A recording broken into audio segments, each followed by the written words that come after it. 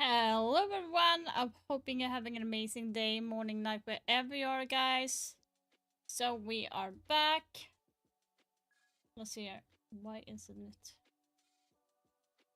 My Spotify is not working on Stream Deck. Interesting. Stream Deck. Reload.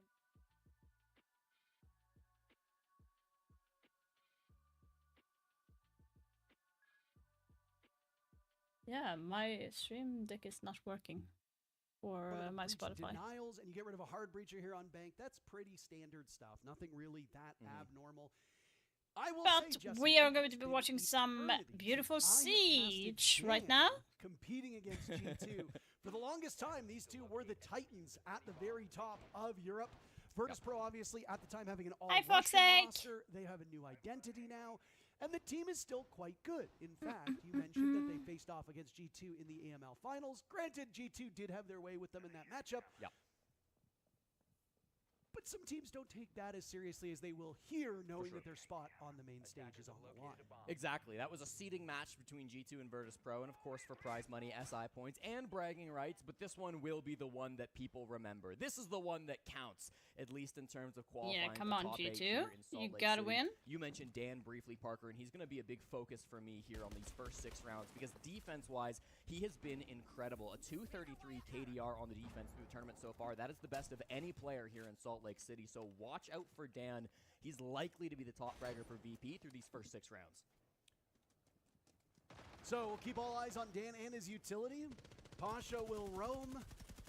This will be my first time I just played Bank. I played the ranked, so that's why I came now, because I played 2 matches, and both of them were Bank. Like, that is kind of funny. Had a long, tenured and storied career as a bit of a journeyman over in North America. We wish him well in his retirement. He's been playing some T2 stuff. There's a new Skies in town. He'll likely be playing to enable his team in far enough away as Pasha's the first one involved in some action, but scares away these G2 players, then falls back himself. Genji Master looking to capitalize off of that, but is unable to find anything. This is frankly a really cool defense from Virtus Pro. They brought the Castle, which is not an operator often seen here on the bottom floor of Bank, and they've used it to kind of extend onto this mid floor, given a bit more of an aggressive look over towards G2. Not content to just sit with their utility down in the bomb site. They're going to be looking for some early gunfights, hoping to stall out this clear a bit, and there it is, Dan, the man of the hour, finds the opening frag to Doki. It's going to be so much fun. As Deimos. Dan, of course, involved in this is always a good thing. You highlighted those numbers just moments ago. Now it's Skies lined up with a Nitro cell. He manages to get Shaiko. He took the body, he took the man, not the utility. Skies could have another as well. Are you serious, Shaiko? That was a little bit too... Castle slowing them down or a lack of utility. G2 is just bottomed out on this entry. Yeah, that mute jammer from Skies means it's going to be really hard to push him out. Benja can't see him on the snake, so it gets really awkward to clear this roam position. He is a bit caught. He doesn't have a good rotate back to site, and he's likely... Sorry, I need to do this. Oh, it's not on, okay.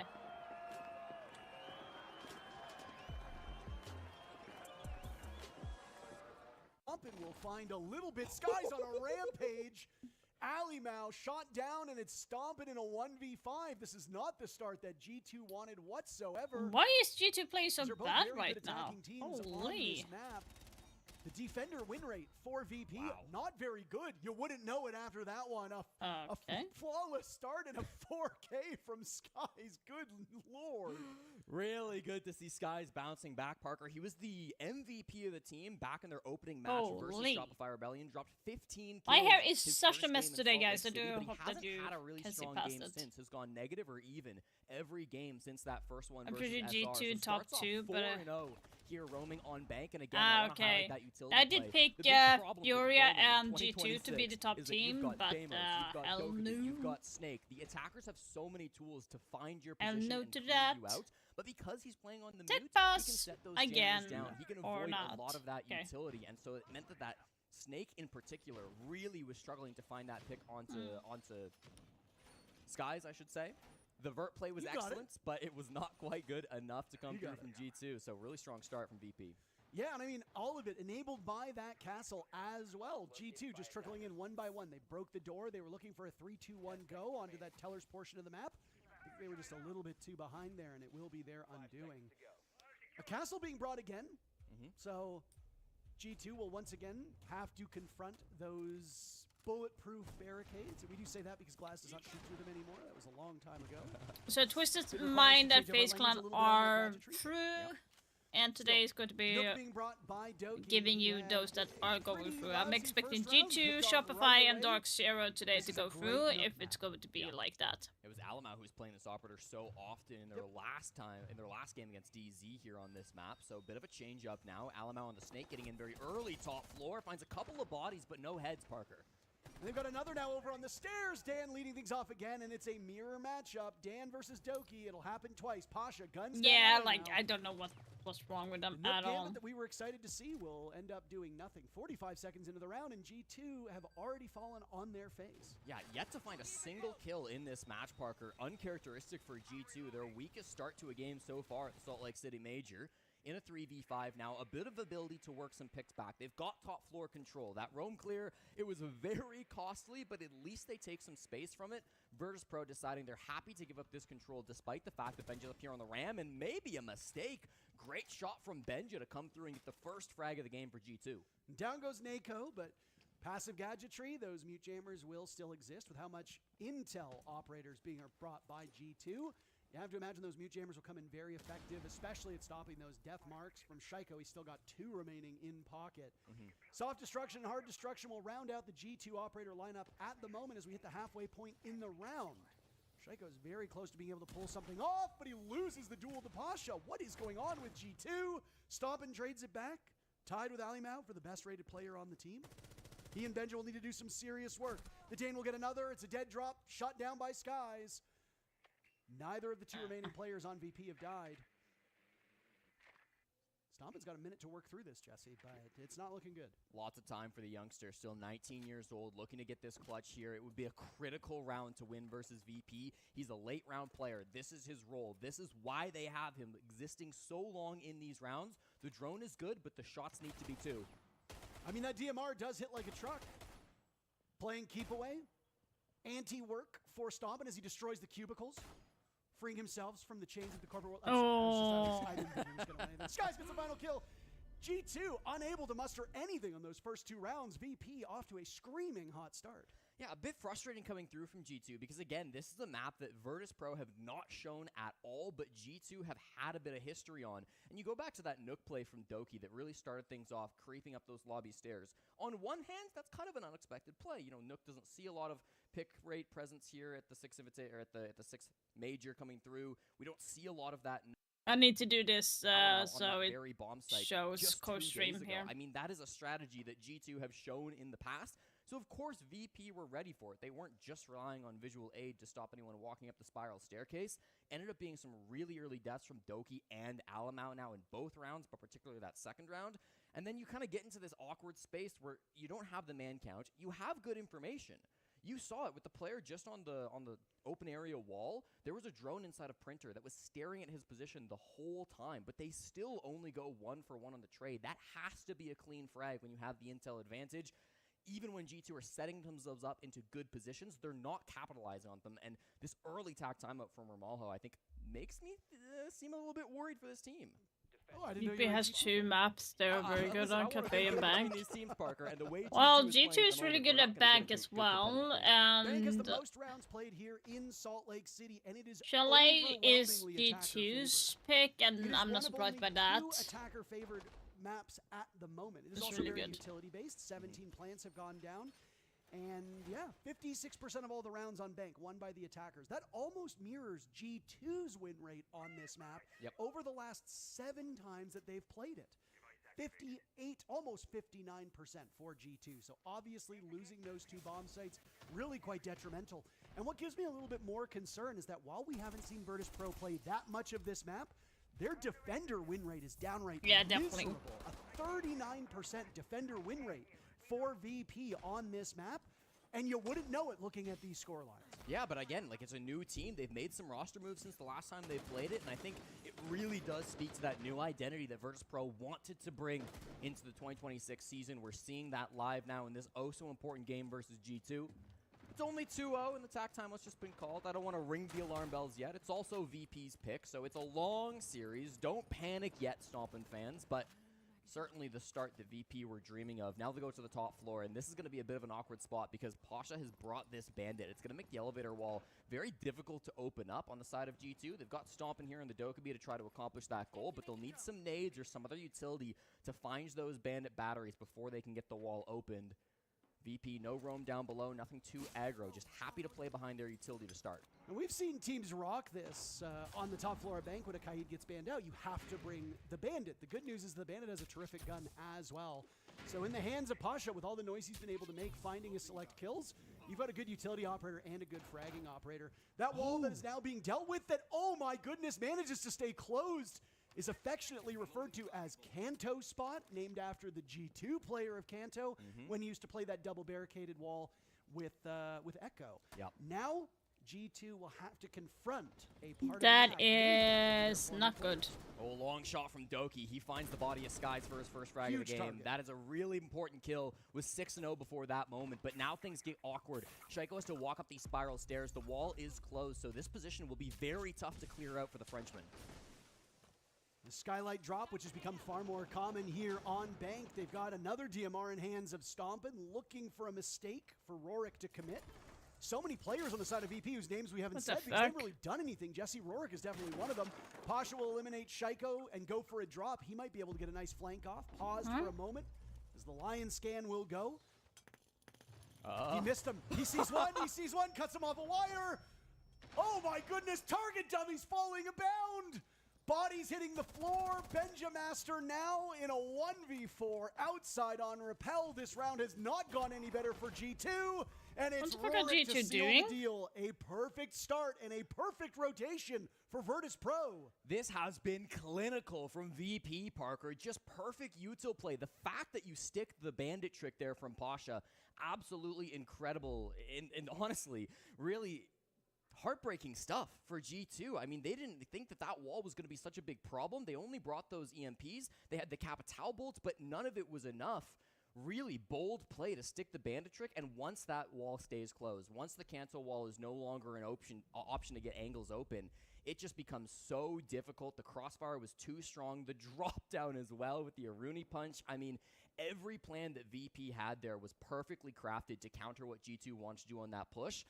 And after the tack timeout, you go down. Such Nah, he devastating did what result, you he have was to be better supposed to than do. that. There was Absolutely. This one in particular, I don't Like- even know if he saw the player hanging on Repel. That was, Yeah. who was that? Yeah, that was Two Alien. I guys don't on know if Rep- he saw that one or not, but I mean, you got two players like Spider-Man, Peter Parker himself, hanging off a web in the middle of the lobby, and none of them looking for Capital a did potential as he flank. It was a should. shrewd We're and not smart expecting. move It from was a Virtus strat Pro, and they are that worked. absolutely Like dog-walking G2. you don't see a 6 lot of kills players from Skies, bandit trick 4 from that Pasha, 4 particular from wall Dan. because I mean, it it has doesn't. really just been a masterclass like, from the fraggers. It is on a power VP. position to hold Neko, in that the hallway, hard support IGL still left off the but kill feed, for it that's to be exactly open where he is wants not to be. like We've the talked about end this with of other the all IGLs, because you Parker, can't where sometimes you look at guys like Fiddikin, like guys hold like the Canadian. hallway. If everything is going to plan, they should not be fragging, and that's exactly what's happened so far from Virtus Pro. In Yeah, my I mean, opinion, Neko is not he seeing did not any mess real up minutes at all. Yeah. The only time we saw him They just was, read I the- wanna say when he played the Luke strat in round wrong. number 2, I if think memory so, serves yeah. correctly, and then he was a bit more forward. But beyond that, this VP team doing very well. Obviously, the kills will tell the whole story. 15-4 in terms of the fragging department. G2 not even putting up a fight as we enter the 4th round. Averaging just a little over 1 kill per round is not going to get the job done. That's the type of thing that you might see at a team in play-ins. Yep. That's not the thing you expect of the top team coming out of EML. And on one hand, I like the mute ban coming through from G2. It's going to enable this roam clear. That was the big problem operator that Skies was playing back in round number 1 when they got their flawless start to this game. But on the other hand, Parker, VP don't have to roam anymore. They see the mute ban. They say, that's fine. Bring your Snake. Bring your Deimos. We're going to go sit inside the bomb site. A much more passive approach coming through from VP. Opportunities maybe for guys like Skies to get aggressive at some points in this round, but really they are not looking to take aggressive fights. They're happy to shoot some drones, hold their angles, and fall back with all of their utility in sight. Toxic Babes, Tachanka fire grenades, everything they could possibly want to lock down this plant spot will be here. And it's going to kind of slow things down for G2, show them a different approach that they're not used to, and force them to work with this utility. I'll mention as well, without the Hibana, they've been forced to bring 3 sets of can openers, which could be restricting the operators they want to bring for this attack. This reminds me of very old Bank. And when I say old Bank, I mean Stompin' fans weren't even born at this point in time. That's how old it was. Yeah. when there were only 3 hard breachers, Thermite, Hibana, and Maverick. And if you banned one of those hard breachers, you were doomed. You had to go Border. 2 at minimum, and if one of them died early, just like the olden days when it was just Thermite and Thatcher, you were kind of screwed for this bottom floor execute. There's just so many reinforcements you have to deal with. Now, I will say, G2 have brought good site utility. They've got the Sens from Stomp into lock-off angles. They've got the Ying from Alamau to blind players, of course. And even Shaiko on this scrim will have some Bs to spot out player utility. So they've got good tools to make this execute work, but so do Virtus Pro. This push is going to be messy, it's going to be chaotic, and it's going to be really important that G2 find other angles to get frags in this push, because they likely won't be able to get that defuse get down on the ground with all of these plant denial ops. Far and away the slowest round for both of these teams, and honestly, that's credit to VP for playing more static defense here. As Dan will quarterback this play from a position that we often see a Pulse play in. The Solus will be there, so Dan will be able to give some information to Yeah, his that should, teammates. but Deimos target going out, Snake walking in, Benja missing Wait, all of his shots. how Skies did he cuts him miss down. Now the that? Deimos of Doki, empty-handed over in Garage, looking to push over towards Vault, but the cross is there as well. He gets Skies. They was hoping for a response from VP. They almost get Doki. 20 seconds left, Jesse. 8 players still on the board. Make that 7. Nako tears through Doki. Alimau getting Diffuser down. Dan will give that information Okay. not before he kills Stompin in the process, and there goes the rest of G2. Good Lord, I wasn't aware we were going to a funeral so early this morning. Parker, it's been rough to witness for G2 Yeah, fans. I mean, G2. everything they're trying to do is failing. I think they recognize the defense setup from VP very nicely there. They didn't just try to work a plant in through servers. That's good. That's not something that would have worked for them. They had a lot of different angles in that push. They had a player on Gold Hatch. They had a player dropping Elevator Hatch. They had a player on Main Stairs. Every angle you could want for that push, they had someone there. The problem is, if you just have individual players in those positions, once they lose their gunfights, there's no potential for a trade. And G2, they don't lose their gunfights very often. This is not a common problem, but today, they're getting outmanned, outgunned at all moments, and they're just not able to hit the shots that we're used to seeing from them. Alamau eventually was in a plant position there, but it just didn't matter with all of his teammates falling around him. They couldn't win a fight to save their lives, and VP have been looking so good on those defenses. A reminder, this is Virtus Pro's map, but they are defending first. Yes. Usually the assumption is that when it is your map, you will go to an early deficit. That is not the case here. And again, I hate to bring these numbers up. VP, downright bad on bank defense historically. A sub 40% win rate. That is well below the margins that we usually see. Yep. Typically when we talk about sides, Jesse, it's a 44 to 56 at absolute most. Sure. So to see G2's stats on this map, very formidable on attack, almost a 60% attacker win rate, and almost a 40% defender win rate for VP. This is abnormal to say the least. You definitely got to question G2's decision to start on the attack here. I just made sure that was correct. Indeed it was. Here comes the push top square. Stompin finds the opening frag here on the Blackbeard. The blitz in as well. Alamau catching the retreat. No, not quite. It's Okay. Pasha instead who deals the damage, and it's a 4-3 lead for G2. Very early push for G2, and it is working out in spades. For the first time, they have a numbers advantage. Pasha will say no. He's at 7 kills. Sky's at 7 kills. G2 combining for 7 kills themselves. So you're going to be going up against some juggernauts. And oh, by the way, Dan is yet to die. 6-0. Great on defense, but he has not been the star of this show so far, Jesse. No, I mean, there have been multiple stars here, Parker. There's really been no bad performance for VP. G2, maybe the best look they've had so far, though. This is a decent start for them. It's not an easy round. It's not free at this point, but they've got a 3v3 even man count spot, and I like their tools. Stompin' on the Blackbeard, Shaiko on the Deimos, and then Benja up top on this Ram. It's going to make positions uncomfortable for Virtus Pro down to the bottom floor. Here's Skies in the same position where he got his 4K in round 1, but with this Ram up above, it is very scary to play here. A very ballsy play by him to assess the damage done by the Ram. Benjamaster was able to get a couple picks on this Ram from that same spot when it was the open area bomb site. He will stare down a very familiar part of this map as he's assumed the position. Dan is waiting for the drop. If they can catch him, this would be a huge pick for G2. They'll use one of their death marks to isolate Pasha. Maybe a flash as a drop can come in from small office. The Blackbeard will land. It's all up to Skies to clutch out. He gets one. No diffuse kit for G2 as they hold the lead and they hold the numbers advantage. Nitro Cell goes out. He lets it rip.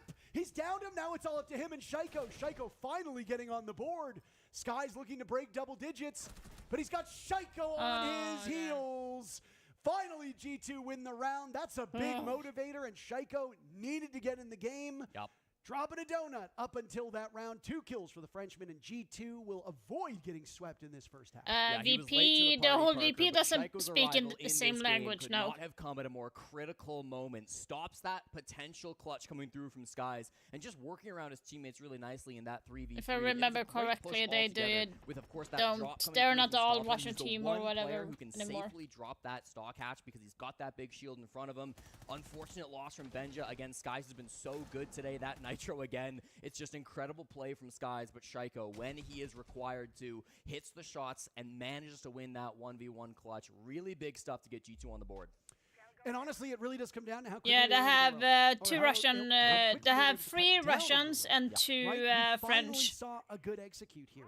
And honestly, Jesse, a lot of these kills have been coming really, really early, with the exception of the 4th round. Every first blood has been spilled before the halfway point of the round. Most of them within the first minute. So G2 bringing a Blackbeard as their main point, bringing an escort with it, isolating these top 4 players, and then pushing them back down into the bomb site. You might not have come away with a player lead, but you gained so much map control, and ultimately you didn't lose that much utility in the process. That's what we like to see from G2. And they've got one more attempt now on attack before they go to a side that statistically they're not as well practiced on. Oh my goodness. Benja almost gets a golden opportunity for 2. Skies taking some damage, and VP get away with their lives and heads still intact. Well, with Hibana and Ace banned out, they can't try what they did last time with that Kanto wall, so that wall's going to stay closed no matter which way you cut it. Now G2 will need a different approach. They brought Alamau here on the Thermite, so it looks like it's going to be a top square plant coming through from G2. He repels in now and will begin to get this wall open. I'm always worried about the clash for this style of defense, Parker. Nako will be able to position himself over towards top square, running through the hallway now, and this is going to make it really difficult for G2 to actually push in. They got the breach open, which is excellent, but making your way from their current positions into the bomb site through that breach is a whole nother ballgame. Depending on the calls here from Nako, they could punish Alimau as Stompin and Rorik come to blows. A double stack up now as Shaiko is in pursuit. Rorik playing off this angle. We've seen this time and time again. Out will go a Razor Bloom. Nice shot from Stomp, and he'll find a second through the wall. Down goes Pasha. G2 once again so formidable on this entry. This time, though, Jesse, doing much better than the previous round. Almost an opportunity from Dan as the player jumps out the window. I believe it was Alamau trying to get that frag, but not quite going to be able to secure it. Stompin', this kid just looks magical sometimes. The kills he's able to secure. It's Doki who misses a couple of opportunities on Skies playing inside of Long Desk. A 2-man advantage should be good enough to execute, but they need to be sharp here for the last 75. Shaiko debilitated by that Razor Bloom. Dan, a kill on to Doki. He was hanging on that cross outside of the bomb site. You'll need somebody to take up that position because it paralyzes the defenders, often known as cut or cross or mailbox. You're just going to sit there on repel and hope that somebody rotates over in a way that they're not expecting, and you punish them for it. So G2 will have Alimau go into this position. He was over by square stairs. Final minute of this first half, and it's G2 with the numbers advantage. Stomp is really looking for something here, but it's Benjon Spiral that opens things up with the last 45. Nako goes down. It's an answer from Skies. There goes Stompin'. Alamau with the defuse kit inside sight. Can he plant here? Skies breaking double digits, sees Shaiko over by stock trading and does not want to commit to this engagement. He gets torn asunder, and now it's Dan to clutch out. He wasn't successful previously. Dan, a great defensive player, but 3 monsters on G2. Plenty of time, and the attackers have the bomb site. Alimau might be quiet on the offense, but he's getting that diffuse kit down, and it will now cause much greater heartache for this VP team. Dan isolated, you can see G2 is lined up looking for him, licking their chops at this final kill. It'll be Alimau to do that. Yay, finally, come on. Not killless this first half. Carl getting the exit frag in round number 6. G2 ultimately salvaging that first half. They desperately needed those 2 rounds. They get them, and now a mental reset for the second half. Unlucky Benja, the timing was so bad, bro. When you went there, he dropped and killed me. Yeah. I mean, it was because like my barricade was not open in ATM. I'm gonna talk to some things about like the attacks, okay? I think like for the attack on open area, guys, like I think like we can do again the same. I just think like you are kind of useless, Benja, like in the windows, and like they're gonna probably pick you lobby this round. So like if like we go for overtime, you're gonna need to attack 2 times. I think they're gonna go open area and go. Hey, what are you giving command? The Empire will keep coming for us. So do we run, or do we fight? I like this kid.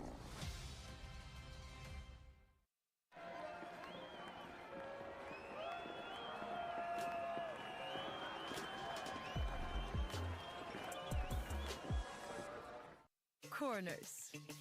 Extra smakrika. Och extra krispiga. Helt enkelt snacks med extra allt. Yeah, Sweden is great in hockey. Yeah, come on. Just recently took another World Cup in hockey, but for the junior side. And today is also Eurovision contest going on. Sweden is going to be qualifying tonight. They're gonna time out before they get there, if we get there. Okay, so Yeah, I don't think about it. For the defenses, you want me to play the tube at the start, and then do the tube thing, or should I just do as Nick, we're gonna say fast in this one. Yes. Let's go. Yes, if they go for server stairs, just play toucher and They will. Yeah, Nikita will go toucher. No, Nikita will go toucher. Listen, please, guys. I'm a swear. I know. You just flash one close and flash one deep. That's it. The server guy is dead. If you have Thatcher, that's it. Let's go, guys. Just enjoy this game. Let's finish this shit. So easy. He's so freaking chill about it. Oh Different my god. vibes across the two teams a little bit there, Parker. Calmness from Dark, confidence exuding from the VP side of things. And again, you can tell with a little bit of that information advantage, not showing this map, they've caught them off guard so far in this game. It's allowed VP get a 4-2 lead, and they feel good about being able to close out these next 3 rounds on the attack. I mean, Yeah, it's going to be like, Right. Okay, we're gonna flash the guy in the elevator, and then we're gonna kill him. Wow. You should tell my teammates that and rank. I wish it was that simple. No, I mean, nothing has really been simple about this matchup for G2 in particular, Jesse. It was a hard-fought end of this series where they were finally able to pick up some much-needed kills. They eclipsed their kill total in just round 5 than they had in the first 3 rounds. G2 averaging just under 2 kills a round at the halfway point of that That's first not half. good. Maybe they're not early risers. There have been a couple teams that have very openly said we don't like playing the morning games. For some gamers, if you're staying up late, you're grinding, you're not sleeping, maybe you come online at 1, 2 o'clock once that particularly non-sponsored energy drink hits, or just coffee, I guess. So G2 finally settling into their groove. The one thing I will be looking out for once again are these numbers. G2 are a pretty good defending team, not as good as they are on attack, but VP is a very good attacking team on this map. Yeah, of course, G2, they played 6 rounds earlier in this tournament defending on Bank. They won 4, they lost 2. If they can do that once again, they'll be headed to overtime when their opponent's pick. That is, frankly, a good result here in a best of 3. You don't need to win your opponent's map pick, but if you can, it puts you in a really strong position. So that'll be the goal for G2. Ban out the Monty, which is going to limit the options for Nako coming through on Virtus Pro. He's played just a single attacking round since the tournament began, not on a shield. No player has a higher shield pick rate here at the tournament. 94% of rounds on a shield one way or another, so expect to see a lot of that coming through from Nako today. Monty is most played Come on, operator as G2. well, so You I got mean, it. You've got to flex somewhere else. You can go to a blitz, but you can go to Kick a Virtus Blackbeard. Pro's They're all gonna play very ass. differently. Come I on, know that we gotta the win it. average viewer might not know how a Monty, a blitz, a fuse shield even, and a Blackbeard do play, but Blackbeard is going to give, ooh, that's a rough one. Blackbeard's going to give you a bit more fragging potential and can be a more bona fide aggressive entry than a Monty or even a blitz. Monty, you're usually not going to get a lot of kills. You referenced both Vidaking and Canadian. They're great examples of it. Most of their attacking rounds, they're going to play that operator, and they're not ever going to pull out their gun. So with Nako, he's going to be a little bit more active in the kill department, I have to imagine. Or at very minimum, he'll be set up to do so should he find himself in that situation. Yeah, Nako is not the most passive shield player. You will absolutely see him ADSing when he needs to. Oh, you just saw him. Pretty common here in the shield meta we're currently in. Shaiko, an early engagement. He deals a little bit of damage on the Pasha, the other side of things, but the Candela should force him back through the hatch. Indeed it does. An easy retreat from Shaiko. Never in any real danger there as we hit 90 seconds. Shaiko's had a very quiet day. One thing as well to keep note of here, Jesse, is that Shaiko historically struggles the deeper into a tourney he goes. He'll farm the first couple rounds and still be a good player, but we don't often see him taking over games against tougher opponents. He has absolutely not taken over this game. No. He's sitting at 2 kills. The only player on the team below him right now is Alimau on a support role. So Shaiko needs some time in the lab to incubate, I suppose, as we now hit the 1-minute mark, and everybody is still alive. Hard breaching hasn't gone to plan for VP. They didn't get the small office hatch open. Actually, they did just at the end there with the Hibana charge. So nicely done. All hatches open, even if it took every little bit of utility. The Kaid Claw slowed things down, but it hasn't prevented the entry from Virtus Pro. 45 seconds, though, Parker. I'm looking at 2 Nitro Styles still being held by G2. This push is going to get messy.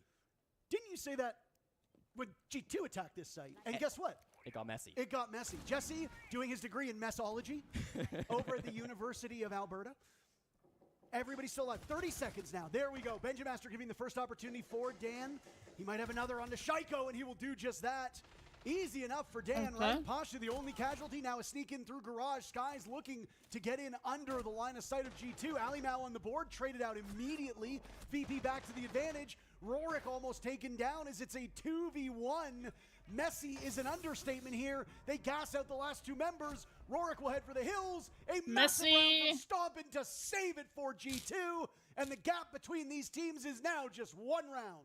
A really scary push coming out from Virtus Pro, Parker. It started so strong with Dan dropping the elevator hatch. You saw Doki going for, not Doki, Benja going for a bit of a look there in the early round. You could see that they were a little bit concerned about that. I don't think they realized how many players were going to hit the back. It got VP off to a very early start, but the reaction coming through from those late round players, it was the roommates, the friends, the travel compadres here headed to Salt Lake City, Doki and Stompin, that really locked things down here in the 2VX. They were able to work together so nicely on those critical anchor operators, and despite playing initially over on that server side, when they came back over to trade their teammates, they worked together beautifully, and they got G2 their first defense. And again, it really does come down to time management, doesn't it? Hard breaching failed so early in the round. It bought G2 quite a bit of time. And sometimes 10, 15 seconds, hell, sometimes even 5 seconds can make a massive difference in this game. The amount of times that we see a last-minute clutch with the diffuse kit down and somebody hops on the counter to save, 9, 8 seconds with just a second to spare is quite incredible. So if VP's not able to manage their time well and G2 is able to blunt their momentum when they get into the building, G2's going to set themselves up quite nicely. And VP, in some sense, kind of enabled that play by not banning the Kaid. It's the most commonly banned operator here on Bank for the defense at the very least. It's the most common operator in the entire tournament at the moment, to be Flash is obviously honest. a favorite operator of Stompin. We know how good he is on that op, and we see Alimau playing the Mirror from time to time on this map as well, but it's still surprising not to see that critical electricity operator not taken If you off the look board at the from Virtus stats, Pro. Could be a target for them after we hit round 9, but that'll be a conversation for later in this game. For now, they've got to find ways around it. The claw being used on the because if you look at the stats right now, that G2 faced opening that wall the most banned operator is Kaid. A reminder as we now And he is also the G2 trailing second Virtus Pro most by just a played single round, operator 3 in the a row tournament. now by G2 as they look to close this gap. The one that Base is Street on the first is place running is going to be at this Asami. particular She's the point. most Tyler played Rose operator playing throughout the against Weibo tournament Gaming, on the all defensive side, elimination as she matches is over on Base Street. If the you are a hater, third place you go hate watch B Street. most banned That's just how it operator works, in the because you're going to tournament. see 3 teams go home here on the A stream. Every single matchup will send And one of who's these teams on the to second main place stage, when it comes which to is being currently banned? That built is just within Mira, arm's actually. reach of our booth. We can see it take shape. Anticipating quite a crowd here on Friday to kick off the first day of the Salt Lake City Major and the first American Major since Charlotte, technically, since Boston wasn't a major. Am I forgetting? Am I forgetting one? I believe Atlanta? Atlanta. There you go. Technically not Atlanta, technically Duluth, and not the Duluth you're thinking of. Shaiko leadoff pick. He's starting to warm up his third kill now. At one point, he was 0-4, 3-1. Since then, and Dan, of all people, down. That's a hard breacher, and that's one of the best players on VP. Yeah, got some work done on the wall already, though, so they've got some tools to work with. These Kibas still providing a challenge. Pasha, rare miss from him. And now we're seeing the pressure onto Shaiko. This blitz staring him down. It's a good enough distraction for a pick. Shaiko picked off at a good crossfire, watching Nako, who's now under fire himself, gassed out by Alimau. Alimau also starting to warm up the Jets. Skies and Pasha, the last two standing for VP. 50 seconds to go, and they're going to be walking into a hail of bullets. There's crossfires established by G2 all over the place, and nice drag from Pasha. Doki will get them both, and G2 ties the game. What a comeback. 4 straight now from G2. Come I on, hope none of the fans G2. turned the stream off after they saw them go down 4-0, Parker, because the comeback has been phenomenal, not just answering on the attack, but now back-to-back defense round wins and just being able to really isolate where VP want to enter from. Let's That time go, it was a very heavy G2. push in from the square side. You saw that blitz finding some good the support there. I think they wanted an earlier pick onto Shaiko. Shaiko's been such a good roamer and early defense player here for G2. He was playing quite passive, though. By the way, outside of stock the with those Keeper best Bears. He was entry playing so a far during really this long tournament angle from on top of the is long actually desk. Spoit. And sometimes that makes all the difference. You know, if he's playing a little bit more passive, he slows down that push from VP. And that's kind of back-to-back rounds now where the clock has applied more and more pressure to Virtus Pro. This was a big criticism of their old roster, that they were sometimes too slow in these critical moments, that it took them too long to try to execute onto their plan. What?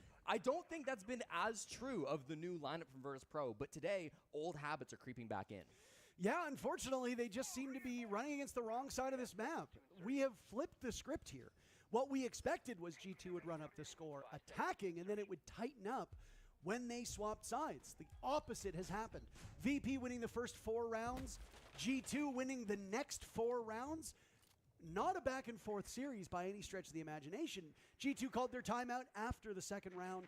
It did not pay off. They would win. They would lose the next 2 rounds and finally regain some footing as that first half came to a close. And G2 are playing with a lot more confidence now. Yeah. I will say those first 2 rounds, they were wandering in. I think they took VP a bit for granted. Yeah, so far when it Now comes they to the realize, defensive hey, rate on guys Bank are during this tournament pretty has good. been We need to overall give them like the respect they 44% deserve. on They're defense playing side. tougher, and it's So it's the going to be a Kanto wall gets little bit breached once from that perspective. Yeah, that Hard. repel's always been a little bit awkward, but it's fine. when it The comes to wall's been defending opened up now, so on I'll have a bit of an open angle to come through on the area side versus of kitchen. Virtus Pro. That Looks like area Jungle is Megan. holding a 45% win rate on Rorik down defensive below trying to side. find these couple of players. And The it run has game been is played for heavy from 22 G2. rounds so Benji, far Shaiko, during the Alno, all tournament, playing up so above the bomb site, the leaving most two players picked to anchor down below. The sites logic bomb's coming in through, but general there is during no the tournament so movement on the far side of G2, so Virtus has Pro just been have to wait. They need obviously to start Lockers forcing these and entries. I think CEO, Nako will be the one to do it on the but blitz, CEO has still the taking his time. little bit of a Back on the slighter drone. Doesn't want to rush this roam clear, Parker. percentage Nako to when being it comes to caught the in multiple defensive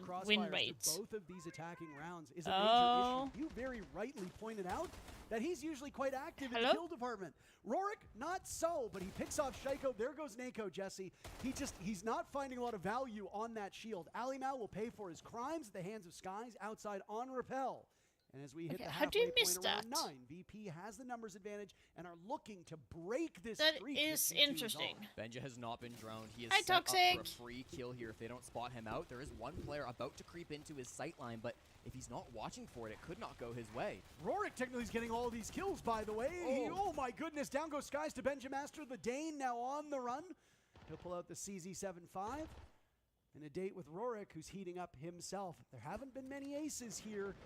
Could we find one? No. Dan will No. take down Benjamaster. Rorik not credited with anything on that kill. It leaves Stompin in a 1v3. VP Yeah. looking like they're going to snap this streak of G2. 4 rounds in a row for the two-time world champions. Technically once under that, twice under the G2 banner. Down goes Pasha to stomp and Revolver out. And he's punished by Rorik with a 4K from one of the support-oriented players. VP don't want G2 to lead. They can tie, but not lead as VP takes it back. Really big round from Rorik, the 23-year-old from Mordovia, Russia. And this is his first international event, so we kind of expect him to be a little bit slow starting, especially when you're up against big names like G2. But he had the gap that round, Parker. Crept his way through the lobby, up those main stairs, and it wasn't being watched properly by the guys on G2. Whether they had some util there and they just didn't hear it, whether there was some information there that they didn't quite capitalize on, or whether it was just a gap that he was actually able to spot and the defense just wasn't So set they up the way have. it was supposed Oh to my be on god, the I side of can't even G2. watch the There was tournament that because it's opportunity. too Here we can late. watch it. Rorik entered this 2-5, and he will end it, I believe, 6-5 on the kill feed total. This one, the kill feed doesn't show it as his, but he does get that frag there on the Skies as well. And then Benja, again, really threatening. He could have gotten 2 from that position, Parker, but he just wasn't fast enough with that first frag and then gets caught out a little bit at the end there. So really good stuff from Rorik. Stops the disaster play from G2, which could have spiraled this game out of control. That was me clapping because you did math on broadcast, which usually we are told not to do. I have a math degree, Parker. I better be able to do simple stuff like that. Was that the stepping stone to get your Messology PhD? Yeah, that was required for the Messology. Yeah, there's a lot of math involved in it, surprisingly. Of course. All the angles, all of the components. The derivatives, of course. Stats, graphs, percentages. Yeah, it's been complicated for sure. Quarterly numbers are in. You got to add those in too. Always. You Always. cannot You forget two just- quarterlies. yeah. Jeez. Big mistake for some people. And one day you'll be an island owner. one day with all that, with the not a PhD, maybe a master's in messology here. I'm working on it. Well, last operator bands now locked in. Lots of confidence that G2 was exhibiting, and honestly, not a terrible round from them, all things considered. I mean, we're going to compare it to some of those earlier rounds, which were really quite pitiful for G2. Let's sit and wait out this VP assault now. Rounds have been significantly slower with VP on attack, which once again goes back to your point. G2, only one round where first blood came after the first 90 seconds. Here, every single one, except for technically the last one was almost 90 seconds in.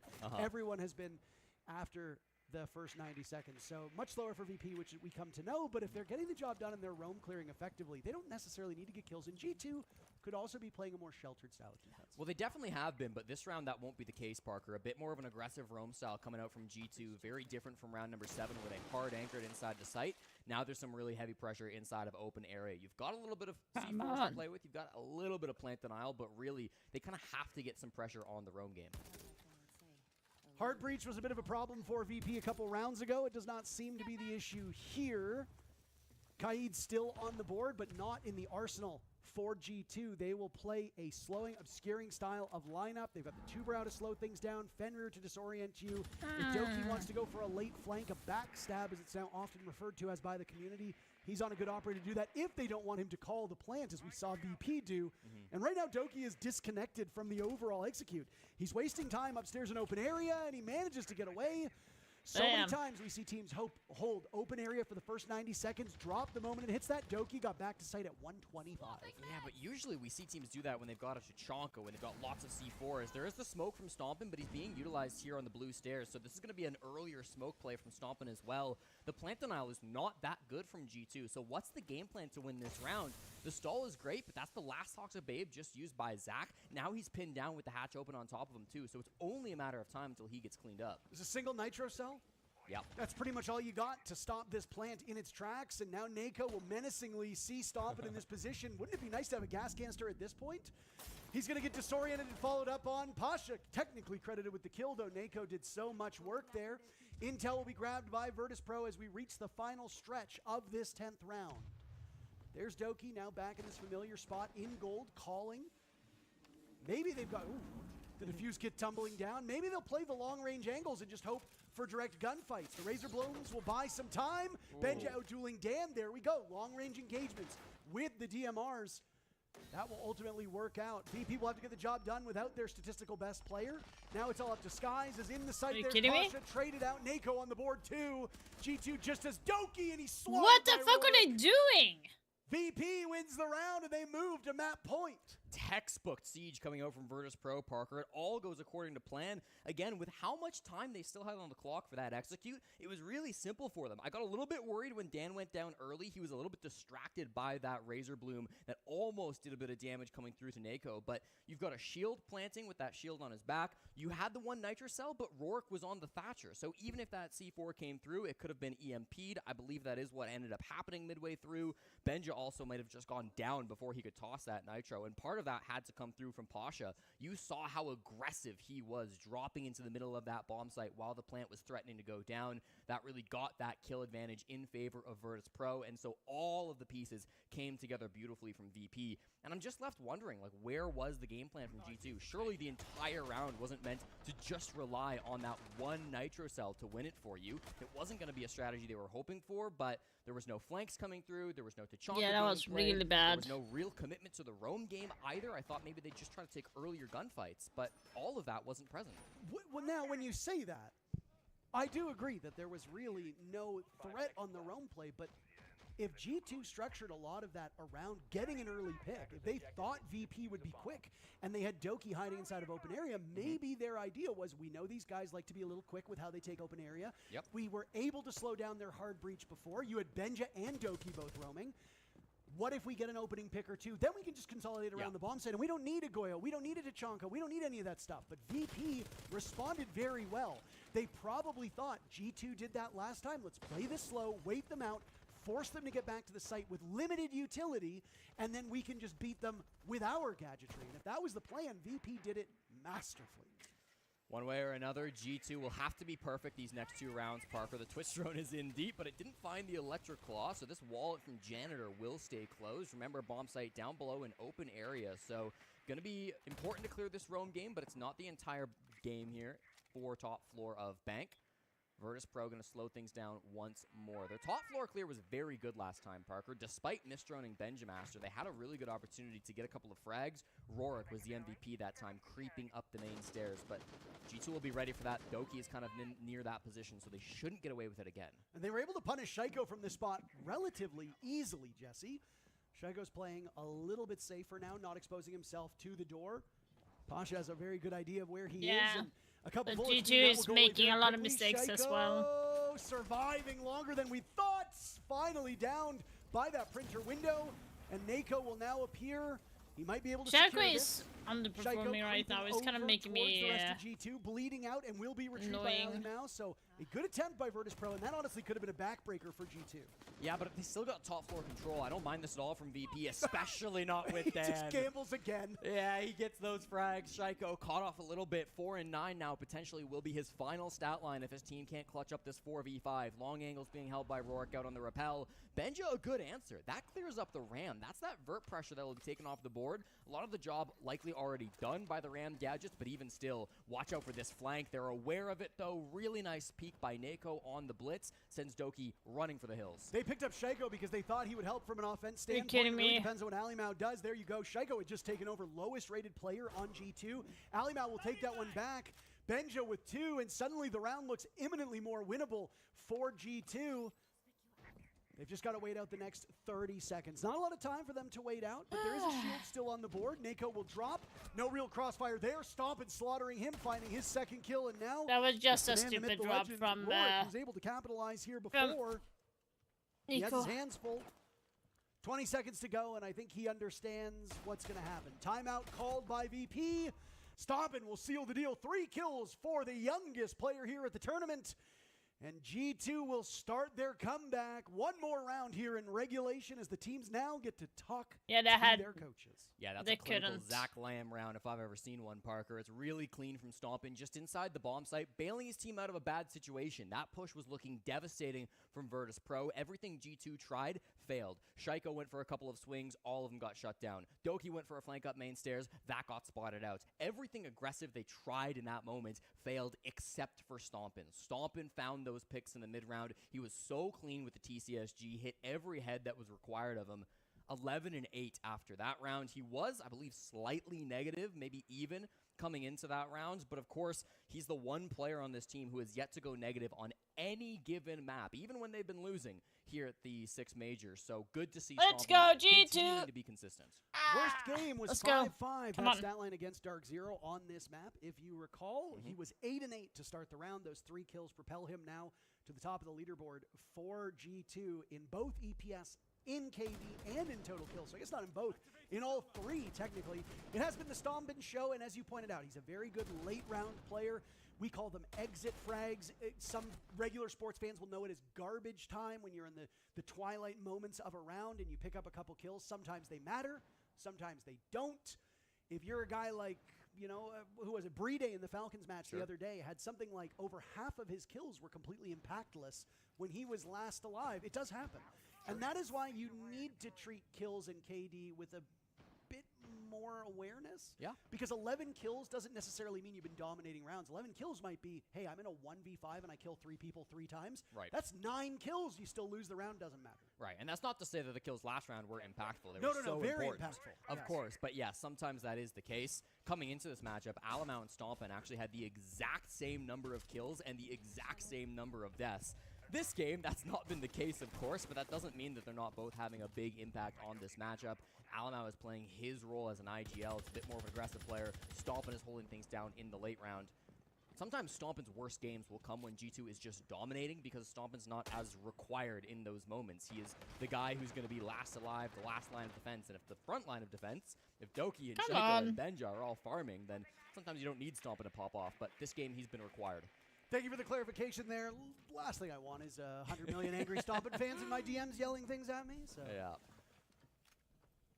Yeah, okay. Go back to the basement, Parker. This is a bit of an interesting choice by G2, deciding that even though it didn't work for them last time, they want to try it once more. And again, the game plan's kind of even been more aggressive. They have really been wanting to commit to this roam game. They have to actually fight up here on the roam. If they give up this map control with 90 seconds still to go, they're only going to play with one C4. That won't be enough. They have to get aggressive here in the early round if they don't want VP to just go for another clean execute, because the game plan is the same for Virtus Pro. They've got the shield, they've got the Thatcher, they've got the Capitao, they've got great tools to make an execute. You have to start this push before it gets going. But so far, they haven't been finding their marks. Close. Really that would be a good kill if they got him. VP only making the change on Pasha. All 3 attacks on this bomb site for VP. Pasha's played a different operator from Ying over to Dokkaebi, now to Capitao. I don't know if reinforcing that wall. Okay, interesting. And they open up that wall. Play the same operators every single time, win or lose. Your whole structure will revolve. Interesting. around that. Well, the utility's been a little bit better, I'll say, from G2. Inside the site, this is going to be another 5v5 messy execute, but you've got Dread Mines from Shaiko. You've got these Thorn Traps coming through from Alamau. There are tools they can play around, but it's still going to be heavily favored for VP. Maybe not heavily, but I would give them the edge with this Capitao, with this Sophia, with this Thatcher. The later that this goes, the more I like VP's chances. I don't understand the hold with in blue. Arguably just about as successful as that blue hold was before. It was kind of the undoing for G2, their Achilles heel in this lineup, and now Doki is trapped inside of server, burning alive. They cook him into a position where he has to get out of there and has now trapped himself in the dirt tunnel. But they can just isolate him, Jesse. They don't even need to go for him. Let him languish in there. Down goes Benja. Naquo will join. Doki now in the ground. Virtus Pro sinking their teeth into this G2 defense. Yeah, this is really stupid Shaiko by now, G2 actually. What, like, as having Stompen with one eye holding blue is not Shaiko's smart. had a pretty rough map so far. They call upon their heroes when you need them most, and now Shaiko will need to clutch out in a 1v4. VP have him tracked. Dan gets the final kill, and Virtus Pro win the map. 1 map away from being just the 3rd team to qualify for main stage on Friday. You could look at the strap, look of perfect. It freezes again. I don't know why it does that. Every time I watch the tournament and I try to go in change, like it would not work. It would just close itself down. I don't know why it does that. Every single time.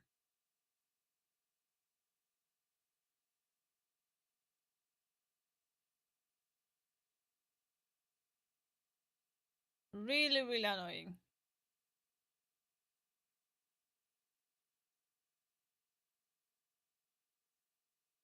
Okay, 6-6 now over at the Brava. They picked the side for overtime, so they're obviously more confident, you know, in being able to defend it. And they've shown us that it's been a 4-2 half. It only does that when I'm watching Siege. It doesn't do that to any other thing. It's so. only a 50-50 for them, whereas they've got a 100% win rate down in the basement.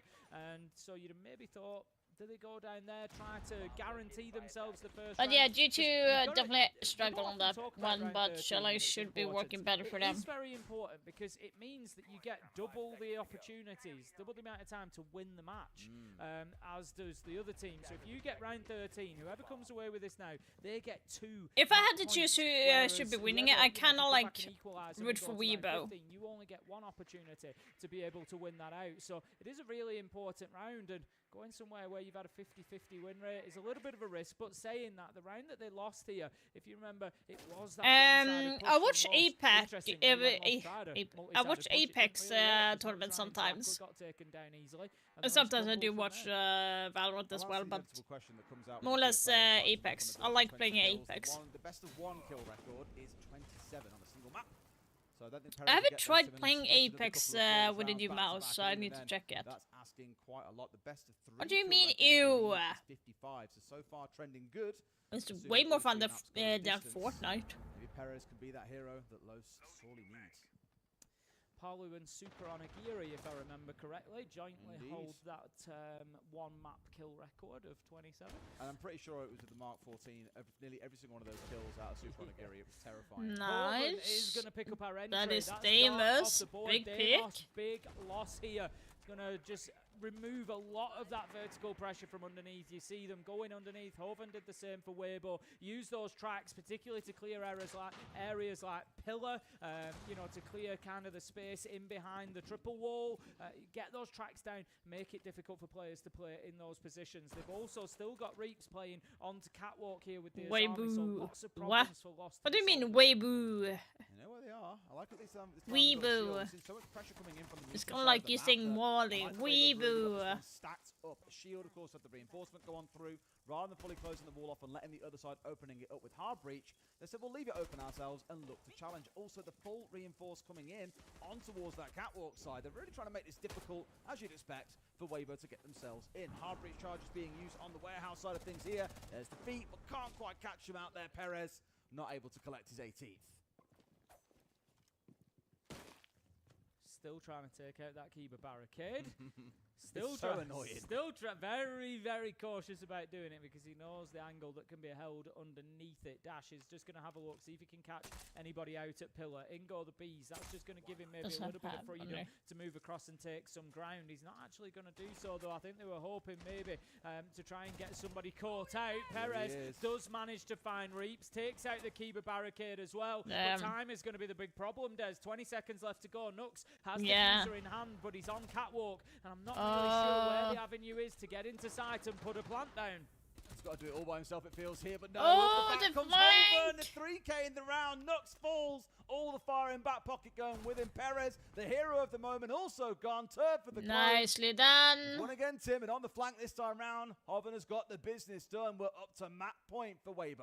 Yeah, great flank from Hoven there. Like, just he has the highest sense. Absolutely no This guy, clue, no it's such a drones, high no sense intel where it's to kind of help like, them with you it. kind of And I wondering think how given the we stage of the like round, we often talk can about play timing on like those that. flanks like that. You see the and guy it was in just furthest perfectly right timed corner from there Hoven. on You've got to screen. understand at what point are they kind of reaching that Like critical that's moment of their attack he's where they are playing gonna be like focused on the sight and edge sight only, of and he the got that table. absolutely right. So advantage Weibo, as I said, 13 is an important round. It gives them now 2 opportunities to close out this map on that Haven and take the advantage in the overall series.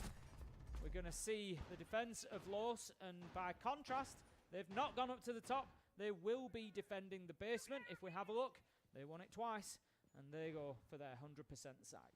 I'm actually curious where Hoven sits in the overall ranking for this event. But prior coming into this game, he was ranked 22nd on EPS. Ain't bad when you've got 80-odd players, very much near that upper quartile. Solid on KD as well, almost rocking a 2-to-1 actually, so really no complaints on that side. And I imagine after the performance that we're seeing on this map, that's only going to get better. It's really very much been him versus Perez throughout the game. Of course, others have got involved. Arpe and Dark both having big maps too. But all that matters is that score at the top of your screen. Once this round's done, we could be going into Consulate with Weibo up 1-0. I've read Weibros so many times now that I have to keep on consciously thinking not to say Weibros. Every time they win around, chat just like, Weibros, Weibros, Weibros. I'm just like, okay, got it. Let's not say that. They're Weibo, not Weibro. Are you a Weibro, Tim? Ooh, we have a successful bandit trick. I've spoken at length about these bans. Do you go for the keyed on the bandit? Do you not? Well, they might be wishing that they did this time because they've just lost at least one of those exothermics. Ape is going to go for it again this time. He actually opens up the garage to begin with, so that's just going to give them a little bit of access, a little bit of assistance in getting onto that hatch, but still have to deal with that double wall. Animus wall closed as well. They need to get control above for this to only work out one is the problem, which means they've got to push into Daffo and all the support that's around him. There's a lot here for Weibo to work through. They've got a lot of time in which to do it, admittedly. And of course, now being above, can make use of the Rams. Yeah, it was in the old bleed, so... Out of storage, at which time, maybe then they can start thinking about what it looks like to get that main wall opened up. But I think for the most part, Tim Bunch will have backed away here. In fact, you can see 3 players on the side of Weibo are up on this top floor. You've also got Reitz working in from Warehouse. They're looking for a couple of kills here. And they're going to need to find them halfway through now. And time is going to become a big factor for them. They can't take forever over this because they've still got a lot of other work to do should they want to be able to get into a position to put this diffuser down. Ape will continue working from the hatch, opens up that Animus window. We can hear the Ram Boogie drone now just rocking away at that floor. Not inside of storage yet, but as you say, they are making a move.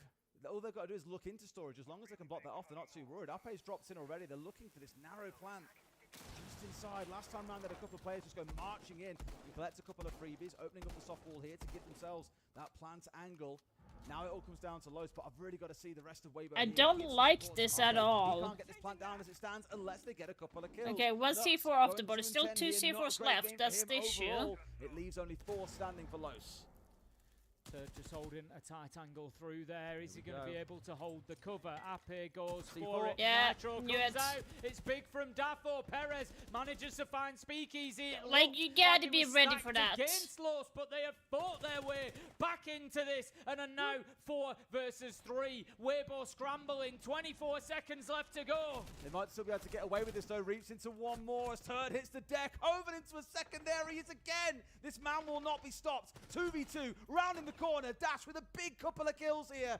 His 4th and 5th of the game. Reap's going to try and stick this one to see it all the way through. No one pushing him in just yet, but there should be a drop. Off they come towards the side. He will finish this. Guns up, but he's got to win out both. One at close range. He won't get it, Tim. Yeah. You can say the line. We're going all the way to 15, Des. Los are not ready to give up. I'm not Nighthaven to be Labs honest, yet. I'm not Dash will surprised disable that they diffuser, lost and that what a because great they had battle 3 we had there on the C4s side. on Lost Neither side, team and they wanting to give didn't an even inch. bait that out So properly. close I to having wouldn't the open up opportunity like for a Ape to crouch get that wall at that diffuser point down, if but you then we know just that they see have that so many Nitro C4s. pinpoint accurate That was gets the kinda job bad. done, and Weibo were just scrambling from there on. That makes it 20 for Perez.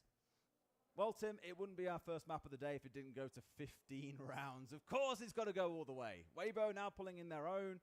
I don't want to call it a panic timeout, but it is their sort of last chance saloon timeout here. What is it they're going to pull out? What site are we going to? What defense have we got in mind? Because I feel like you're rolling the dice if you just play the way that you have done throughout this entire game so far. Charge my Basically, we've mouse. got 2 It players was dropping on 15 plus 40%, kills. so You can see Perez on 20, might as well Hoven on 16. charge it. The pair of them going absolutely massive. Yeah, it's really. I mean, Perez has got a 2 KD. He's 20 and 10. At this level of play, that is absolutely ridiculous. You know, I'm glad I said on the way in, watch out for Perez. He's the one. They need him firing. And he certainly is delivering for his team at the minute. So, good stuff. We're I gonna like the head mouse into that round he's 15 as the having. tactical timeout from Weibo comes to a close. And we will see Is who it Speakeasy takes that this has one. that mouse? And Des, I don't want to overexcite you, but we've got a bit of a gamble coming out from Weibo, I Maybe think. Hoven. It Oh, is. storage and control. Storage and control. 100% win rate down in the basement for them, and they've chosen not to take it as either of their sites in overtime. I hope this doesn't come back to bite them, Tim. It's like smacking. Let's see how we do Yeah, that. See how this wraps up and see who has the advantage going into Consulate. On the defensive side, there isn't really a massive shake-up here, Tim, overall. I'm seeing the castle as maybe the one thing to look at and go, okay, that's a bit of a change alongside the Azami, which I imagine we're playing upstairs around Warehouse to try and waste as much time as possible to contesting towards IT. Otherwise, it's a big lean towards those trap operators that we've spoken about a lot already. The Thorn and the Ella coming along. Last time around, Hoven was a little bit... GG match has started. We are going to switch over, but I feel like we gotta watch see who goes through here. On the Warden. I think we can give it like 1-2 rounds. Off the back of a very, very aggressive position inside of storage itself. This time round, Los aren't going to bother bringing A lot of people seem to open up on that. Oh, how about that? Oh, so narrowly close. That could have been the sort of thing that decides this game, Tim, because it would have been Perez getting rid of Hoven. No, yeah, those are the moments sometimes that will define exactly which way the chips are going to fall. Gets himself a little entrance way into the basement and can think about getting in there on that Deimos. We've seen a lot of kind of the upwards verticality, if you will, from Deimos being utilised in this match so far, or at least the trying yeah, he has to. If you look 20 across kills. The defenders, bottom right of your screen, how many of them are on that He top has floor? died We've got 50% Reeks, of the time we've got though, so be Speakeasy, aware. We've got Ape, we've got Turd, all playing But he above. gets at least Big 2 kills clearance per needed from round. Lost. A lot of vertical angles being Minimum, used, opened up already so. to be able to challenge down in case there is a rush attempt from low, so they can't afford to just barrel in towards site here and hope for the best. Hoven, of course, able to deal with Dash on that Ying, but no doubt those Candelas are going to play a big part in this round at some point. But now they have to worry about what's going on upstairs. Perez, the one working his way slowly through the basement here. We saw him with a couple of choice shots. You got to have a lot of bullets left on that Down to about pistol. halfway through the round, Tim. It has been a slow and careful start. Neither side wanted to take big risks here that could cost their team. Yellow Pink's coming out just to try and feed Perez with a little bit of intel, with a few more kills as if he needs any more. But Hoven, They're getting last ready time, to was jump that in key there and defender plant. on the Warden. Have they got a plan to deal with him this time? He is inside of storage. There we He go. is That's the trap. holding his position. The Perez trap obviously comes in. wants him. He's forced him away, and as that Candela's Yep. come in, so while he's been forced out of sight, now is their time to go, Tim. But as of yet, haven't stepped in. Speakeasy has done that. Of course, there's no track on towards him, but he is going to get flashed out to the high heavens here. A C4 comes over, Nuts goes low, but not quite finished off. Reaps getting rid of Daffo, and Nuts comes off the plant. There is support from behind from Dash. This is looking good for Los. Nux tries to relocate inside a site, but he gets cut down. That's the fuse of cold. 3 versus 2 now. Like, the as fun Hogan was manages really, to really find good Dash, from continues Loss, to go but big it did in not this go all game. the way. 17 and 8 and still counting. 3 versus 2. Like, Dark it and would Perez hurt Loss gonna so leave it bad up to if they anybody still to lost rescue with this. 20 Surely kills. Those 2 can. Reaps manages to cut down the main Yeah. man. Turd onto Dark, and it's going He to has be Weibo 20 taking map kills. 1. Poor guy. Well, that felt like a Poor Perez. He has like 20 kills and they still did not win. This just goes to show that kills doesn't always bring you all the way in. Like, literally. Keep in mind, Bank, Chalet have always been really favorable to the attackers, and my eyesight always says Chalet is Okay, let's really see good here. to the attackers. But Jesse, something has changed. Yeah, but what's the sample Something's size? changed. You know, that's probably 3 or 4 maps. Well, I mean, the most played map was Bank at 8 plays at this point in time. Exactly. We're still going through the data, but you Yeah. know, so it serves my purpose. So I'm going to use the data to my.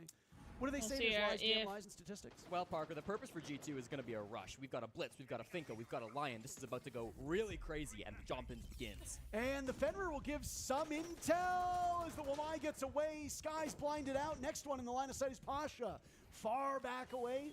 Ali Mao not in a position to contest there. Does not want to gamble his life on an ADS, lest he get killed by a better shot. And honestly, with the way Pasha's been shooting today, I would not want to gamble a 1v1 against him either.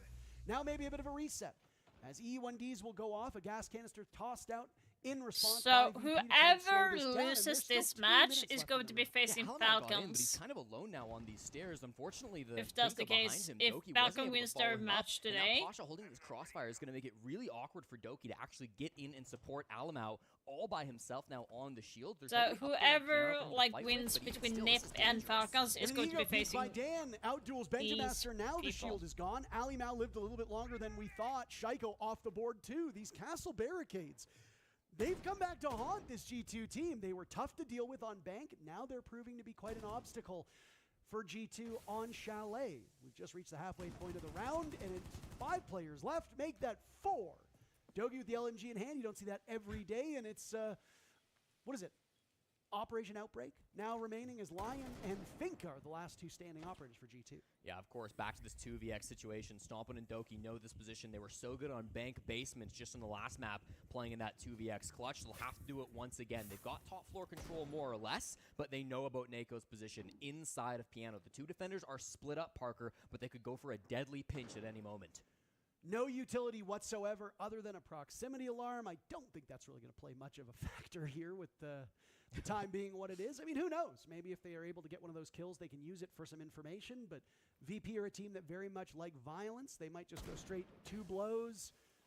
Stompin and Doki don't have any drones remaining. They have absolutely no intel to go off of. Can't say the same for this Why aren't VP they? squad. As Why you can aren't? see the dead players Why is cycling he through the cannons to nading give the staircase information on the to their BP? teammates. Rorik and Nako now. I kind of don't understand that. G2 offense. Out goes the final Adreno surge. Doki walks in. It's his 3rd, and he'll be in a showdown against Nako. Getting Diffuse Kit down, but Doki's got plenty of time. Doki's fully committed to this one, and he gets killed by Nako. What Did the you fuck? not hear the castle coming? VP start off just like they did on Bank. 2-0. Pros don't fake, Parker, but sometimes they maybe should. That 1v1 not going Doki's way. He wanted Why to the stick that fuck plant. did he Felt like stick was to in a good it? spot for it, and certainly Nako had to move in order to stop that plant, but it's really nice there in the 1v2 to be able to clutch up for the side of VP. Nako, once again, the hard support IGL of this team. Everybody else considered a flex position, but Nako is the guy who needs to just sit on site, sometimes maybe the stomping of VP, as he's so impactful in the I don't understand rounds. why you stick Really to good it. round coming in here. After Rorik goes down, he's put in a difficult position, but he isolates his kills. He gets these frags. And I want to credit VP as well in the early game too, Parker, because that rush was so scary, but it was good play from guys like Pasha to be able to shut down that play, only letting the blitz through, made the push a little awkward for G2, and it forced them to go for this kind of ridiculous 2v2 execute that didn't really favor them, even in the long run. Now, while Chalet might not, at this event, be attacker favorite, it is still a very favorable map across a bunch of regions for kickoff. Yeah. So obviously things can change up here, but why I don't think this will skew towards the attackers is ultimately the win rates for these two teams. Fair. Both of these teams seem to like this map, and they both are far more dominant defending. 62% of the rounds won on defense by Virtus Pro, or rather, of the defending rounds, Virtus Pro has won 62 of them, G2 have won 55. Both of their attacking win rates below 50%. I would say, again, on VP, it's a different roster, so it's hard to dive into those as well. Yeah, I mean, that's only over the last 6 months, Yeah. 6 to 8 months. And of course, it's always going to be tough to do stats when there was so much upheaval in the comp scene. Yeah, both these teams making big roster moves, of course, over the offseason after the 6th Invitational. G2, a huge acquisition of... Benja. That was a big one, too. I was going to say Shaiko. People forget about him. Tomato, both great players that were acquired by G2 in the offseason. VP, of course. Did he huge really moves as say well. that? Nako, Rorik, Oh and my God. Skies all coming onto this team. So lots of movements in the offseason. This is their first real test at an international level. That trick will not be fast enough, so the wall gets opened up for G2. They did increase the speed at which the electrification happens. Good point. They did. But it was not quick enough, and it looked like when it was thrown by Dan, he actually missed the first radius and had to pick it back up again and go for a second attempt. Had he committed to that first one and nailed it, I actually think that wall would have remained closed. Doki with the leadoff pick on to Pasha.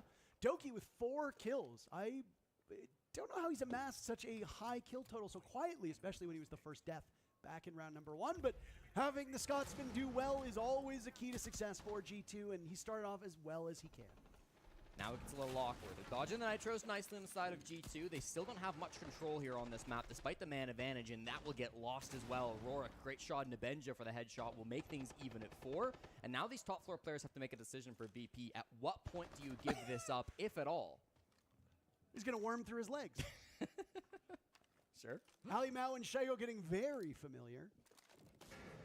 Out go those pocket EMPs. A Thatcher EMP will go as well. This is all to slow down a potential Nitro cell that could be thrown out. As you can see, there are none available for VP. Info is also gone, so any bulletproofs that might be up of the 2 that were placed by VP will not be able to give them any information. I fear that they used all this utility to get Shaiko in, but the defuse kit still has not gone down. Yeah, of course, the bomb site 1 floor down below. They've got to get the wall open first. They want this control. They will find Dan here on the top floor. That's one of 2 roamers still existing up here. Leaves Skies in an awkward position. Now his teammate's gone down without a trade. What's he going to do? Calls Rorik up actually for a moment, but as the death mark comes through, he falls back to site as well. So G2 desperate for information at this point in time. Nako far enough back that he will see these players coming. With the TCSG in hand, he can do some big damage. Out will go the Flames to isolate these players. Some area denial to push them into the arms of G2. They should Doki takes down take Nako. this round, Skies yeah. in trouble. Rorik, the only one remaining. No, they're all gone. In the blink of an eye, G2 sweeps through. Doki looked like he picked up another kill. A huge round from him. Nicely and G2 done. are able to get on the board faster than they did on Bank. You know, Parker, I fell head over heels over myself to Are you okay? hype up the basement pushes from Virtus Pro in our last You map. look okay. Thank you. But I got to do it again here for G2 on Kitchen for Chalet. That was a really strong attack. They never bit off more than they could chew in that round. They got the office wall open, and then they didn't commit to a full clear. Why? Because they had a thermite down below. They had a Capitao down below. They were easily able to smoke that plant, threaten the diffuser to go down, and it really just forced those movements out of VP. No They knew surprise exactly that what their win Damus con got was banned, to throughout be that honest. round, and it's just a textbook They objective would just use focused Snake round instead. coming through from G2. Maybe it's not the flashiest, maybe it's not a massive stomp in 5K, but hey, they don't ask how you get it done. It just needs to get done, and G2 will get their first round here on Chalet. It's Come a on, fun map to G2. watch, and one that I imagine will get quite chaotic. Don't let me down. As we go Not on. again. VP, typically a sluggish team. How will they fare on a much faster map like Chalet? The assumption being, with this G2's being G2's choice, VP opting to go to defense gives them a leg up. And I mean, you lose the tertiary site. That is the most common thing that we see in this game. So if VP are able to win the same 2 bomb sites that they went on before, maybe even more, because Chalet does see all 4 bomb sites get played depending on the team and depending on the region, so it would not be uncommon for us to see that. But if VP are able to hold that, a 4-2 scoreline is pretty much standard. That's exactly what VP want. But then you're going to need to be a little bit faster than this team sometimes can be. Yeah. Interesting to see the Clash ban coming out from G2. It's not an operator that VP played at all through the first quarter of this game, but something we talked about in the Shopify Rebellion versus FaZe Clan game the other day, Parker, is a lot of the time this third operator ban is not so much a reaction to what the other team have been playing, but more so to enable a different strategy from your own team through these next 3 rounds. Because, of course, after this, there's no Come more on, reaction G2, bans. you can do it. Okay. Oh. Diamond Benja. That's a brutal game to lose. It's pronounced Dane. Okay. Benja gone. That What is the a rough fuck, one. He's had a bit of seriously? a slow start. Alimau will trade Pasha out, though, as the Monty menacingly inside a trophy, and what a trophy that is for Alimau to take That care is of Pasha. bad. Pasha, Skies, and Dan carrying so much of the weight for VP on Bank, but Rorik probably had the most high-impact kills outside of maybe Skies. So there's still some weapons for VP. G2 have made their way into the building, 1 minute off of the board. They are setting up on the main floor, but on the opposite side of where we'd expect. They are right below the bomb site now and have taken Kitchen by force. Yeah, usually you'll see the strat with like a buck or something, Parker, but they've gotten bottom floor control and can't do much with it. Because of that, Nako's position can't be forced out. He gets that pick on Alimau, finding a crossfire in the Monty, and this just got really awkward for G2 without their spearhead. Doki and Shaiko side by side. Nako down from below. Doki still in this very favorable position. Shaiko's given him the all clear to assess the situation and aggress towards the bomb site. Diffuse Kid has also been surrendered.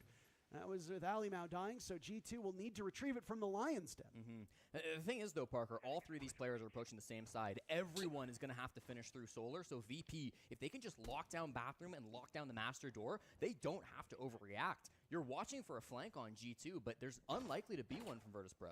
Shaiko down below, yeah, you're absolutely right. They need to get him in the actual cut and thrust of this execute. Here he comes up those Solar stairs. Yeah. Diffuser tantalizingly close. I have to imagine he'll be stomping to retrieve it, as now there goes the Rotero drone. A scouting mission with just under a minute left in the round. Stompin's gone over to big window, so he's not going to be near that kid at all. Instead, it's a swing from Rourke that gets hard punished. Nice trade by Skies, though, 2v2. And Sky's still alive here in the bathroom, flattened by Shaiko. Okay, Stompin, you need to work together now. Standing. We are seeing Stompin rotate on over. Dan will go for the run out. He suspects somebody's on big window, but he's giving himself away. And guess what? Shaiko will have a line of sight over towards that part of the map. They'll coalesce towards the back of the site.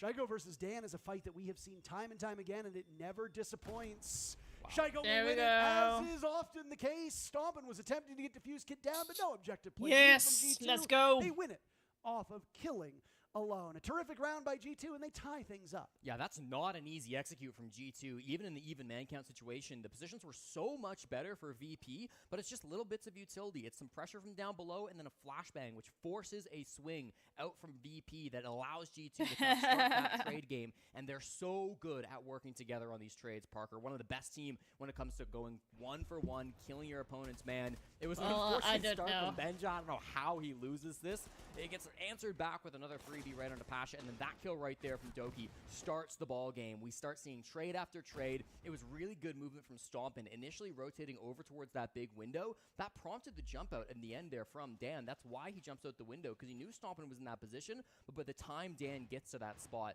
Stompin has already rotated back towards playing with Shaiko. The duo has already set themselves up in a plant position. It is perfectly done by G2. Everything had to go right to win that round, and it all did. You also feel there was a bit of restlessness from Virtus Pro. They did kind of overcommit and overpeak, and I think when you have a setup where you feel like you are losing grip on the site, whether it be because of drones, whether it be because of utility, and you need to peak because you just cannot sit patiently and get beaten, Virtus Pro decides to take engagements. Now, with some of these players and the way that they've been feeling, I don't hate that. They have been winning their duels against G2 more often than not.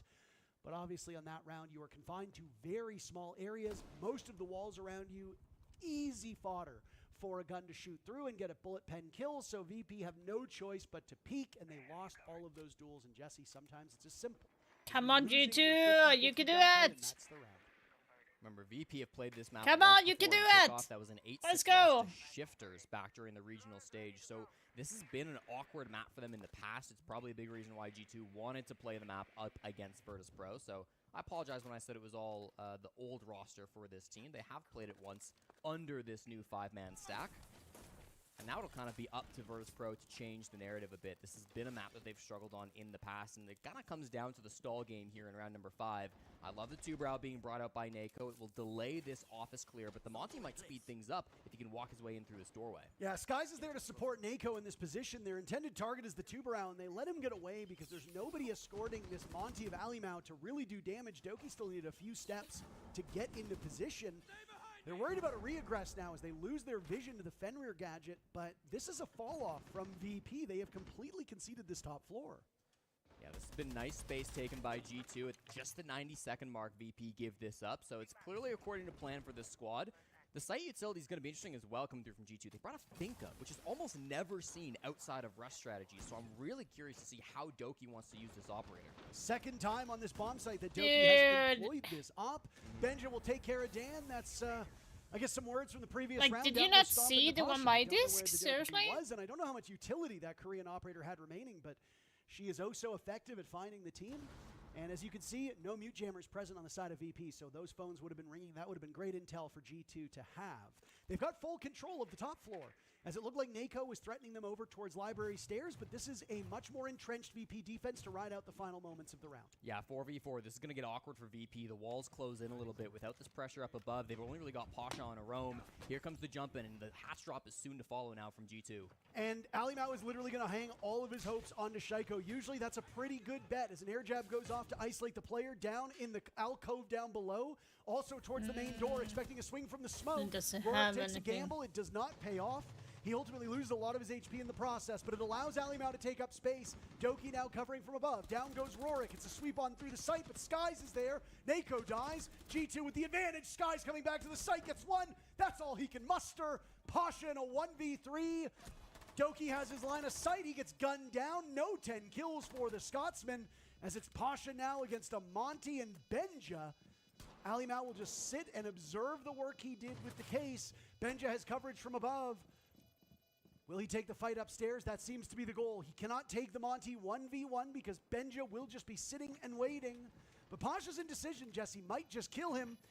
Shield break makes this a lot easier of a fight, but you know Alimau. Nah, the shield god is bad.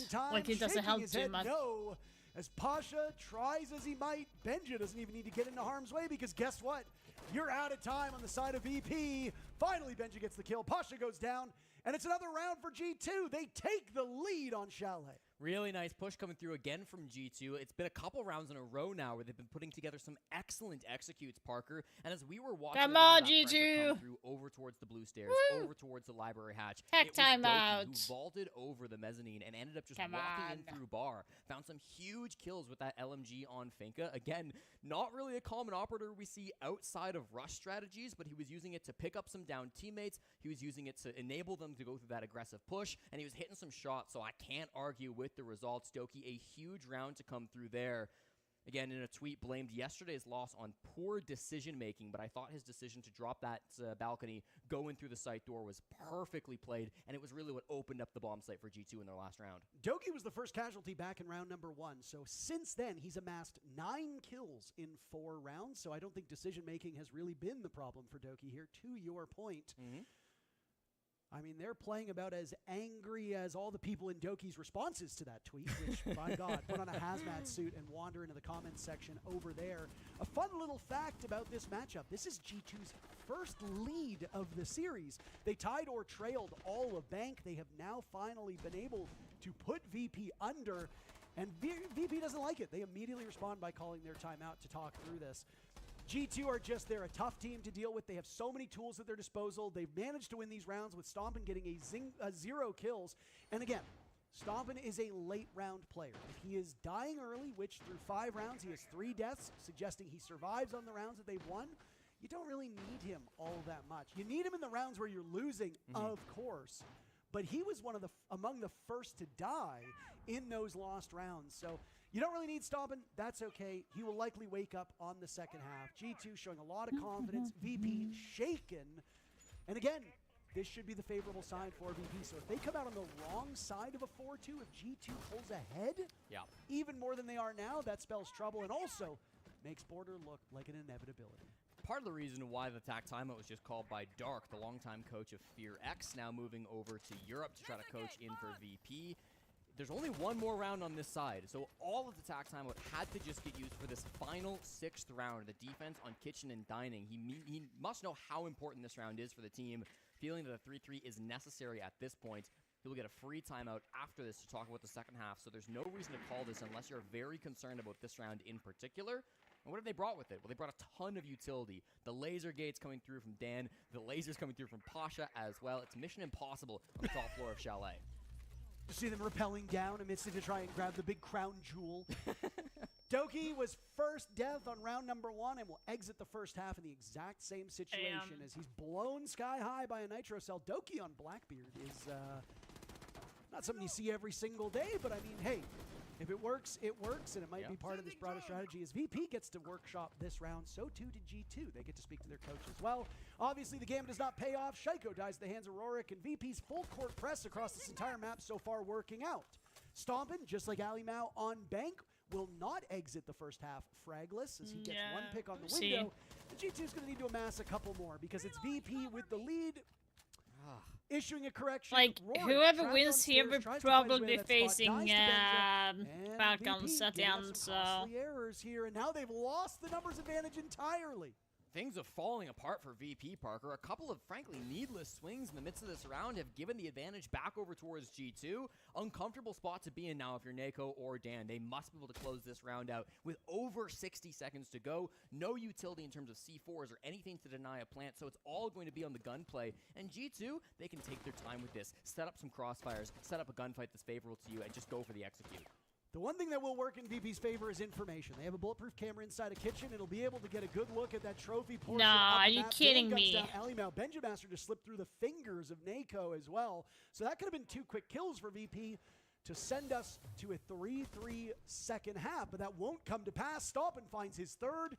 Jesse, you said it. He's never gone negative in a matchup, and he's now 3-3 with plenty more time to go. Nako worried about the cross. Benjamaster, good coverage. Nice. And that's a huge round for G2 as they stretch their lead. Trouble in the water for this VP team as they are now battling uphill in this second half. I didn't understand the call, Carl. I jumped to the fucking site. There's nothing, no better feeling when Zach goes audio and gets a kill. Can I have some audio, guys? So good, Stakes. guys, shut up. Okay. Look, for Master, like Duke gonna play the Tony below, okay? Duke, like remember, and then like I'm gonna play the Monty BB, okay? So like they're gonna have the blitz. Zach is gonna play the Ella for yourself, okay? Zach. Titta, där har vi ju någon som har samlat allt i appen. Ja, det är ju så smidigt. Ja. Det ja. You ready? The Empire Do will do do keep do coming for us. do do do do do do do do. Or do we fight? I like this kid.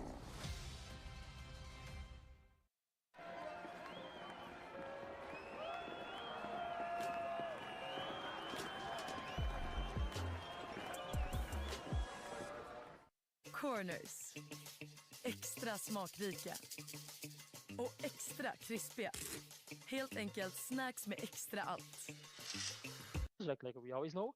And Nako know how he gonna play, for example, no shield, 2E game setup, because we're gonna play 2 guys on basement. Chris, 2Q games, you always gonna play ace, okay? You do that default ace on basement garage, you open games hold, and you fuck that guy. If Nako have a shield, default. If Nako don't have a shield, Nako gonna play Dokaeb and go blue and Nikita mud. If Nikita, Nako have a shield, you can do that flanking trophy like you like, okay? Like normally you like to do. Is that, guys? Don't have to think too much. Like solar attack default just work. On games clear? Like gonna be open, you know. Like so your Azami, your Hibana is kind of okay, but we have a green, you know. Normally they reinforcement top main for games hold, but they don't play. They play on the stairs. They just give the terror. Shaiko just put a Fenrir trap there, so it's fine. You know, you can play green Ingi. You Great information being given by the 2 Brazilian coaches of the European teams in front of us. Both Ramalho and Dark, very experienced, very prepped in this matchup. Ramalho in particular, the longest current coach still in under one organization. Joined this team back in August of 2023 and has been with them, with G2, I should say, for some really high highs and some low lows. Was the coach of FaZe Clan back when they won the major in Sweden, but has yet to replicate that level of success so far for G2. If they can win this game, right, claw things back on Chalet, win Cafe, make it to the main stage, and go through the brackets, I think they'll be quite confident with this team, and I think this looks like maybe their best chance yet. Yeah, absolutely. I think, honestly, these teams both have a very good shot of making it to main stage. I mean, obviously, it depends on what happens tomorrow, and I guess what happens in the other matches Love today. the slippers. Just a reminder now as we get Hi, set Flora. up for How the you second doing? half, that there is The a stream is B being stream good. running Sorry, I was alongside ours. Ace and Dez focusing are over there right on now everything casting here. Los versus Weibo. All By of the way, the if you matchups wonder here why on I'm this watching stream are for on this sometimes, it's because I have the same on this one. It's just because I don't want to have like again within neck pains. I do have both up. It takes So- shape in anticipation to welcome all of you to Salt Lake City on Friday for the live portion of this event. On the V stream, it's a much sadder affair. Okay. Either Los or Weibo will go home. There are 2 more elimination games over there, and of course, if you are a North American, Australian, or just generally an enjoyer of teams that will hate each other's guts, Warden. Enterprise and Shopify Rebellion will do battle in our very next contest at the conclusion of G2 versus VP. We got to get there first, though, and we might still need Border. If G2's first half is any indication, Border looking very likely at this point in time to settle this best of 3. Yeah. It's been a great game from Doki so far here on map number 2. He's been struggling to hit double digits the last couple of maps. Didn't do it at all versus Twisted Minds in that 3-map series and hit just 7 back on Bank. So 1 away now here as we head into the second half of Chalet. Likely to hit that high watermark at some point over the next few minutes. This bomb site, of course, all the way over towards top floor inside of Master. So a bit of a roam clear going on from VP to start us off, and the tools are very strong. You've got the Dokkaebi, you've got the Deimos, you've got all these different ways to find these operators, and the information is flowing for VP. Stompin is the first one under watch. I guess that's payback for his 3K in the previous round to go from 0-3 to 3-3. Nah, Shaiko. Shaiko competing with Ali Mao right now What? is the lowest rated player on G2. Okay, what is G2 doing right now that was kind of necessary? Well, and now there's a lineup over on the stairs. Doki swamping Rorik. He had Stompin in tow. Doki breaking double digits, the only person in the lobby to do that. Well ahead of all the rest, sitting at 6 kills. That would be Shaiko and Skies. A good answer back from G2 to take down Rorik after Yeah, they but lost 2 Doki's players on in a 1 row. HP. That Still is not going enough, to be though. bad. You've got to favor VP. 90 seconds left on the clock with a 1-man advantage. They've got good map control as well. All of bottom floor in their control, and of course this piano They're extension probably going as to do- well. Just being contested right now. G2 Probably going do to do exist in a piano, but stand, Virtus Pro like a not too classic far push off, up just inside library of stairs, Mez. open up Not 100% sure on the util. They're going to take their time open up to the drone, wall face check a few angles from if they there. have to. Yeah, definitely. See how eager G2 are to answer this man count back, Parker. Stompin wants to make this a 3v3. Absolutely, and I mean, at this point, you kind of have to, right? This map is so easy to attack on. You cannot sit still. You cannot be restless. They can kill you through the floors. They can kill you through the walls.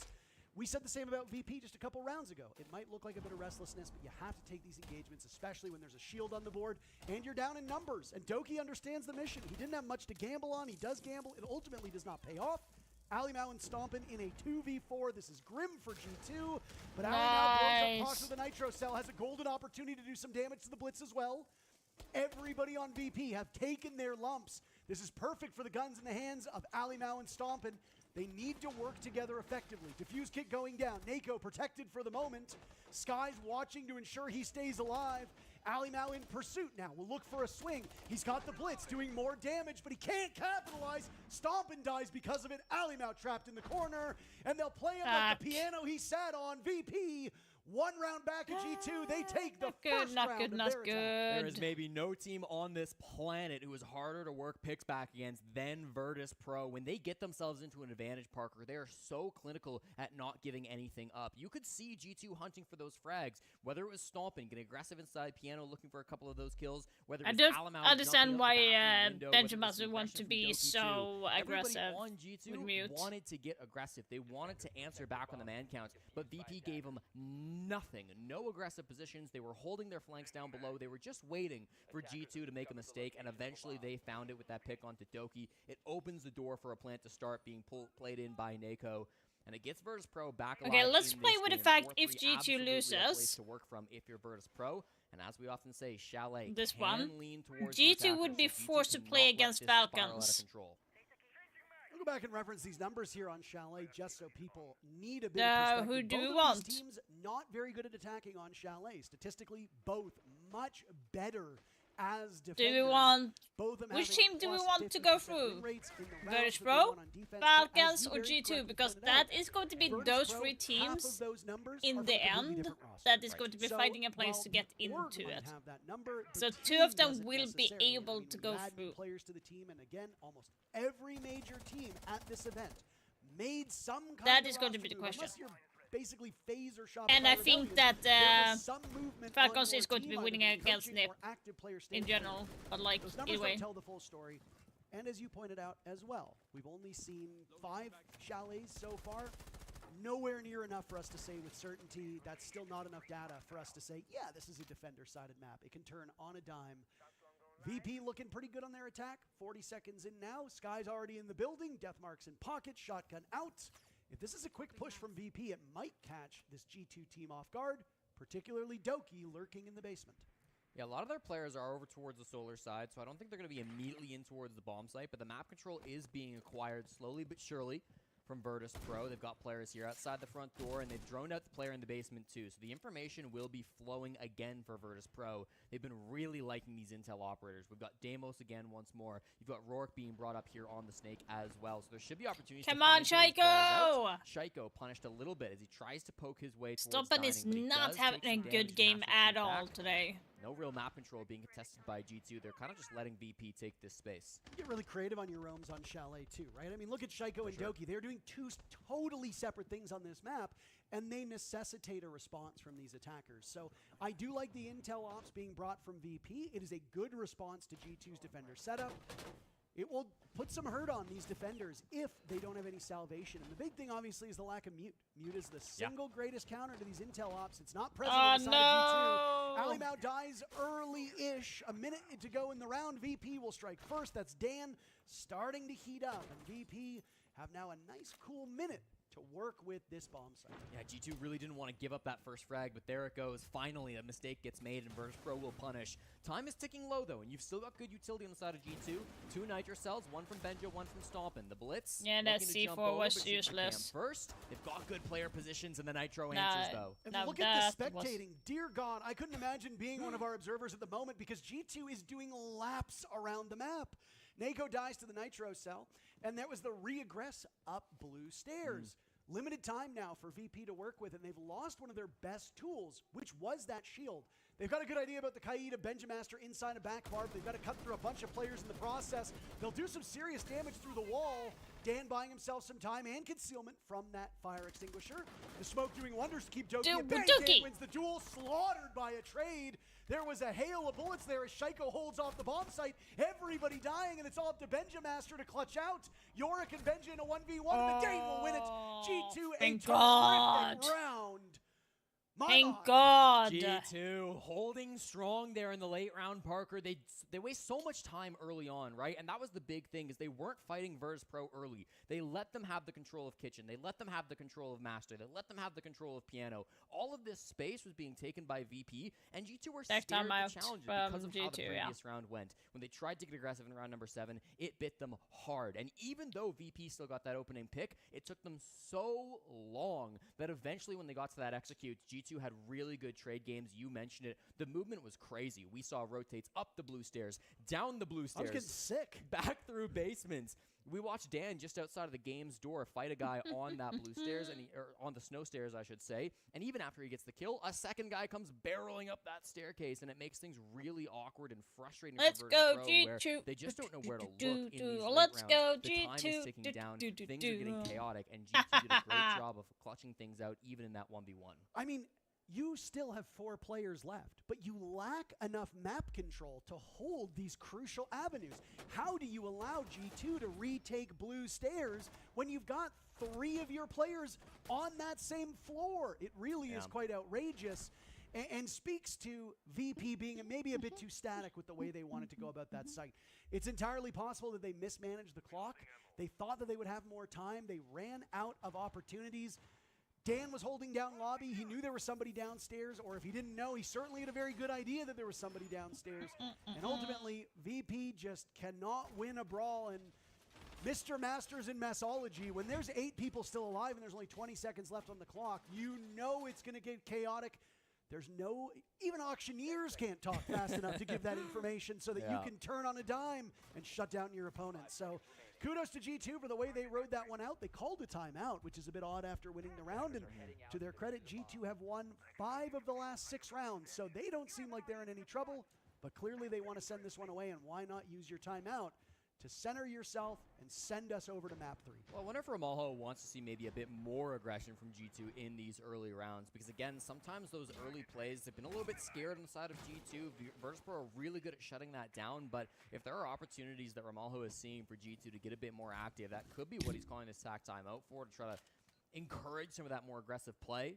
We haven't touched on it yet, but I just want to say quickly, of course, G2 going for the double shield ban up against NAKO through 18 attacking rounds before this game. He had 17 shield picks. That was a close one. Half. Expect the blitz ban after this round, and it's going to put NAKO in an awkward spot where he'll have to play an operator that he's not really used to. That is anything other than a shield op for these next few rounds.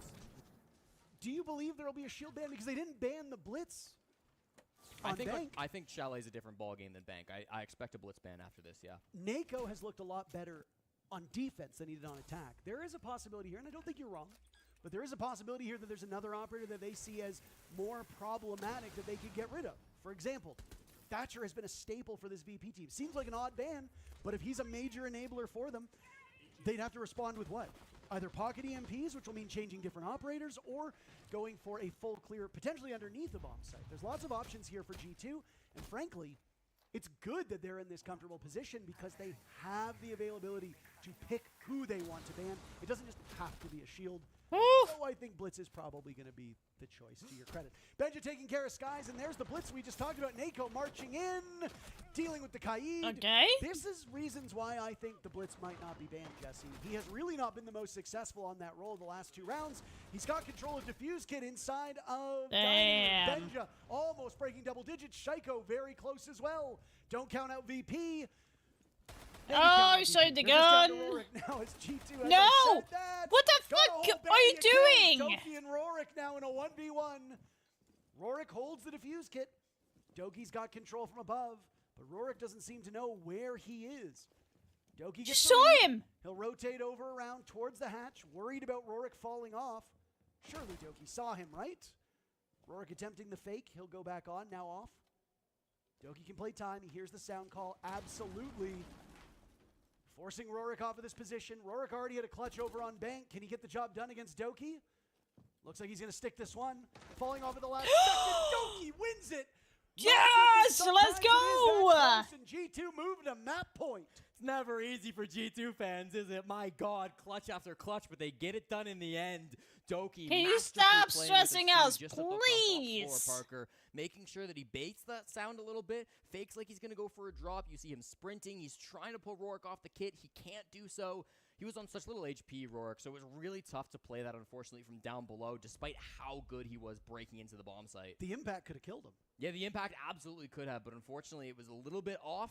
Didn't matter in the end. Doki goes for the drop, wins that 1v1. You got to give a lot of credit to Benja as well, I feel. Doki wins the clutch. He'll be the highlight player, but Benja did so well in the early game.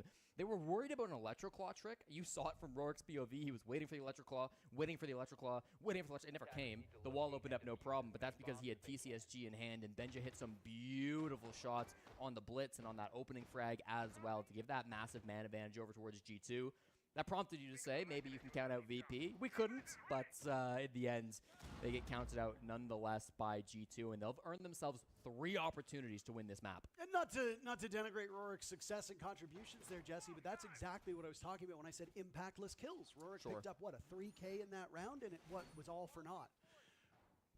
He gets 3 kills, he draws to a 9-9, you say, wow, he must have had a good match. Unfortunately, those 3 kills did not end up influencing the round result. It got them really close, but the impact is often measured by the conclusion, and the conclusion was G2 winning the round. So you can pick up 4 kills in a 1v5, but if you lose that 1v1, people are going to say, wow, that was a great opportunity, and sure, they'll share it on socials, Dubbed! G2 Oh, still walks oh, away oh, with the round. oh, They Shaiko. almost ended up Goodness losing sake. Shaiko there as he threw a Razor Bloom over towards Mudroom. Dan firing away. The Ying on the board has now been made aware of for G2, so they're going to need to bunker down on this top floor bomb site and worry about the Candelas. Yeah, there's a lot of players off site. Stompin and Doki both down below, but this could be a rush from Virtus Pro if they are feeling it. They've still got some players over on the piano side, Pasha in particular still over there, but look at these balcony players now. Rorik and Sky is ready to make things exciting here on the office doorway. Benja will have to be sharp if this does end up being a rush play, and here come the Candelas from Dan that might signal a start. Vault in, potentially. There it goes. Candelas go off. They've ultimately blinded themselves. Adrenal Surge 2. Doki taking damage. Benja taking damage. VP absolutely dominating, but hold on. It's the S's from G2. Stompin and Shaiko working together to completely throw VP off of their momentum. The groove is gone, and it's a 3v3.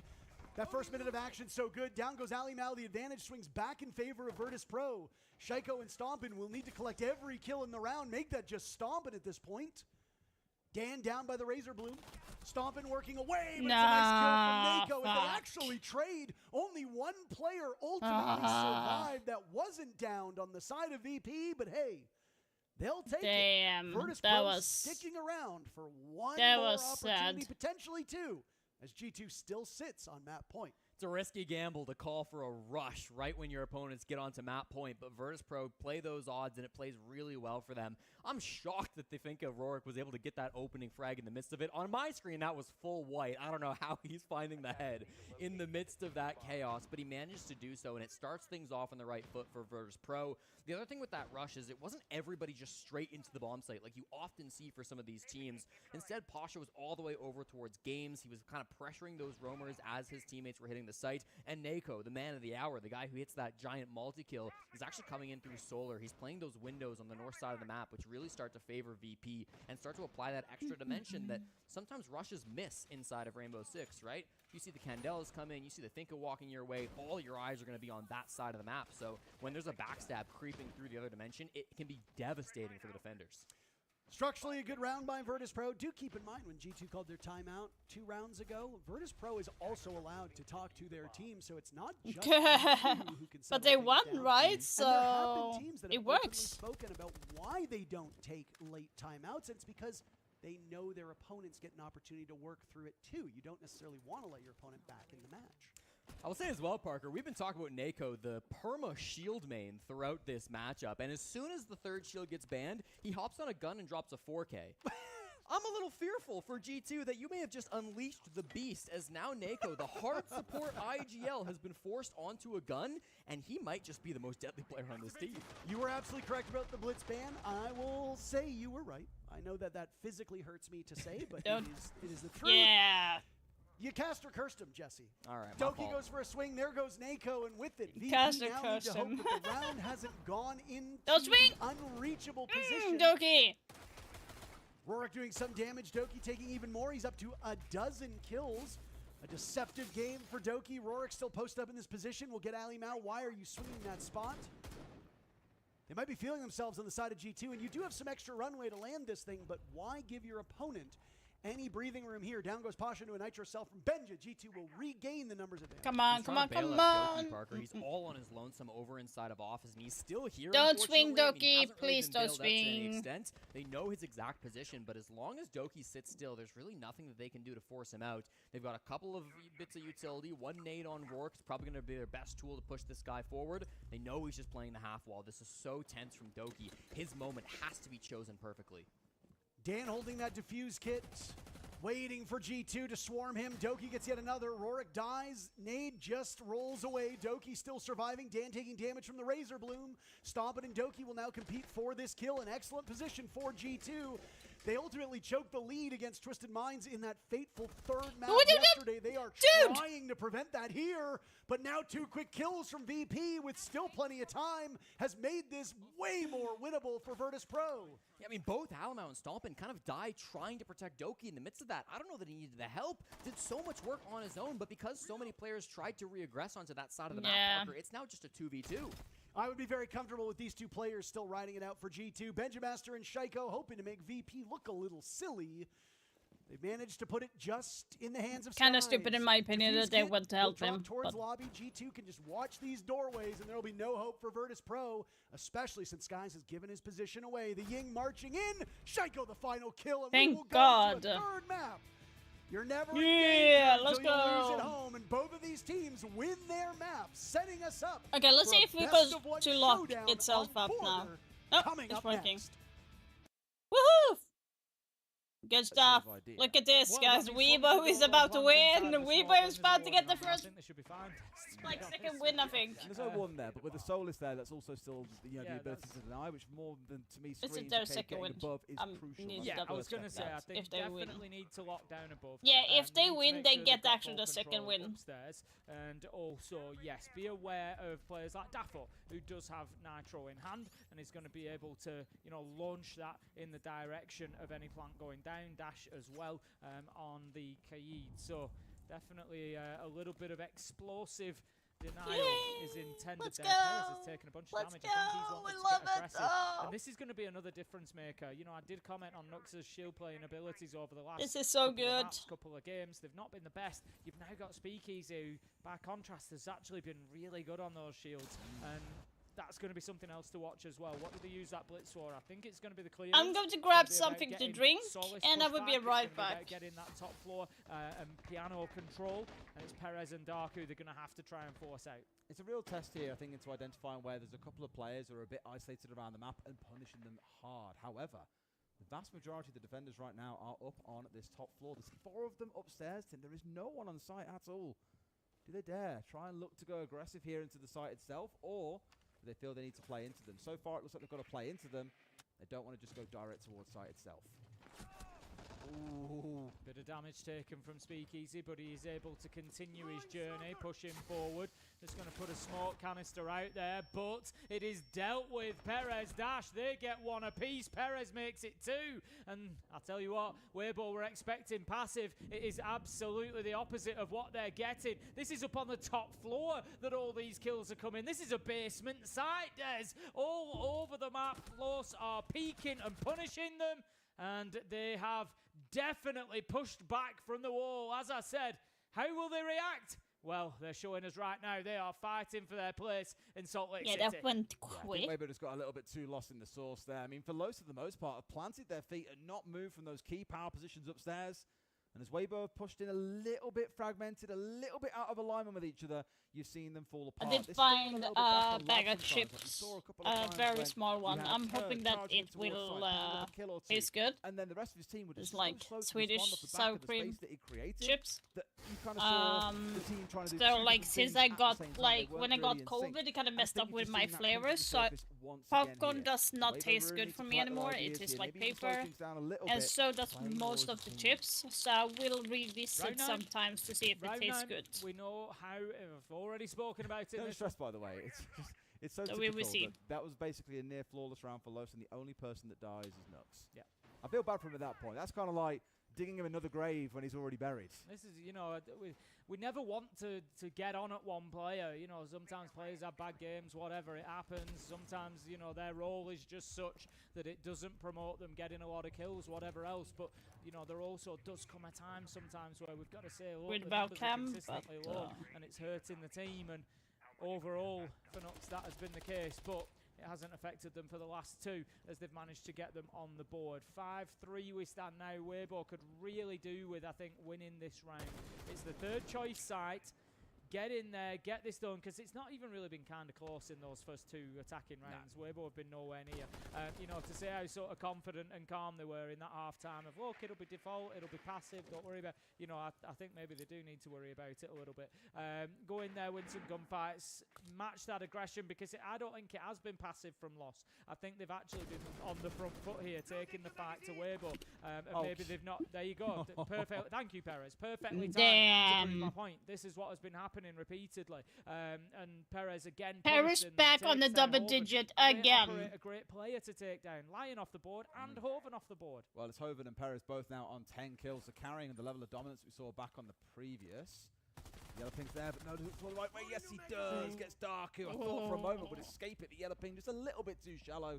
but is able to course correct and find his man. Tracks now coming on through off the back of a dock would be cool, and that should be the go sign for Weibo to push deeper into the map. Keeper Barricade is just going to slow that process again, but only by a few seconds. Speakeasy will be able to continue quite shortly, but as you say, Reap's just got himself into a little bit of a sneaky position there. He's just able to hold that angle, and if they're unaware, want to keep in the back of your mind, they could be punished from that later on. I think they will be aware now as Reaps jumps up and opens that door. But 4 versus 4, a minute 15 left to go. Damn. Still 3 Come players on, from Lost Weibo, upstairs, come on. unable to be cleared by Weibo. He's ratted his way forward just ever so slightly and could get away with a freebie, but no, misses his shots. And now they're aware of him. He's also got to worry about what's going on above. Nux getting his first kill. Reaps, that really should have been a freebie for you. Instead, they hold on. They've got control of site. They've got 2 players upstairs here. Daffo with a drive-by onto Uppe. It's a 3v2 once again for Lost and Weibo. What are they doing? Steamy at him. Neither of those phone calls really gave them anything in terms of map control or any kills. This is something that we saw from Weibo when we last cast them, Des. Yeah. 6-3 up, and they just kind of took their foot off the gas and missed the opportunity. This could be a big double, though. They need a hero play, and Turd could have just delivered. Damn. It's all up to Nux, Des. It's 1v2. If he turns But this Demon's around, can't track then I anymore. tell He you what, has already all is used his forgiven. track. Yeah, we can forgive the, 3 and 18 he's currently All sat on. is forgiven if he gets this, Des. I will not hear a word said against him. If he locks this out and brings them back within 1, they know where he is. That's the first. 1v2 becomes a 1v1. He's running away. He knows that he just has to play the clock. Has he gone too far? I don't think so. He should be able to make it back in time. Nux with a 1v2. The hero that they needed. The end times are here, Tim. Nux has clutched up and got a 3k. 5-4. He's got a 3k and clutched up. Oh dear, I don't know why. I don't know why Turd swung that. He has delivered more. These I don't know He why. can do no more. He can do no more. I mean, he can. You're just looking to be critical now. Shut up. He can do no more now. This has been a thing throughout the tournament. I don't know why it's become such a thing. That was a man advantage situation for Weibo to play, and they had the diffuser. That round was very winnable by providing cover, but instead dropping into Did a you hatch, taste swinging on towards okay? Nux, Actually, for me. guaranteeing a 1v1. I was a bit like, what are we doing here, boys? It's just a little bit mistimed again, and it's been a constant trend, like I say, at the tournament, where teams aren't quite in sync as what we've seen historically. It's a really weird thing, and I'm not quite sure why it's become so prominent. I honestly think they might have been, and I'm not saying this is the case. I'm not putting words in anybody's mouth. So go on, I like, wonder go to the if gym, in working that out, situation, and 'cause I playing agree with games. you, I It's don't just think like you need to just. take the swing and take the challenge there. You can. Well, I was about to say just like me, but generally, if you're in a 2v1, one of Yeah. you's going to plant, and the other's going to try and get in a position to hold an angle and cover while that plant goes down. Because as soon as you get that plant in the 2v1, you've pretty much won the round. But I wonder if Weibo looked and said, "It's Nux, take the fight." Given how he's played so far. Maybe. Given that he's been struggling for kills, and given that I don't know if they've maybe realised and gone, no, just push him, and get aggressive, and it just hasn't paid off. You know what? That is so big brain. Basically, be shit for 23 rounds, so they underestimate you, and then win a critical round when required. Like I said, I could be wrong. Maybe it's Tim, nothing you to do should, with you that. should be a coach. Maybe honestly, genius. Maybe it's nothing to do with that, and maybe they've just thought, just take the fight. Sometimes you just got to make them decisions. But I just play wonder shit if for there's a little bit of 23 influence rounds there, and then be thinking, "You know good. What? Yeah, we know that Nux has been playing there. Just have a go. You'll probably win, and they didn't. Well, Tim, a reminder, Weibo were up 5-1. After that first half, we thought this now looks done. But Weibo have shown across a couple of rounds there that they can't maintain the lead that they Come on now. established. They need to be better. They need to tighten up. We are Here, going I'm to go seeing a back confident into look across G2 the in a team minute, last just so year. you know. Very, very So aggressive in I'm terms just of waiting lineup, for them to start. extremely execute focus, which means first they've got to work their way through the outer parts of the map. But I think that's also them identifying Los here aren't trying to play trap ops. They aren't trying to be aggressive out around the map. They're looking to dig in deep here, in behind a Warden. A Smoke and a Chanka combo coming out. The electrification coming out from Kaid. Sort of wound back the clock. They're not going to let Weibo in at all. Yeah, it certainly does. But I tell you what, everybody's being very cautious about peaks now, aren't they? Nobody wants any part of that, seeing as Perez has continued where Hoven left off. So everybody being very, very cautious of these windows. Doesn't quite see his opportunity. Don't get excited at home. The outline is there, but it's through a solid wall, so he's not going to be able to find anything onto him. They're playing deeper into Coffee, and here we go. Have just that angle held from the balcony through connector window. This is, you see where the lineup's starting to form now as players are getting on towards like, windows. seriously, where are you going to be jumping in? Full spot that we see so often, Tim. Of course, with no Grim on side, it would normally be an operator you bring along. You got Reaps who needs to get underneath to make sure no one can swing onto this diffuser going down. Who has the bomb? Executed the first time we're going to have them on this them. map. In goes the utility. Candelas are launched, and this should be the opportunity to get the diffuser down. They have to react here. They will. The Shumiker canisters come out. The smoke canisters come out. Dark manages to find a kill with the nitro. Nux has been downed along the way, but Turd taken out. That's the Class and Ying off the board. This is almost certainly over for Weibo in this round. Yeah. The diffuser is down cold, and they are effectively in a 3 versus 4. It's going to be tough to recover from here. It was a nice idea. They've tried to use what would normally be a default plant spot as a bait. That's when they sent Turd in on the glass, stand in the smoke, and shoot them as they come around to C4 you. The idea was that Hobbin were going through the wall inside of A site and try and recover it for them. Now we're on light screen left on side. It's still something doable he fat here, but fingered. the swing comes on through. Ape into another. You'd like to think it's doable, Tim, but they're now entirely out of gadgetry. So I think this one may well go the way of Lost 2. Yeah, it certainly looks that way. 2 versus 3. It's going to come down purely to kills. Going to have Hoven taken down. He was just a bit ahead of it there. There was an opportunity. If Ape could have got that kill first 2v2, they might have even been able to get the diffuser down. But a big play from Dark underneath. Got the kill they really needed. Ape now low health. 45 seconds. Plenty of time left on the clock. But he's against 2 operators with full health. One of them with the DMR, who happens to be Cole Perez. Big problem. Yeah, and he's holding his angle, so it'd be so hard to step in. He's got to win this fight, but then also be mindful of the Chancroft towards his right at the same time. Daffo really is just here to be able to provide fire when he does trying to go around to recover onto the diffuser. He ain't going to have enough time here, but we'll be able to get onto it. And now we'll play this merry dance. The fire should now start coming out from Daffo, and Ape might just burn in the fire. Perfectly placed. There we go, Tim. Round over. Great patience being shown by Daffo and Perez there to see them over the line. Okay, I'm sorry we can't see this right now. We are going back over to G2. Clearing up some of these Razor Blooms already is Dan here on the Twitch. I was kind of hoping that they were going to be finishing that game, but it doesn't look like it right now. Changed up a little bit from when we saw G2 play this map back during kickoff. I think a little bit more There's a Monty from G2 side, not surprised about that. Okay. Just testing the bricks, making sure they're all up to code. No they're gun withstanding jam. the bonus. No gun jam. Everything is working fine here the first round. That's good to see. And we'll get this front door shot open relatively quickly. It is an east stairs pressure as well coming through. Doki was on this position. Shaiko was here earlier as well. So you can kind of get aggressive on this side of the map if you're hungry for it for G2. But no hard hold with that as Zombie ban. Got that wall open now, as this is a pretty respectable roam from G2. Very Mira standard is stuff. actually You've got still the on board. highway That's leading from Fountain quite into interesting. security. You'll be able to watch those windows. You can also govern break room. There's a lot that you can do with this. Stompin will have some support from the Mira of Benjamaster. Early bit of contest now, as a nade likely intended for the barbed wire, but just out of reach of Stompin. I don't think the operator was the concern here, and there goes some of the floor as well. As now goes a flash. Stompin tucked into this corner. And what?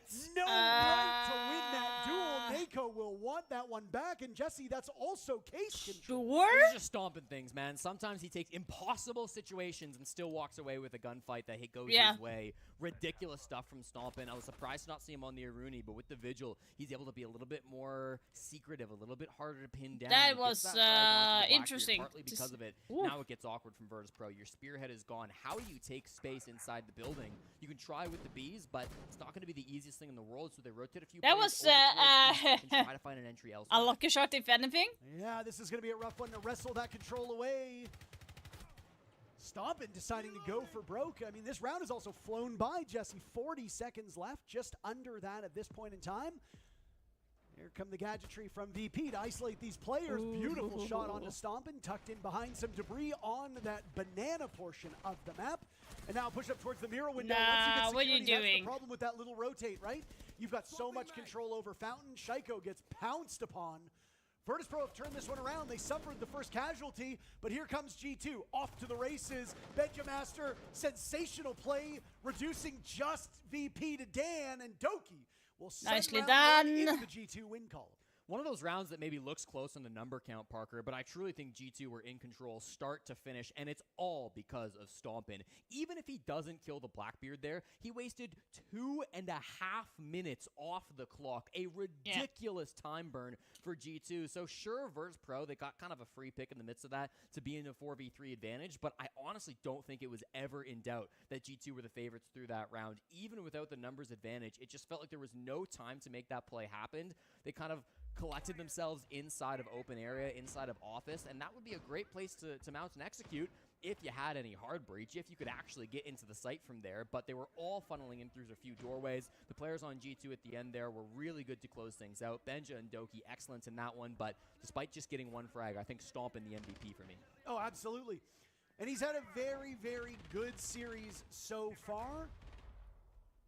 Unfortunately, Jesse, your fun fact has broken. No. Stompin went negative on the map of Chalet that just followed this. So the first time that Stompin has yet to go even or positive. And I got to say, it's going to happen to everybody. Of course. Eventually, you are going to go negative on a map. You are playing up against the best teams in the world. Eventually, you will have your number called by your opponents, but still quite an impressive run from the youngster. And the thing about Stompin is he's only going to continue to improve. He's already a terrific player. Watching him grow has been quite a treat. This G2 squad flourished without him. Sometimes you don't need everybody to go positive. That's the key point, right? I mean, G2 are a team that don't rely on Stompin. If things are going really well for them, Stompin often won't be getting into those high advantage situations where he's in a 1vx where he can pull off some ridiculous clutches. Round one was a bit of an unrealistic one where he is kind of the first line of defense, where he's getting aggressive, but that's just because the security position on border is so difficult to play and you want kind of your best player in that spot. This time around, Stompin will do it once more, but he's actually brought the Denari here, Parker, and he's going to hold it down not just with the trips, but even a deployable shield set up inside of security for him to play around. He was playing some high-risk positions on Chalet on defense. Certainly not the case on attack. He was playing that farther back supportive style of operator. Here on border, though, he's in kill positions quite frequently. Security is a very important part of this map to hold. I think if that C4 did not hit the windowsill, he would probably have died. Controlling multiple avenues through that top floor, that is going to be Stompin's job. He is in such a strong spot, and if he's enabled, here it is. If he's enabled by his teammates, he can do some serious damage, and they've called in the cavalry, but Shaiko missing all of his shots against Pasha, but one Stompin trades him out, and the shield will now breathe down his neck as Nako will want back that previous round. Down goes Stompin to Dan. Really good coordination here by VP, and they have the numbers advantage with a little bit over a minute to go. Yeah, the clear's been perfect, and the intel continues to flow. They've got great pings coming through on Alamau, but it doesn't save them. Great shot from the captain of G2. Equals the numbers at 3. Damn. I'm not even on any of these teams, and I'm angered by the way that Nako's died 2 rounds in a row. Rorik will give the lead back to VP in numbers. Alimau and Doki yet to die through that first round. Oof. I don't know if they're both going to make it at this point in time. Alimau in the afterlife now. Doki 2-0. Top player on Chalet, a key part of why we are here at border. But it's hard to win a 1v3 on this map. You are in such close proximity to the attackers at all times. He just shot. That gives the game away, Parker. He's not on site, so it's free for Dan. Holds the angle and perfectly catches the one player left alive on G2 to equalize this map. That is not really good. Good clear coming out from Virtus Pro, Parker. When that bomb site goes a floor below, it really expands this map. One of the biggest reasons why this map can be so easy for the attackers is because you can take a lot of those fights from outside the building. You can force a lot of those early gunfights in your favor. And G2, they just weren't able to win some of them, unfortunately, right? It comes in from across the mezzanine. It comes in from inside break room. And whilst there is a nice frag from Stompin in the midst of it, he gets traded out. He's only good enough for one. I love that clear coming through from the top floor from VP. You'd be forgiven not recognizing the bomb site was a floor below, but all the action top floor, and that will do it for VP. Yeah, I mean, we have seen time and time again teams play in that spot inside of security with that Scorpion because you're always going to be engaging in relatively close quarters fights. The Scorpion is a gun where players have been able to get the recoil down well enough, especially since the horizontal recoil on the gun isn't as bad as it used to be, that you can win the occasional long-range duel. But you are best served using that bullet hose when they are right in front of you.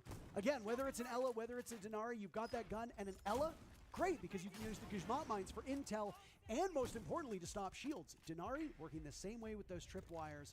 Stompin will once again play the Denari. I don't know if that's the part of the map that he will occupy. It sure looks like it. It will be. But he does need somebody to help him out. You cannot play on an island here. Both times G2's had somebody backing him up to 50-50 success. Yeah, well, G2 are doing something that we basically never see in Siege, Parker. They're playing the exact same site with the exact same operator lineup, and this is kind of the reason why you don't see teams run back the exact same strat twice in a row, because it gets kind of predictable. They spot Stompin inside of security. They punish maybe an aggressive move coming out from the youngster on G2, and one way or another, Virtus.pro are able to clean up that frag. That's a devastating loss to come through. The one MVP that they got a round win from earlier will not be in play for round 3. Yeah, Rurik's had some really big moments, winning rounds, almost winning rounds. The impact of his kills have been noted multiple times through this series, and I mean, that's a big pick to open up this part of the map, and it comes at a pretty good time. Now, Rurik's only going to be good enough for 1 kill because Doki shuts him down, and now it's NAKO in pursuit. 2 rounds in a row, NAKO has been kind of screwed out of his opportunities. I think that's fair to say. Both deaths from NAKO have been befuddling. He's got 2, almost 3 remaining players of this VP squad assembled near him, fighting against Doki, who wisely falls off. Good clock management from G2. Yeah, I like that drop. It's not a full commit from the roam game. Of course, Alamau and Shaiko still up here on the top floor, but Doki's position was known, so why stick around and potentially lose a fight? Leave it up to your other teammates who can make some aggressive moves. Shaiko in the hallway, playing with the idea, Parker, but I think just deciding that in the 4v4 it's not worth it. This is going to be favoring G2 as the time continues to tick down. They're not the ones who have to make the aggressive move. The drones will come out, though, and Alamau's in a difficult spot. He's got the hatch open to escape, but he has to be able to drop through it in time. They know he's up here. At least they do now. Oh, Carl, you can't be doing that. He'll escape over towards security. He knows there's one over by the 90 position, looking through the wall too, technically. But Carl still frags so well. Benjamaster technically credited with that kill. That's the Mira getting in on the action. NAKO takes down Alimau, but look at the time management. G2 in a numbers disadvantage, but with only 40 seconds left on the clock. This is more winnable for G2 than you think. Yeah, but they've still got some good space to try to work things from, Parker. They know Doki's position now just inside events. If they can find one of these 2 isolated players, that can make all the difference. Thorn traps charge out, 30 seconds to make this execute happen. NAKO will drop on in. The Blitz will be under watch. Pasha shreds Benjamaster. This is a rough spot for Doki. He's on a tiny portion of HP. There's no way VP was losing that. It looked good for about 20 seconds. And then it did not look very good for G2. Big round for VP. Really just good droning coming through from Virtus.pro. This roam clear has been excellent to come from them. And you even go back to round number 1, Parker, right? If Virtus.pro are able to take that security control, if Stompin doesn't get that crazy kill onto the shield player to start this map, they could have even been up 3-0 here in this execute. I mean, they were doing a good job of punishing the aggressive moves being played out by G2. This is would probably be a blitz. To play aggressively on the defense. I'm not saying I want them to rein it back in, but they've got to find some kind of an answer. Now, VP will ban this Mira, and I think the reason why G2 wanted to run that bomb site and strategy back for a second time was because they were worried about that. They didn't want the Mira ban to come through and not allow them to play that strat for a second time. Unfortunately, though, it is 2 for 2 for Virtus.pro, and it just gets a little bit messy, I think, for G2 on the top floor. You know, Alamau is being chased around like a Monty Hill skit around the top floor of Border, just trying to dodge that blitz. He gets one great kill, but ultimately it is only so much that he can do. The top floor play not good enough from G2 on these roam games. They will reassess and bring the bomb site back up top, but when they go towards these 5th and 6th rounds, Parker, they will need different answers for the roam. I'm a little worried about G2. You cannot roam as freely on this map, right? It is quite chaotic. It is quite claustrophobic. You said intimate. I do believe G2 and VP swiped right mutually, so they are now here together on a beautiful day. Looking at all the beige and that is so stupid, Intero. It's not where I would go for a first date, but it's got a charm. Would you swipe right on G2 or VP? Oh, absolutely. Which one would you swipe right on harder? Ooh. I mean, don't answer that. Okay. You don't want to be called a biased caster. No, I mean it is a very small map. So because of that, your ability to rotate again will get caught. And it's something that we talked about on Chalet too. If you are playing in a portion of this map and the only way is to drop a hatch or vault over towards lobby, usually the attackers will have a line of sight there unless something has gone really, really wrong. And VP are they're playing very close together. Yeah. They are playing very intimately themselves. Yeah, they're doing a lot of Let's band out, refrags. so Nako jumps on the Blackbeard. This is what he brought back in the first round anyways, so it's not like he's had to adapt it all throughout this push. Trying to clear in through the east side of the map. This is again going to be where Virtus.pro's focus is. It was Stompin that got that opening pick inside of security. He is being supported, of course, by Benja, just in that break room position. Nobody down below for Pasha to find, so it's really going to be on these players out on the balcony to try to find these picks, whether it's the Grim, whether it's some other big fragging Come operators on, coming through like the G2, Blackbeard. They've you gotta got be able to get it. these players out. Oh, Skies punished by Benja. We talked about what the mute ban would entail for VP, and they have used these intel ops, but they haven't really needed them, frankly. Yeah. On a map of this size, it obviously helps. It can really aid you. What's with the early C4s? They're just VP tossing will now it have like to do this round candy. without Like, the save solid it. snake. They've got no intel really remaining outside of maybe, if you want to call Blackbeard an intel op, which I wouldn't, or the Twitch drones as well from There's Dan. nothing This to might be deny the just a plant dry now. They have execute from nothing to VP. At deny this point in it. time, the Dane just continues to shoot away. Rorik is gone. That's another from Benja. VP on the board. G2 seemingly cannot get more than 2 kills without an answer back. Down goes Dan at the hands of Ali Mao. This is a great spot, and all these long-range guns. 2 from a DMR, 2 from the TCSG, and Nako will find himself in a 1v4 taken care of by Shaiko. G2 will answer back and tie Yeah, up this the map. is Frags have been good from both these teams, Parker. We answer back and forth and back again. G2 tie us at 2, and you're right. It's those long-range weaponry being brought out by G2 that's really giving them the edge in some of these gunfights. The TCSG is not an easy gun to control at some of these distances, Parker. You've got to be hitting the head, but if anybody is to be trusted in such a role, of course it's going to be Benja. Just a beautiful round to come through from him. He plays that break room position. He's very close to stomping on that top floor roam, but man, he is so good when he needs to be.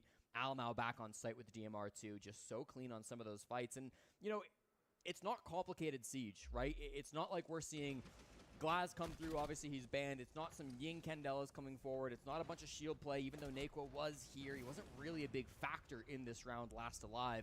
It's just coming down to these simple fights, and it's these simple angles that VP are pushing. They don't have the information. If that snake goes down early, those fights start to lean in favor of the defenders. And so G2, I think working that early pick on a Skies was a big factor for them. They keep that up. This could really start to tilt their way. I mean, as long as you've got Stompin, Doki, and Benjamaster holding down the early moments of the round, you allow guys like Alimau and Shaiko to play those support/floater positions. And that's what Shaiko's been doing through a lot of this map. He's been floating. And I don't mean that like the Kobe Lax, like old Dark Zero, like we're floating. Like, no, I mean, he's playing this mid position. He's allowing Stompin, either enabled by Benja or Doki, as that was the case on those security defenses, to ultimately be empowered and trade off really quickly. G2 is usually a very good team at trading. VP, to their credit, have been doing a pretty good job as well. But Shaiko has not needed to be involved in a lot of these rounds. And unfortunately, all of his deaths have come when VP have been able to mob him because they so heavily outnumber G2. You saw what Shaiko was able to do from that floater position in the previous round. It was a very good kill to seal the deal. If he can stay alive, we can start to see his stocks rise, but do not panic, Shaiko fans. This is just the way that he's been used so far on Border. Bet you weren't expecting the Kobe Lax reference in G2 versus Virtus.pro, but we fit it in there, don't worry. Someone has a parlay, and they just screamed with joy. Oh, boy. Well, Shaiko was close to getting in one of those early gunfights that we're maybe waiting for, Parker. He's playing over in that east stairs, but as soon as he gets tracked by the snake, he says, screw it, I'm not sticking around any longer. Somewhat retaking the position now over here on east. He'd like to play this position again with the Azami just to block off some of these angles, but he's banned out, so he's over to his classic Legion. It's Benja. Nice, TCSG and it's continues to ring out another Blackbeard. pick from him on that gun. And Nako has been on an island a lot of times, Jesse, and not like the good one sipping margaritas. I'm talking he's stranded. It's Castaway. Oh. Down goes Pasha. The hands of Stoppin once again playing so smartly in this position. Scorpion in hand, over by security. Death taxes, and, well, you know exactly what I just said. Nitro time by Benjamaster. Down goes Rorik. Dan and Skies will look and survey the destruction of their team. Nicely done. done. To G2. In fact, I don't think a single bullet has landed from VP. I think that damage from Ali now is just simply Oryx crashing through a bunch of walls like the Kool-Aid Man. Down goes Dan at the hands of Shaiko, and now it's all up to Skies. F2 cannot compete. That floater position of Shaiko coming in handy. Flawlessly won by G2. A 3K from Shaiko, and it's G2 with the lead. It's the new pickups, really, from G2 that are shining late here on Border, Parker. Shaiko with a couple of big kills, but Benjamin Dorelli, really the star in my mind here for these last couple of rounds from G2, playing nearly a perfect game with the TCSG, yeah, they're playing really, really well. Cells, holding the angles that he needs to, but not over-committing to put himself in a spot where he could go down. Benjamaster was dropped from this G2 team actually almost exactly 2 years after their devastating result at, I believe, the Manchester Major, where they got last place, losing to FearX. That FearX team, coached by another Doc, player has the same mouse as me. Pro now, so you're seeing kind of the old characters meet up in different ways. Okay, Lost. It's going to be a third map between Weibo and Lost. So Weibo Lost won this 8-6. This has been a very smart play from Benja time and time again. And a lot of those kills that Stompin got early on was also enabled by Benja. Yeah, right? True. Can Stompin play as confidently in CCTV if there's no mirror window there with Benja there for backup? The answer is no. That's a great point. He can't. If a shield is going to hop in that window and Stompin is unsupported, that's a 50-50 gunfight. I would even say the numbers are worse than that. It's about a 30-70 gunfight for Stompin. And while he did win it on round number 1, again, in somewhat puzzling fashion to NAKO, you've had Benja backing him up. We say this about some of the low fragging IGLs. We've said it about Alimau. We've talked about it. Vidaking and Canadian were the two you used at the top here, so I'm going to bring them back into this discussion. But there are lots of times where you are funneling players to your other teammates. So Benjamaster, even though he is leading the team in kills, Benjamaster's kill tally could be even higher if he was the one picking up the kills and the trades that Stompin wasn't able to muster earlier in the round. So all told, one of the quieter players on G2 is having a huge impact here, and the success that G2 is having on Border would not be had without Benjamaster's performance. That's a great point. G2 led 3-2 on Chalet, and it prompted a tack timeout from Dark on VP, and it didn't work out for them, Parker. It ended up being a 4-2 split. He's done it once again. If this also doesn't go the way of Virtus Pro, you start to wonder about the effectiveness of these tactical timeouts. Of course, you always want to be able to get at least an even half here in Siege, but when you've got this mandatory timeout between the halves anyways, you always kind of question mark, right? It's only one round you're calling this tack timeout for, so it must be good. It wasn't in the second map. It eventually resulted in a map loss for Virtus Pro. That's why we're here on Border to begin with. This is a really big gamble coming out from the coach from VP, and I really hope that they know what they're doing with this last call, feeling they must get the 3-3 split. The bomb site's gone back to Vents Workshop, and to be fair, this is the bomb site the VP have been dominating on start to finish, but with the Mira banned out, it's a new strategy coming out from G2, it's new ops all around, and they'll have a different approach to try to hold down this bottom floor site.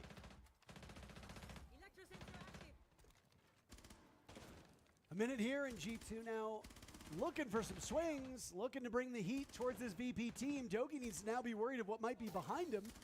A missed opportunity from VP on that rappel will give Doki information that he uses wisely to scoot off of that position, shuffling back towards the bomb site. Shaiko will find kill number 1 on Disguise. Floating position, but this time involved in the fray earlier. G2 have surrendered control of Office. Bomb site is down below, so now if you're VP, you've got to cut through that top floor. And G2, at roughly around the same time as before, have now decided to head towards that main floor.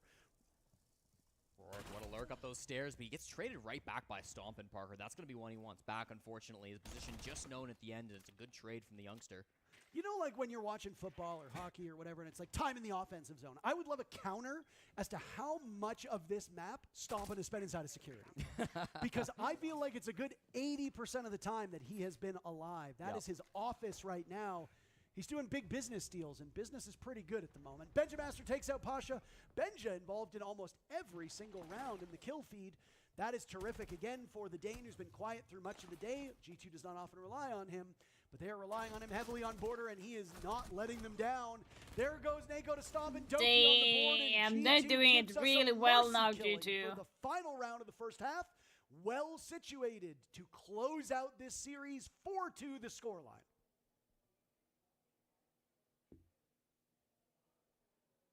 They actually don't have any papers in front of them. Good job, you guys. I'm playing so good, okay? Like, nicely done, G2. I'll stress more, like, play Banky Cafe and sleep and play Modern Chalet, bro. Very nicely done. We like that, guys. We like it how G2 is playing right now. gonna plant the exam in the meter. Okay, so like The problem is going to be for them to like, if this hold like, it is on attacking Zach side. was like best spot and Shaco just tracked this smoke to help push like the Tachanka, okay? Like even maybe like they don't have to play this smoke because they used to like to play the Tachanka, okay? So like I don't think they have to track this smoke. Yeah, like not much talk, like just like him and their we didn't do the Fury for Vents right yet in tournament, did we? Against the Mines? No. Yeah, I don't remember. But even if we did, it's really good. It's really good. Yeah, Fury is good, bro. But I don't remember where I am. Me pushing customs with TS. We changed the roles, remember? I think you were now. No, we changed back. changed. I push customs with And I'm TS. army back with you, Carl. Yeah, okay. And if they don't ban Glass, we'll play Glass. Yeah, and is Shaco break right? For sure, like we have to try the most aggressive we can, but to play smart. Maybe get some kills, we can give some space, and sometimes don't put your mind, I have to give this 5-3. No, if you're playing some position, so it's like you cannot back, just stay. Just stay. It's better you stay in your position than moving and you die for nothing, right? And it's that case. Now we can be full silence, just brief, let's play round by round. We don't have nothing more to say. Fucking go, boys. Okay, let's fucking go. If you guys want to check some dry hunt, remember this is the time. Let's go. Bora, guys. Eastmont. We do first default? Microphone, Nikita, again. Hello. We can do this too, depends how far it's open. Yeah, if shits are open, we can go this insta. Does he have to play shotgun? Yeah, I have to play. No, you don't need. On the Z, yes. Wait. The Chunka. Yes. But Lots of discussion on the operator bans for both of those coaches, Parker. And Azami Mira ban promised by G2. Those are the exact ops they removed the other day. On their final map versus Twisted Minds on Cafe. So interesting if that does continue once more. And then Stompin, he says, I'm on the Glads if they let it through, but VP will not be so foolish. They will ban Zach's operator, and then waiting for this second result to come through for the attackers. Still a 4-2 deficit to make up from VP. Otherwise, just 3 rounds separate G2 from the main stage. Closing in on our third team qualifying for Friday. Obviously, Twisted Minds did so against G2 yesterday. FaZe Clan also making their way not up surprised there. about that. I'd like to Snake take some time and now while we get ready Glass. for the second half to remind everybody that there is a B stream that is running. If you are watching this after the fact, know that there are elimination games going on the other channel. Los and Weibo Gaming is currently the series that is taking place on the B stream. They have a long day ahead of them. For us here, once this G2 VP bout is finished, we have a very exciting game that honestly, on paper, might just exceed what we've seen from G2 VP. The Aussies and one Kiwi, I now need to say this because I got an angry DM saying this is Kiwi erasure. I get it. Kiwi. As Canadians, we are deeply insecure when we get called Americans. I imagine New Zealanders are the same when they get called Australians. Enterprise Gaming will go up against Shopify Rebellion, Jesse. That one has all the makings of being an unforgettable best of 3. Let's hope that it lives up to it. That will come shortly after a break. Once this match concludes. I'm hoping it will start G2, will it be VP? We do know that it will be an EML team. That's for certain. Well, it's been a very competitive series so far, Parker. It looked like Virtus Pro were going to run away with it, going up 4-0 on the very first map, but that was a long time ago now, and it's not in the backs of any of these players' minds. The only thing that matters are these next 6 rounds. VP trying to make up a 4-2 deficit. They banned the Snake for their second operator. That'll be a Benja target ban, as this is one of his favorite operators to play, certainly on Border, but throughout this tournament, it's his most played operator in Salt Lake City. So you're going to take that off the board, remove a bit of information. Castle is going to be opening up very quickly. Strategy going to come out from VP. It's going to be this Castle Zachonka setup. A nade kill in 2026. All right, didn't have that Simple geometry, Jesse. That's all they did. They bounced it multiple times, and that heat-seeking nade lands in that the was the lap thing I showed you guys like Skies. yesterday or Skies something, has like come the crashing back down to earth. like 2 days ago. I After an showed you guys incredible the bank nade over angle on there. Chalet, he was even. He went from positive to even to deep negative. That is not the direction you want to go as this series tightens up. Yeah, really tough to see from the Parisian, of course, playing his first international event in Salt Lake City, so you're hoping to see him bounce back, but it won't be in round 7. Now Dan in a bit of a rat spot. Shaiko pressuring through offices. Lots of different dimensions to this push, but it's all going G2. And G2's taking quite a bit of damage here, so they've traded out HP consistently to do this to Virtus Pro. What you don't want as VP is to lose your first round in a hurry. You have to show some fight. I know they've got that dog in them, but right now it looks like it's maybe still a bit of a puppy. Got to grow up a little bit. Pasha and Rorik, the only 2 still standing. There goes Shaiko. Benjamaster and Alimau also very low. Just as we said about G2 a number of rounds ago, this is more winnable for VP than it might first appear. Watch out for this time, though. Minute 15, so much to work with still from G2. They've got all bodies around this bomb site. They've got good map control from top to bottom. The guns are very good from VP. I'll say that. 2 long-range DMRs, both the Tuber out and the Aruni. No, that he's in there, so they know that one is outside. This one doesn't spiral out of so they can kind of go in and plant. The thing for G2 is that they did all of this so quickly, Jesse, that they have time to course correct. And they have called a swap up now as they will take out on vents. Down goes Rorik. Pasha swinging over. They'll see him from the window. Target acquired. Oh my, there goes Ali now, but Doki will find the frag as the defuse kit was nicely done. 5-2 for G2. I fear for Virtus Pro that this match is just starting to get out of reach. 6 minutes left. That's all it'll take. G2 really solid attack coming through on the top floor. It doesn't get cleaner than that, Parker. It starts with just a brilliant frag grenade. You said it, of course, when those almost they bounce 3 hour long match. They're playing like 3 hours, one match. I kind of feel like that is rare too in much. 2026, but it was perfectly tossed out by G2 to work that first frag in on Disguise, and then the man advantage just was never able to get clawed back. Virtus Pro tried to get aggressive. They tried to go for some swings to get these numbers back, but much like G2 on Chalet, when they were in that disadvantaged spot, it was so difficult to claw things back, and unfortunately for the defenders here in this series, it's just not been so doable. Here's this nade bounce once again. You bounce a couple different walls. He runs the wrong way. That's a first nice frag coming in from Benja, and then here's the aggression, right? It's Dan trying to work a pick, but he's got so many bodies all facing his direction. When they're working with the man advantage, G2 are one of the scariest teams in the world, and they are showing that on border. This has been quite the run for G2. Yes, Jesse, let's go G2. First blood every single time. In fact, there is a 100% conversion rate if you strike first. So G2 drawing first blood 5 times, VP2, well, that's pretty standard stuff. But over the last 4 rounds, G2 has not lost more than 2 players in any of those rounds. In fact, they won so flawlessly back in round number 5, surrendering only 1 player in rounds 4 and 6. These are very dominant round victories. And while we did tip our hat to VP in the previous round, saying it's more winnable than you think, G2's not giving them much room to maneuver. VP are getting smothered at the moment. This is a rat play. How do they read that? Wow. Pasha on the ground, and Stompin will be the snake charmer as he gets taken care of. Rorik finished off inside of security by Stompin again. He saw that he went negative in the previous map, and he said no more. G2 now looking at 3 players to get rid of, and they'll sit on series point if they do so. The teenager is done with these games. Doki will get one as well. 5-2 now. Virtus Pro crumbling on all fronts. Nako 1 and 6. Skies 2. They're just desperate for frags. They get 1, but the round is done. G2 match and series point. I'm sorry, you said 6 minutes. I think if that keeps up, it might be a bit quicker than that one, Jesse. I think 6 minutes is being a bit kind to the Virtus Pro guys. I think the body language says it all. There have been... I'll stop myself for 1 second. Sure. It is almost historically impossible to read the emotions on Team Empire through Virtus Pro.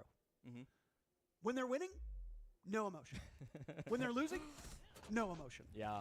When you start to see emotion is when one of 2 things are happening. Number 1, they're getting the hell beat out of them.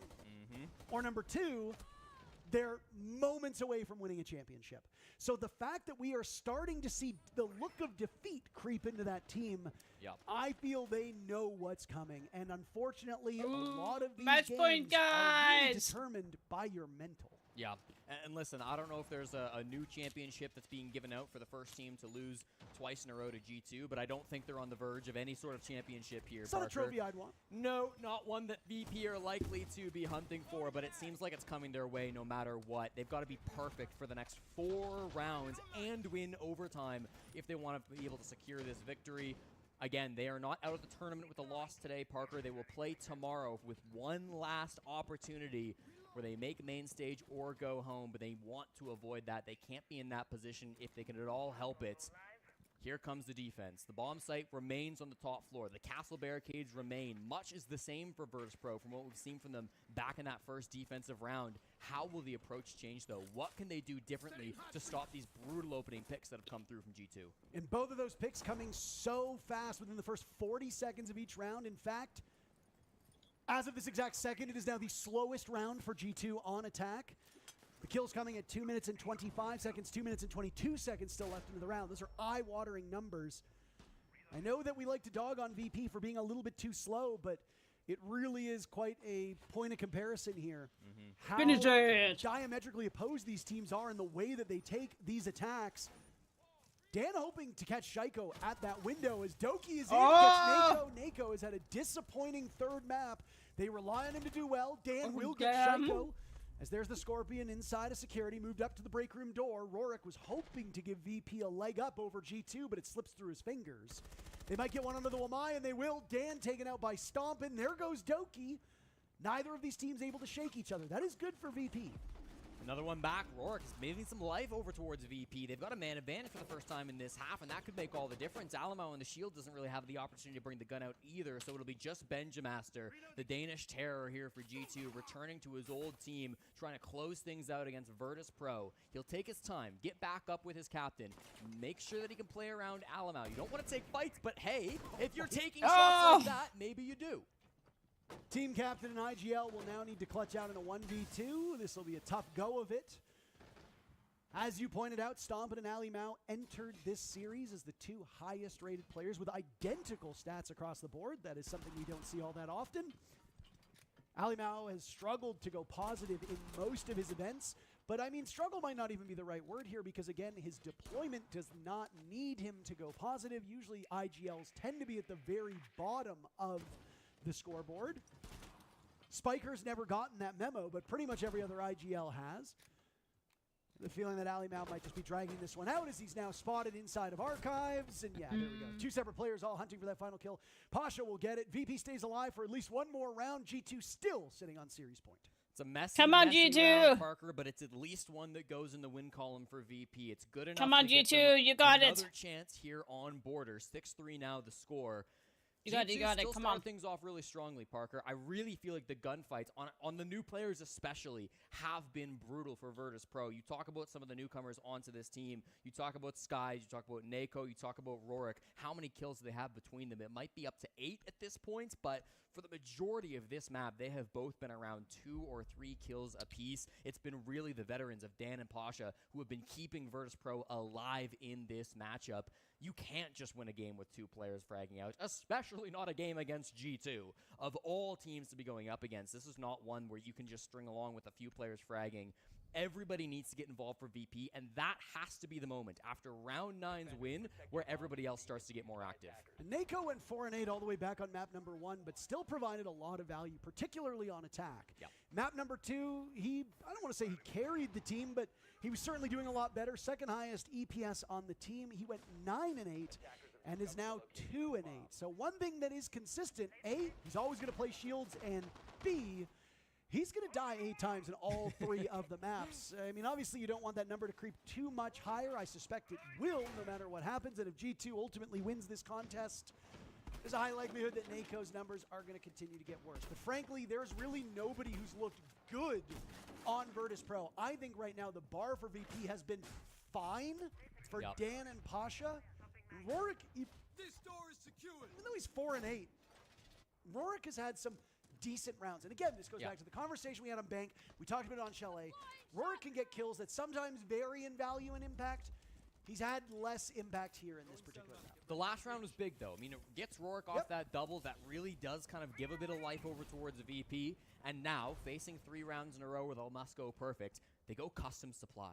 All 3 of the bottom floor bomb sites are open and available for Virtus Pro, but they will go to the one that most pros tell you is nigh unplayable here on Border. It's because it is. It really is. It's a tough site to hold on to, of course. There is some good vert play, but holding security in and of itself can be quite the challenge. They will give that trust over to Rorik. He's a security player, the same position Stompin was in for the first 6 rounds. He has to be sharp playing with Skies up on this top floor.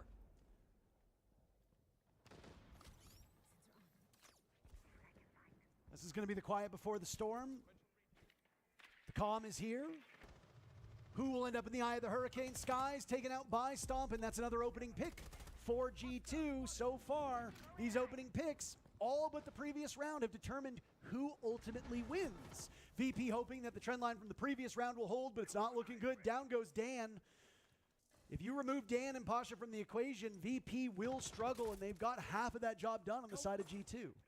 Yeah, you're really starting to clear out some of these key important players, Parker. Rorik, Nako, and Pasha, the last one's alive. Nako alone on the site.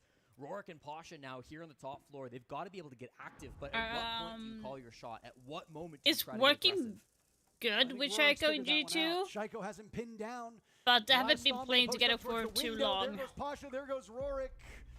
G2's already had a flawless round in this map. Will they do it again? It's all up to Nako as he gets away for the time being. G2 will claim their spot, and a berth on the main stage is theirs. Let the world know, G2 does not lose to 2 EML teams here in Salt Lake City. 7-3 on the third map, and we will see G2 in front of a crowd on Friday. The European champs are back where they Main belong, stage. on the main stage where the lights get bright. That is where they stand the tallest. They couldn't get it done yesterday against Twisted Minds, but in an EML Finals rematch, they will secure the victory. Virtus Pro, I think the light's a bit too bright for them at the end of that game. They fell apart towards the final few rounds there, Parker. A couple of the younger players on that team not able to secure it in the way they were hoping for, but in the end, they will have another opportunity. Stompin's girlfriend? Is that... Postman right now in the front and center of your screen was quite honest about what went wrong with G2 yesterday, and I mean, there's quite a spotlight on him. Woohoo! So Virtus Pro is probably going to be facing Falcons tomorrow, depending on if Falcon wins against NiP tonight. That is going to be the case. So either NiP or Falcons will be facing Virtus Pro tomorrow. They'll have to qualify tomorrow. There's an incredible amount of history in this room, Parker. The respect being shown between these two players. Not a lot of typing in the chat today, but of course, after the game is done, that respect gets shown, and we will see at least 2 EML teams on the finals. Great discipline from G2, and it ultimately pays off. The third team to qualify. We've got more matches for you. Enterprise, Shopify Rebellion, up next. I don't like the fact that they were putting the matches so late, but what can you do? You can't do much. Was able to just kind of wander in and Let's get a couple. watch this. I need. We'll try that again.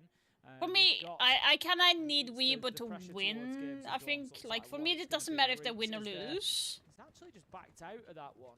Speakeasy is going to be heading towards Old Tower, but they've just lost the hard breach as well. Perez straight in the old chat. He's certainly feeling himself with this one, and I don't know who I need to win for this. Did he even manage to open anything? I didn't hear a hard breach go off. Not a single exit. He went towards the wall and then backed out and didn't go for it. Oh dear, oh dear. Can't be losing the hard breach that easily so early on, but that's what they're not going to play from, Tim, in a difficult position. The Monty at least can get something done with that hard breach secondary, but it's not going to be quite the same as an exothermic going off, as you can probably imagine. Smoke's being dropped around Horse as well to stop aggression coming in from the Monty. In a way, almost like Weibo trying to bypass some of the harder parts here. You've got Speakeasy who's worked his way off towards Briefing side, same as we've seen before. But this is where you need the hard breach. You need someone to come and join him here to make taking over Briefing that little bit easier. So far, Turd and the Lion are rotating themselves back round to rejoin up with their team. It is going to be a full south side push, Tim. Problem is that you're kind of starting from scratch a little bit. You've got Speakeasy in there, so yeah, you can run in and join, but you've got no breaching done. You've got no utility cleared.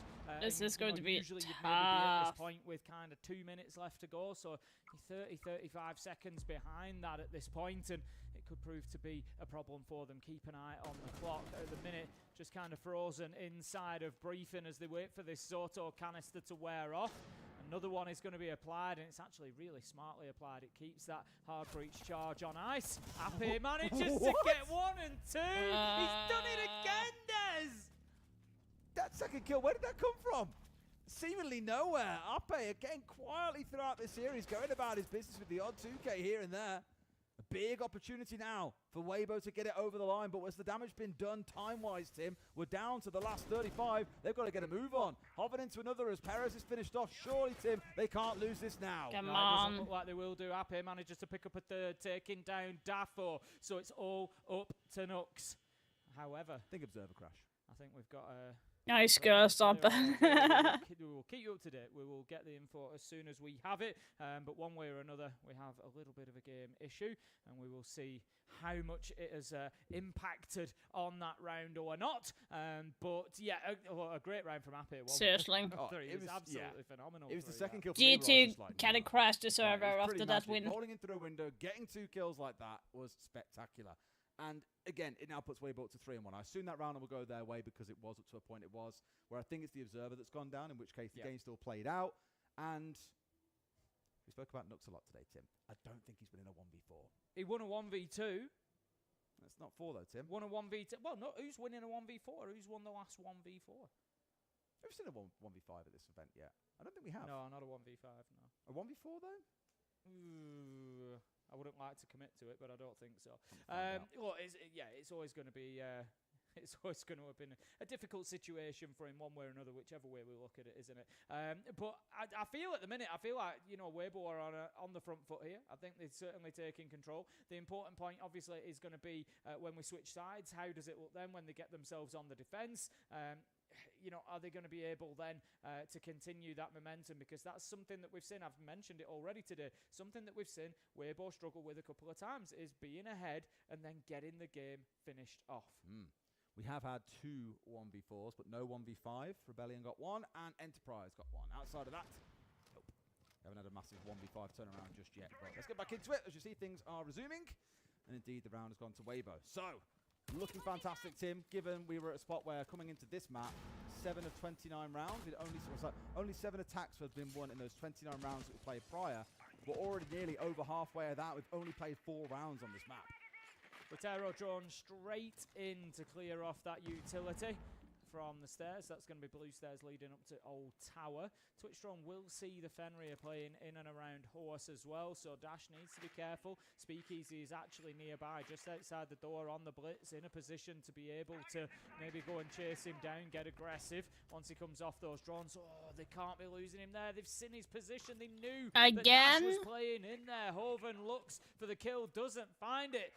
And that's going to be an entry for Los, but there is a trade elsewhere as Dafo is taken down. So Ape is really stepping up on this map, isn't he, Tim? 8 and 3 is now finding himself stepping up to. On the other side, Nux is matching Perez step for step, so you can't complain too much. Smoke coming through from Speakeasy to try and get himself inside the building here. No one to stop him. In he goes in towards the corridor and down towards Horse. That's the kind of control you're looking for. And not forgetting, this is them trying to break open the hold towards this top side. A shield is a great way of doing it. And in he marches. He's able to create the space that he wants to as he pushes forward. Speakeasy gets aggressive. Turd does manage to create the space by finding the kill. Going to take down Dark, leaving us now in a 4 versus 3. Weibo continuing to problem solve really well here on Fortress. Speakeasy. Calm down. 2 taking down Nux and Okay. Dash. A 3. Okay, okay. We know That's Speakeasy's great with the shields. He proves it once again, not for the first time even here on Fortress, let alone in his career. And he's going to hit him with the... hit him with a bit of the old chat as well. Weibo are starting to really get themselves into this. That was very cute from Hoven. That was very wholesome. Yeah. Speakeasy hits a 3K, jumps straight up. Over there to give him a little bit of love. 4-1 on the attack. I don't want to get too excited because Lost could come out and attack it as well. We don't yet This is what I said. We need to wait for round 7, really. Yeah. To be telling as to how it goes. But it went 5-1 on Consulate. Granted, it wasn't the attackers that managed that, but it did go 5-1. So again, for a team that have never been seen playing this map, they're playing it all right, Tim. Would I say Lost are putting up the best defenses in the world? No. But Weibo are attacking well, especially great use of the shields to take control of large parts of the map. Many other teams play Fortress the exact same way. We'll see if they can get it done. A 5-1 attack in half would be wonderful, given the 5-1 defense that we saw back on the previous map. And it's going to be down into the ground floor. See if they can get it done on the offsite once again. Last time it was a 1 versus 1 that Reeves sadly lost out on. And that was the only time that Lost have managed to find a round in this game. It took a clutch to make it happen. Will we have a repeat? Come on. Last Come on, come on, come on. saloon for loss then on defense. So we are waiting for the match between Enterprise versus Shopify Rebellion. That is going to be very interesting. Speaking of showing love, who's been showing wife some love? There's been a couple of players that has been showing her some love. She has been played. Let's see here. Looking to get aggressive on the thinker and move himself in. He's actually got the LMG, which is an interesting choice. Rolling back LMG, I was going to say. She's been played about 17 times during the tournament, so she's very low pick rate. Here we go. Be a bit of a rush coming in, Tim, as the juice gets hit, the cold comes out, and the shield is in. No one at range off towards their left, and in we go. Speakeasy carrying on where he left off with a kill. Smoke going in deep, and this could mean this diffuser goes down super early here, Tim.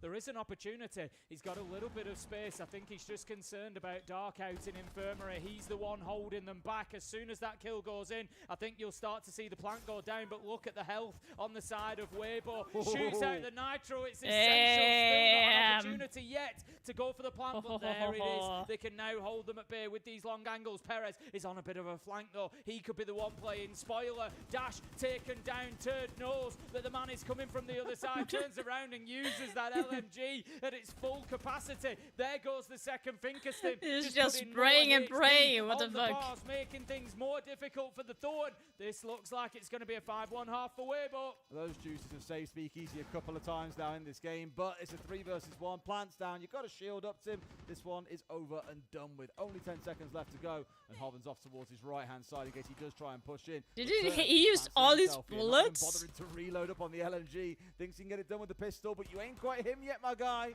Round the corner he comes, and Hovland will get that closing kill. A 5-1 Holy half away. shit. Didn't have that on my bingo card, Tim. No, especially not on the attack of Fortress. Really, really good stuff from them, and there's going to need to be a big halftime tack talk.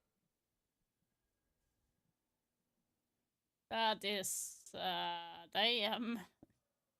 O que faltou de coragem? Vamos ter no Okay, ataque, on the other match, so Enterprise picked Cafe, Shopify picked Nighthaven, and the side is Fortress. So. Mas, tipo, na defesa aqui, só uma parada que eu senti, mano, estão muito, tipo assim, não é questão de estar perdido, mano. Eles estão correndo, correndo. Gangsters, warlords, monsters. Are you scared? You should be.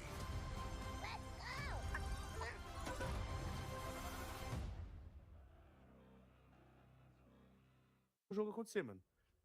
Coragem pra cima desses caras, mano. Eles fizeram esse ataque, a gente faz também, consegue virar outra, cara. Progressões lá nossas estavam muito roubadas. O mapa, querendo ou não, sempre o nosso melhor lado foi os ataques, então vambora. É isso, a gente consegue virar isso aqui, mano. Manter a mesmo nível de confiança que a gente mantém na defesa do consulado. Let's go. É isso, guys. Tem muito o que fazer não, mano. Agora dá nosso 100%. I don't understand what they're saying, by the way, guys, but... On this situation, this 5v5, this 4v4, they will try to flank. Okay. So, you know... They like when it comes to the map Fortress in general, so we have an overall 58% win rate on Fortress on the defensive side. The best side 2 defense so far is Commander's room/bathroom with 63%, and has been played most time. Then you have Dormitory Game with 58% win rate. So if you want to play and win, you should definitely go for the top floor. And by the way, the site in Hammam has not been picked. The Clashman, remember? Has never been picked. That's right. At all.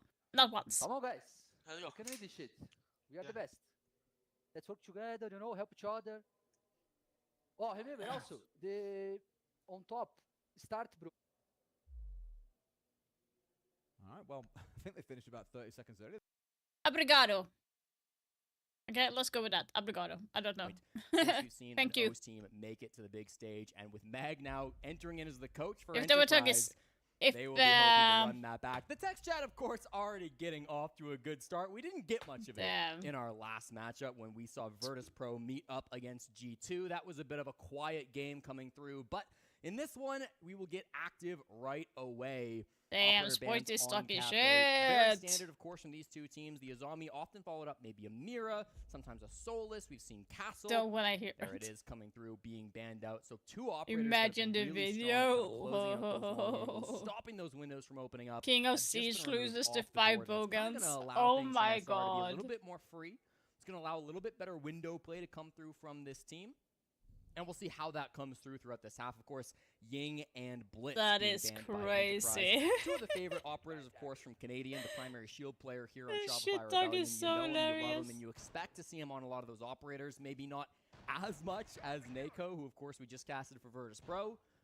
I touched on it a couple times in that last game, but he had far and away the highest shield percentage pick rate coming through at this event. That was like Canadian, crazy still shit 49% talk attacking between rounds being played Spoit on one of our and the other 3 primary guys. shields. So expect that to come out depending on the site on Cafe, but for now, not going to be selected. We start on Reading Room as well. A bit of an odd site choice to see coming out.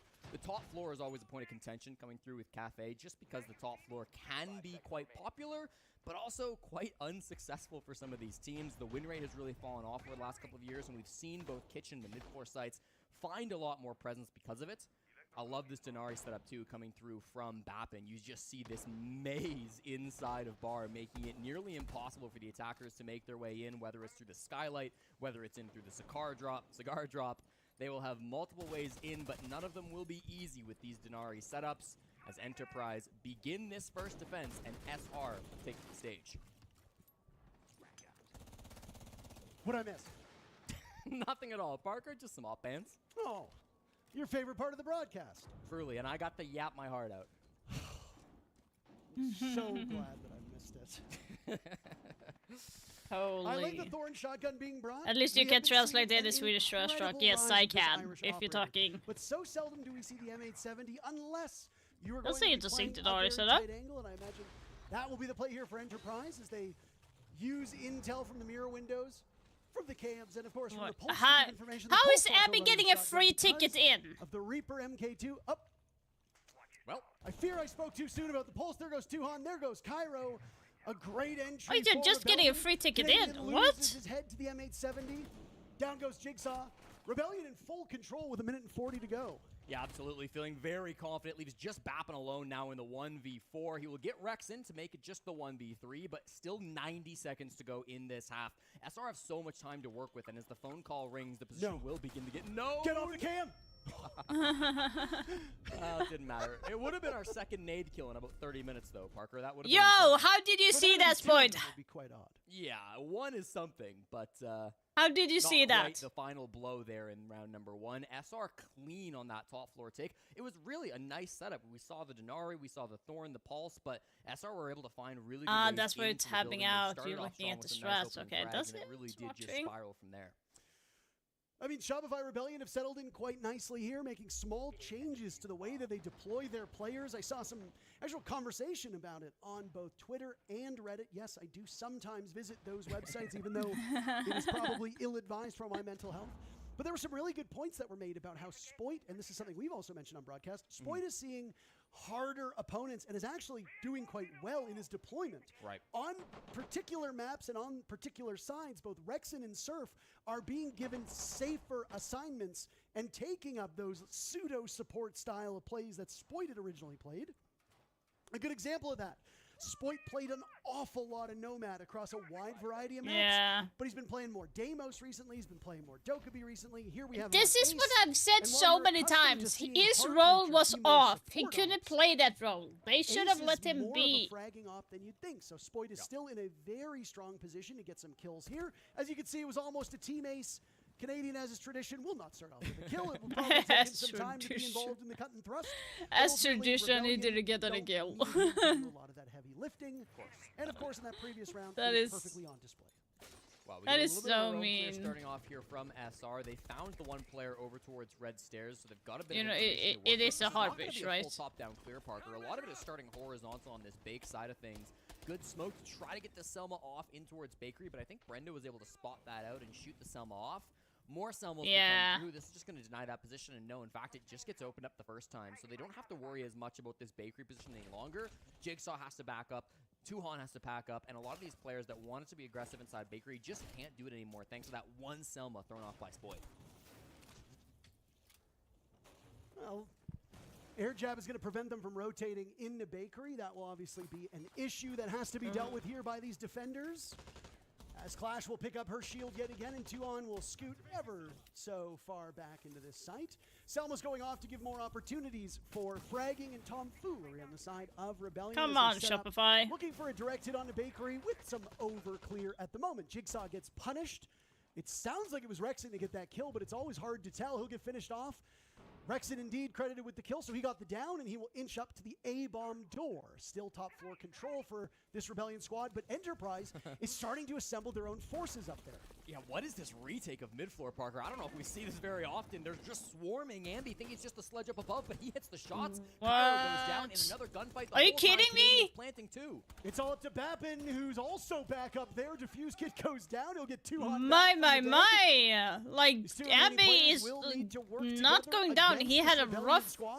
Like, he had it rough yesterday when he was playing, so he didn't play as good. He's still alive. So, he's got 1 smoke canister in pocket. He can use it to potentially. But right now it's looking better. Into their waiting arms, but with the clock being what it is, Jesse, I don't think that will be the case. Tuhan and Babbitt now working their way through the peripheries of the bomb site, not really finding that much. There's Canadian on the board for 1.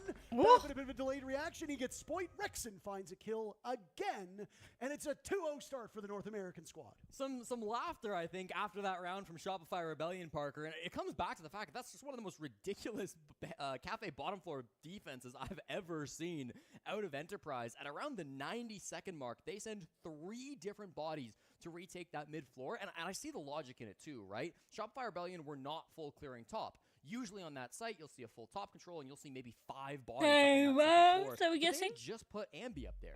Shopify Rebellion were kind of trying to shortcut Not yet. things because they knew there wasn't a roam game. If Said, well, Shopify wins this round, I guess Enterprise is going to be using their timeout. Without having to dedicate a bunch of bodies, and then we can just push in through the site. So Enterprise tried to punish it. They tried to retake up above. They sent their players forward. 2 big problems, though. Number 1, Ambi is ridiculous, and he gets 2 kills despite being all alone inside of mining. I get a pack. And number 2 is SR Reddit. They spotted the gap. Canadian was able to get in and start a plant as all of the defenders just vacated the bomb site. So maybe a little bit predictable on the side of Enterprise, maybe just a little bit too much information flowing for the side of SR. And despite the fact this is EP's pick, they're off to a horrendous start versus the North Americans. Yeah, I mean, I know that there was a lot of chatter about the potential for this Enterprise squad, and I think for good reason, but they have really faltered when the bright lights have been on them. And a lot of teams do suffer through that. Some players suffer through that. We just saw G2 play, and we said this about Shaiko when he's been on squads in the past.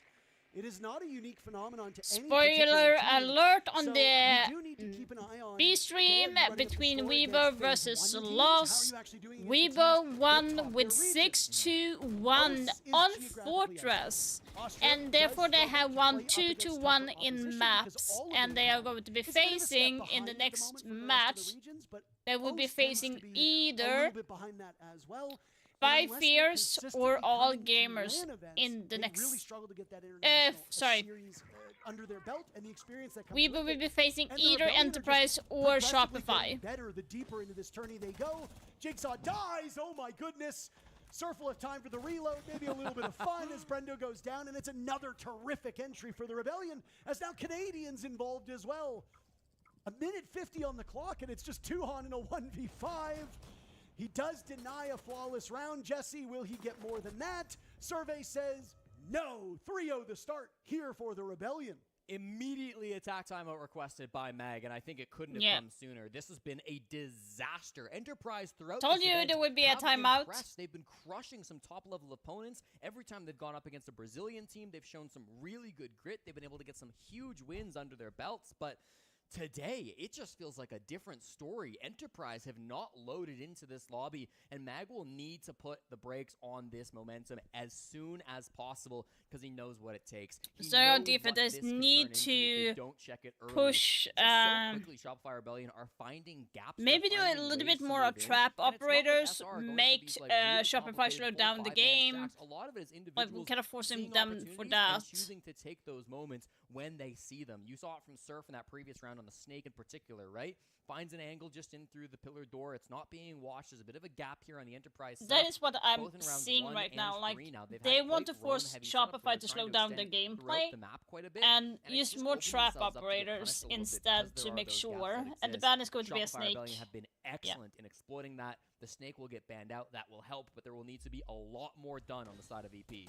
Yeah, I mean, this entry has been with so much confidence, so much gusto, so much moxie, Surf in particular, as he started things off in round 1, got the opening pick in round 3, and he is not slowing down whatsoever. It's obviously concerning when you have to call a timeout so soon, and it doesn't always We'll mean see you're if gonna be they able to use more fix it. trap Again, not wanting to operators. read too No, much into they're the not. narrative They're aspect here, but sticking did you see with the body same language of strat that they Enterprise? have. Jigsaw in particular looked like he was ready to go home during that timeout.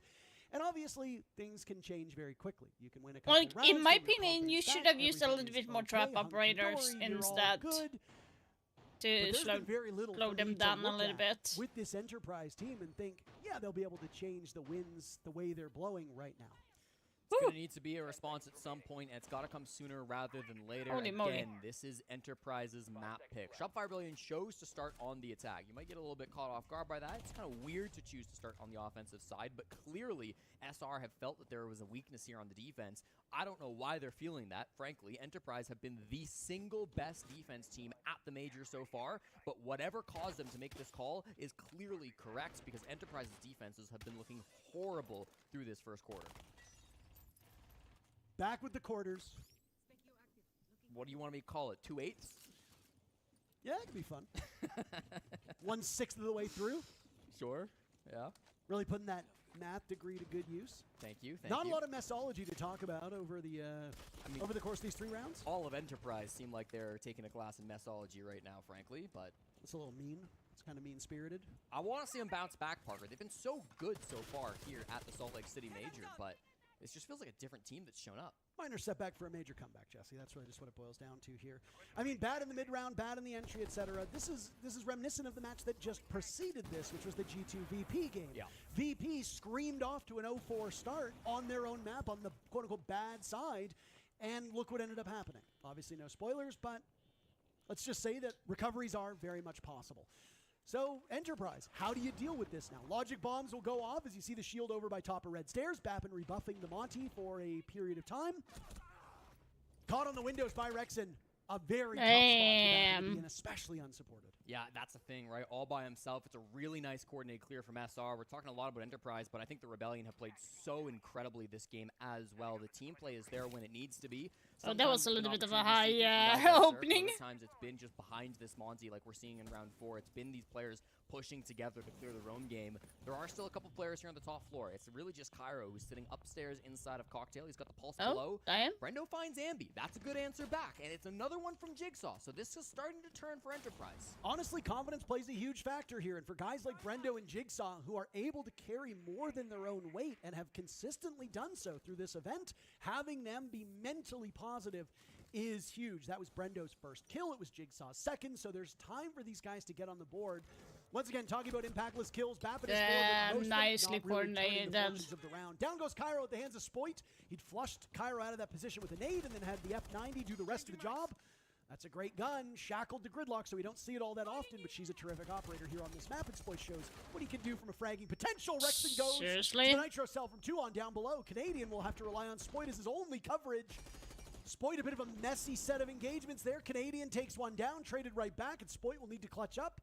Best opportunity for Enterprise, but it might all be for naught. Spoit with very limited time, Jesse. Brendo just needs to play keep away. Spoit will find himself in an unfortunate position. Out of time. Not getting the final kill is fine for Enterprise. They will play off the clock, and that's a big win for Osa's best hope. All right, they've managed to pull things back after the tactile from Meg. That is such a critical round to halt the momentum, but still not a bad round from Shopify Rebellion, Parker. I mean, they still had some really nice coordination cleaning up those players. It was the mid-round where we started to see Enterprise strike back with some critical frags. That really is what turned the tide. And then even then, it gets so close. You start to look back at some of those kills. If Spoit's able to get that frag through the vert, if he's able to miss that, or not miss that player through the floorboards, we could be looking at a 4-0 for Shopify Rebellion, but It's good enough here on the top floor from Enterprise. It's still really nice to be able to hit some of those shots, and you said it. Guys like Jigsaw can carry more than their own weight. They can be so incredibly good in the right moments when they're confident with their own abilities, and we need some more of that coming through from Enterprise. You have strong individuals. You have really good moments as a team as well, but if you can put those pieces together, if you can combine the strong individuals inside of Enterprise with good team play, then this map is still far from over. Jesse, yes. The other day you said there's 2 halves to Siege. There sure are. Sometimes in 7-0s, you barely have a second half. True. But that's not the case right here, right now. It was a very, very close round for Enterprise, so maybe a bit too close for comfort here. Rebellion still, I think, have the distinct edge on this half of the map. Yeah. Which, granted, we say this every time this unfolds in front of our eyes, this is Enterprise's map. They should lose the first half. That is typically how things work. But by how much you lose and the way in which you lose, those tell a very different story. Not all 4-2 first halves are the same, and right now, Rebellion looks so dominant. They still might not lose this first half. We got to say as well, this could still go 3-3. Shopify Rebellion have gone for a very cool strat here. They've got Ambi in on the Nook, and that means that this camera being played by Tuhon is not going to spot him out. As long as Ambi isn't shooting or sprinting, then this is going to be completely unknown. Tuhon, I don't think, is looking that direction anyways on the Echo cam, but Ambi has a good opportunity here. Now, I will say, there's a barricade that is currently blocking his progress towards the site, so that's not going to be a factor, but there it is! Finds the head of Jigsaw, and Enterprise has just been felled. 5 rounds, 5 first bloods for Rebellion. Enterprise are not doing as well on this roam, whether it be unsupported, whether it be a time waster, whether it be drone wastage, any of those things. This is really not great for Enterprise, and I'm looking for opportunities to praise them here, Jesse. Cairo is still playing above, so this is top floor control from EP. You've got to keep that in the back of your mind if you're SR. You can walk down those brown stairs, could try to play around the kitchen hatch if it's open as well, but Tuhon feels like that's not going to be enough. That's why he's starting to get a little bit more aggressive here with the Echo. Not a top-down take from SR, again to focus on Bake. I really do like the amount of shotguns being brought by Enterprise. This is to counter the aggression for Rebellion, knowing that these are going to be close quarters engagements. But the problem is that they're not getting close enough. Dude, look at the staircase. staircase. And time again, Enterprise my have to pull God. out those secondary weapons to make some noise. Brendo takes care of Canadian. That's actually a huge get here. As down goes the Sens, Ambient Circle. My God. After. So this mid-round from Enterprise was mighty good in the previous round. Those same players, that same gusto is shown up here as Tuhon exploits them, finds the backstab, grabs 2, and Enterprise have suddenly narrowed this gap to putting the first half within reach. The Kiwi comes alive in round 4 again, Parker. This map far from over. The timeout from Mag clearly paying dividends for this APAC team up against the favorites from North America. Really nice defense coming through once again. Shopify Rebellion, they changed their attack. Don't get me wrong. It was not the exact same look we saw back in round 2, but it was a similar style. They're still going horizontal. They're still just trying to take that control around the site rather than getting up above it. And there's a reason why that push is not so popular these days. It's because you really have to be able to win your fights when you're taking this space. It was a good kill from Ambi to start this round off, but then Tuhon inside of Kochek was just able to make some really nice moves. Canadian went down early on the Sens around that front door in the Small Bake area. They're kind of letting it go a little bit. Absolutely did his best. 6-4 now.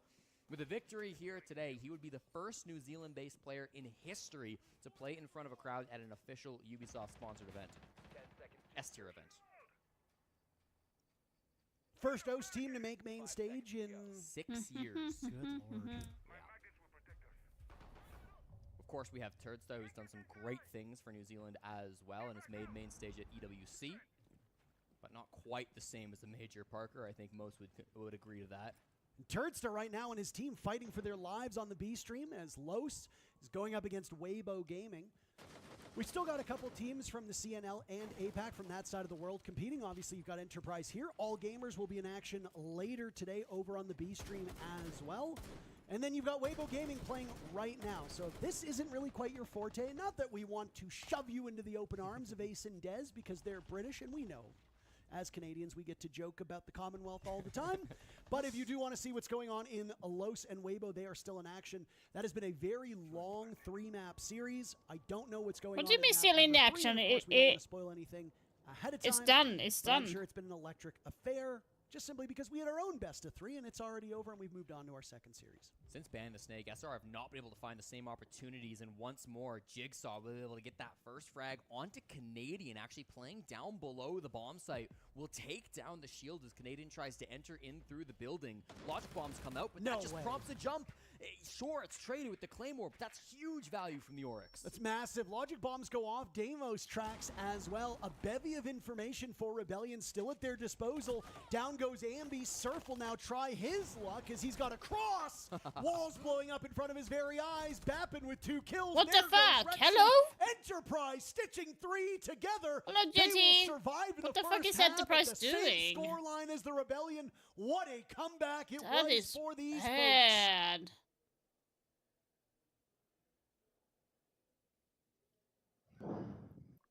Bro, That I is Claymore bad. into a window car and he jumped out anyways. He didn't give a No, fuck. no, I just wanted to. Alrighty, Actually, here we like go, a guys. We are attacking, Shopify's defending. Turn and listen. Guys, everyone look at me, Turning, please, alright? turning. Let's have a look. Okay, listen, we've got the slow start out of the way. The comms are flowing. Okay, let's just keep it up, okay? Look how much better happens when we're talking about what we want to do and we're setting these win conditions. I need some more talk, guys, okay? Let's fucking have the back and forth feedback, yeah? On mining, we need a Brava or a Twitch. They most likely going to be running the Kite and the Tub, okay? We need to care lobby run out. These guys on their defenses are super fucking aggressive at running out and peeking windows. If we're ready for that, we're getting 3 picks, okay? On reading, they love to run the Pulse, the Valkyrie. We might be able to bring an IQ for the Valk if we can afford it, okay? Pulse below. Actually, Jig, you might be able to go IQ and kill the Pulse from below because he sits in train and fucking on his scanner. For mining? Yes. Zofia He and ran, Lion. he ran through the prep wall. by the Yeah, way. he ran through the prep wall and then he ran at Bank. The second time they just cleared through with Sledge, Ram, Doke, Shield. They basically sends off like the VIP. They didn't sends off the long angle, which obviously they could, but they sensed off like the VIP drop from White. And they dropped a shield with like one guy dropping with him. They were holding the red flank like most of that round that the Dokkaebi was. For reading, they sent, like we were talking about earlier, right? They send the Gridlock red a lot of time by himself. Lion, Heaven Repel, Striker, C3 window. This is when they try to do like the early nade with the Thatcher will, so be careful of that. Grim was basically Skylight there. After, they just try to clear through and finish reading door. Second time, they had a guy sitting mining balk. Sledge and Habana drop red and walk CS. Doke was again in the basement, and Grim was just snow balk by himself, so expect a lot of Grim against these guys. Once again, for reading, they cleared through and they try to finish reading door. Monty Snake, right? Yeah. Yep. For mine. Calling for the Monty Yeah, Snake ban we to see start how things this off goes. here in the ban phase, and it was really the Snake that was so important for Shopify Rebellion to find those early gaps and those early entries on Cafe. Surf was excellent on the Snake through these first 3 rounds, and it was a very good ban to come over from Enterprise to take that off the board halfway through. It'll be important that SR can remove it earlier here in this matchup. The Mira banned out as well. I will say it's a little surprising to see SR fall off so quickly, so dramatically after just losing that one operator. Surf in particular has been so versatile so far here at the Salt Lake City Major. He's played 39 different operators, more than any other player here at the Major that's across both attack and defense, but when he needs to jump on the most powerful intel operator in Siege, he clearly has quite a strong impact, so really good to see that coming out from him. Maybe a bit of an issue, something stinky going on inside the Enterprise camp. Not exactly sure how that one's going to go, but looks like it's all cleared up. Not a long-standing problem, so we'll ban out the Snake on the side of SR, and whatever the second ban comes through from Enterprise as well should be the Azami if we're playing Standard.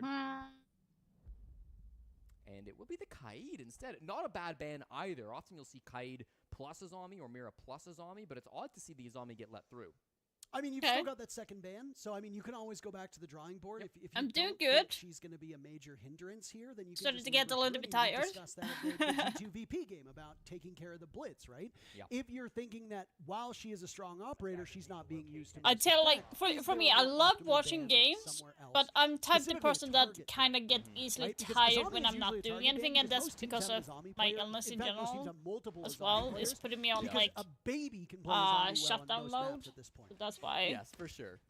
So I kind of need to Just do see, something. That's maybe why I'm after like, 3 rounds, hopefully you don't lose every like, single yeah, round to the get the problems that are created finicky by and stuff, Azami, so. but if you feel very confident about this, then you can always go back to that drawing board and take her out. Pulse on Canadian. Well, Canadian is, I would Pulse. argue, one of the best Azami players I was in about to the say world. Pulse on However, he's not Canadian. gonna rock the operator at least for round 7. That He'll works as start on well. the Rooney to get that long angle DMR.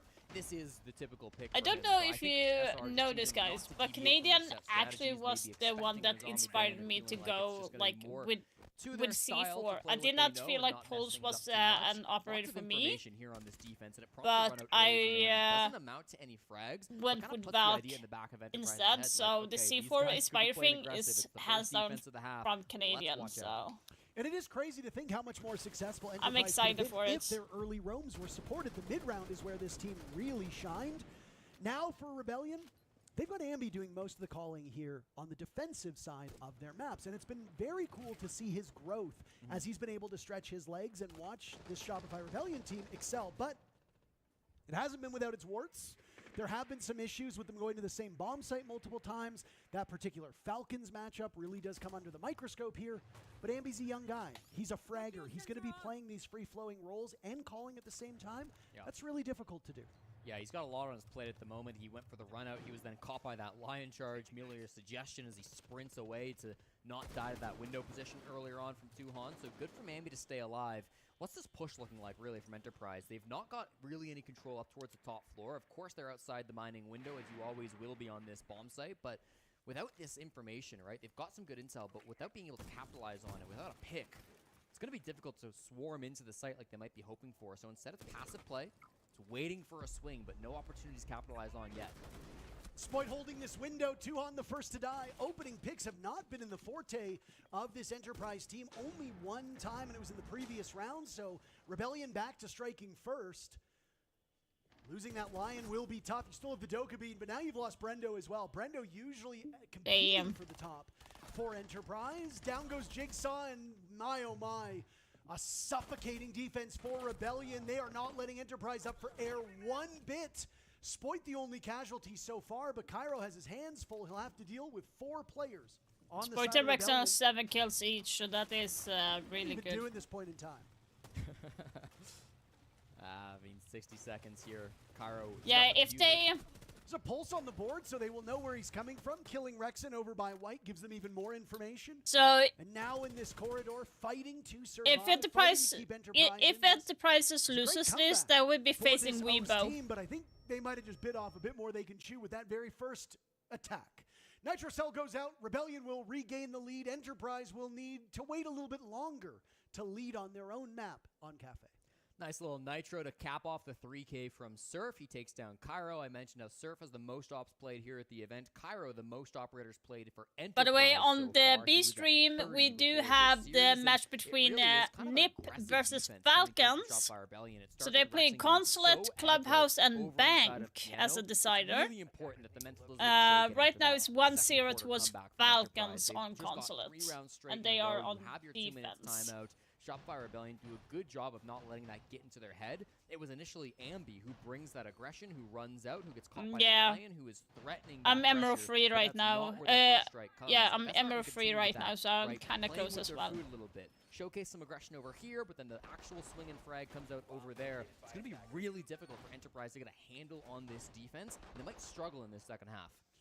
Yeah, I mean, it can be really, really tough running uphill, and I mean, Rebellion. If you look at the stats on Cafe, guys, we have Cafe overall is 55% defensive win rate. The best site to defend at the moment is going to be Mining with 82% win rate, and it has been played 11 times.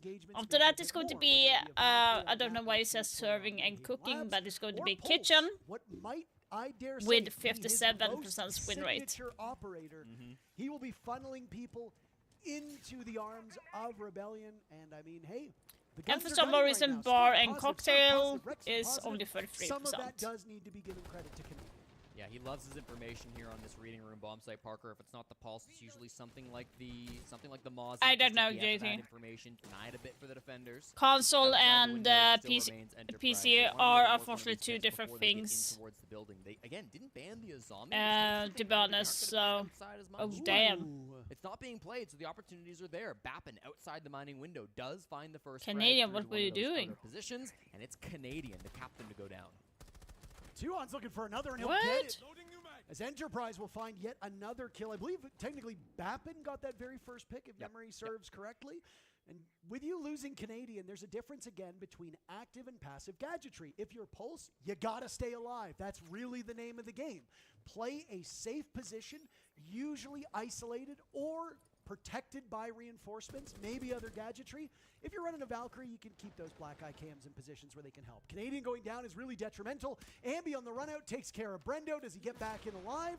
He does. So Ambi will live to see another day, and there goes Tuhon to Spoit. A round that looked like it might have been out of reach is suddenly very competitive here for both teams. It's a long angle fight from Spoit in Cocktail, but he gets traded right back out from Cairo. So this is not out of the woods just yet for SR. They've got Surf alone top floor. They don't know his position, but they're clearing these angles one at a time, and Ambi under fire down towards the bottom of White Stairs. A great nade forces Surf back.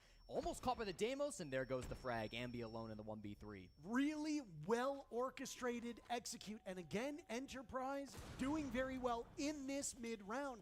The difference is they had a great start to this round as well, Jesse. It's pushed Ambi into an unwinnable position as now his cross is being held by Jigsaw. Make no mistake, Jigsaw will punish him for it. Enterprise not good. Come on their own map, but they put themselves in a position where Come on. You can't do this to me. You can't do... Shopify, Yeah, don't EP do this to simplifying, me. I think, Don't a little fuck bit up there my in round prediction number now. 8, right? They're not getting inside the building and trying to cause chaos. I would They're actually get spending a little annoyed bit more with time you out on guys. the windows, whether it's mining, whether it's piano. They've got these long angle fights that are always going to favor them. The Azami's not being run from SR. The castle's not being run from SR. Run around, right? Hold these long angles. You know they want to play aggressive, and that's exactly what they were trying to do on the side of Shopify Rebellion. It was some good aggro moves, particularly from Ambi, that kind of got them back in this game, but you'd rather be in a position where they're getting aggressive to get back into it rather than to extend that man count lead, right? So it's good passive play to come through from Enterprise. They tie us back up at 4, and they stay alive on their own pick. Really good discipline from EP. And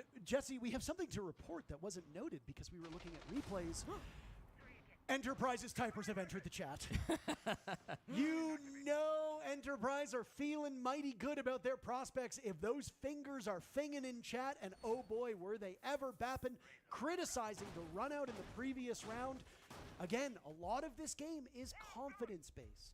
Sure. I will give some credit to Rebellion on that previous round. They knew where the last couple EP players were, but they were just at really disadvantageous fights. So even when they're losing, Rebellion still have a good idea of where Enterprise are. 1 or 2 more players on Rebellion are still alive. Maybe that intel nets a positive kill, and suddenly you're in a better spot. But that wasn't the case. Really tight mid-round from Enterprise, and they win off of it. Canadian tried to hide this clash down inside of Kitchen, but whether he was successful or not, there are you sure about that, loads of Alberto? counters brought in this lineup for Enterprise. Trust the King of Sweden. Yeah. We'll see about that. Good play up above, which can make things really awkward for the Clash. Ideally, if you're playing Clash on this site, you want like a horizontal shield push to come in from the attackers, and that is not what's being brought by Enterprise. Taking this top floor should be relatively free. There's nobody roaming on the side of SR. They could go for a late flank, but once you set up these air jabs, I think that's likely not going to be an option for Shopify Rebellion. They're probably just going to have to sit inside the site. So expect this to be a slow round. Often on this Cafe bottom floor site, you're going to see teams work through the top 2 floors, pop the hatch, and then make their way in towards the bomb site from there. They've brought just 2 can openers from Cairo, so if something crazy goes down and he dies before getting the freezer hatch, that could be a disaster. There are Valk cams, which MB is my, using my wife. Playing the IQ here, that shouldn't be a problem for EP. Relatively slow entry for Enterprise right now, and with the way that Rebellion have been working on both attack and now also on defense, you don't necessarily want to put yourself in a position where you get picked off early. Enterprise, though, have been able to scrounge out a couple victories, even though they've lost that first player. Again, crediting this mid-round for the team. If you can recover really gracefully after surrendering that first pick, that really does speak to some good cohesion and structure on the team. And I mean, you said it, last time an OS team played on main stage 6 years ago. Who was on that team, Jesse? It was Mag. And what is he now? Coaching EP. And he knows he's very prepared. We've learned an awful lot about the prep work from this team in these they were ready for that. that we've listened to. Well, they've got a great drone here. Look at this, right on the back of Ambi. Usually the Valkyrie's got info on her side, but this time it's favoring the attackers. Tuhon doesn't want to get over-eager with this. They still need to get that hatch open. Looks like it just got popped by Cairo. So that's don't you see the drone? Open to drop in for the kit. Clearing Jesus. VIP is critical. Whether you smoke this guy off or get the kill, you cannot drop this hatch safely until he's taken care of. And Ambi is under fire. Nades going off in front of him. They're throwing everything but the kitchen sink in his direction, and he's exchanged some words as well. Bullets go out. Nitro Cell will go try to buy time. Cairo getting the defuse kit down. Nope. Canadian to the rescue, and he might have another on the sledge. The old dog doesn't need to be taught new tricks. He knows this map. He knows this play. A multiplayer stack up over towards Freezer. Reflexes maybe a bit too slow for that one. Pulls him Ambi with the dig. Rexon on the board. Oh my god, you're Throws it so out inside mean, this part of the map, and there's no Darrow. time left for recovery. That was Enterprise will such need to a wait yet punch again to for this lead. They have tied Canadian. the trail Jesus as Christ. Rebellion continue to win these scrappy affairs. They say a shield is Canadian's best friend, but he just abandoned it in that round, Parker. Left the class shield down towards the bottom of red, said, I'm going to bring out this SMG and stop the plant all by myself. It was brilliantly played by Enterprise to get past Ambi on that Valkyrie. They had the drone perfectly. They smoked him out. The C4 didn't land. I mean, everything to the VIP player was perfectly executed. The only problem is there was another guy in the site, and that was Troy. Really big moves from Canadian to recognize what that push was trying to do. Understand that he wasn't going to accomplish much on the Clash. Usually the Clash is finding a lot of value, maybe if there's a bakery push, because you can play those horizontal angles to stop you from coming in. But as long as you're just focused on the horizontal, you just can't do a lot when Enterprise go for that top-down take. So what does he do? He leaves the shield bottom brown. He says, I don't need it, and he stops that plant from going down. If he can't make that play, the plant goes down 5v5. I think Enterprise win that round, but the captain of Stop Fire Rebellion really stands tall in round number 9. Cafe is they will. They will, definitely. You probably hate me saying this, but I am good friends with Troy. But I am happy to call a spade a spade. He is very critical of my casting. He had some choice words for some things I've said about Shopify Rebellion in the past. That's just the way it goes. But I did talk about Troy after that fateful kickoff game where I think he got 0 kills when Ambi had that life game. Right. And Troy literally did come over to my house for dinner a couple days later, and I said, what happened there? And he just said very flatly, he's like, I really shouldn't be getting kills on Cafe. Ambi should be getting those kills, and Surf should be getting those kills. It's abundantly clear that Spoit has picked up some of those spots as well, but to his credit, Canadian now has 4 frags, and I do hope the naysayers are maybe saying nay a little bit less, because it's undeniable. The way that here's the thing, like when you have certain people not getting enough kills, it's mostly because they're focusing on the support and directing the members of the team on where they should be pushing, where like kind of like a secondary coach, if you will, that is in the mid game. Sorry for that one. I had to. You had to. I appreciate it. You set me up so well. A Rooney banned out by Enterprise. This was Spoit's operator last time they came around to mining and dining. He swaps over to the castle. Again, not choosing to play his most common operator of Azami in this position.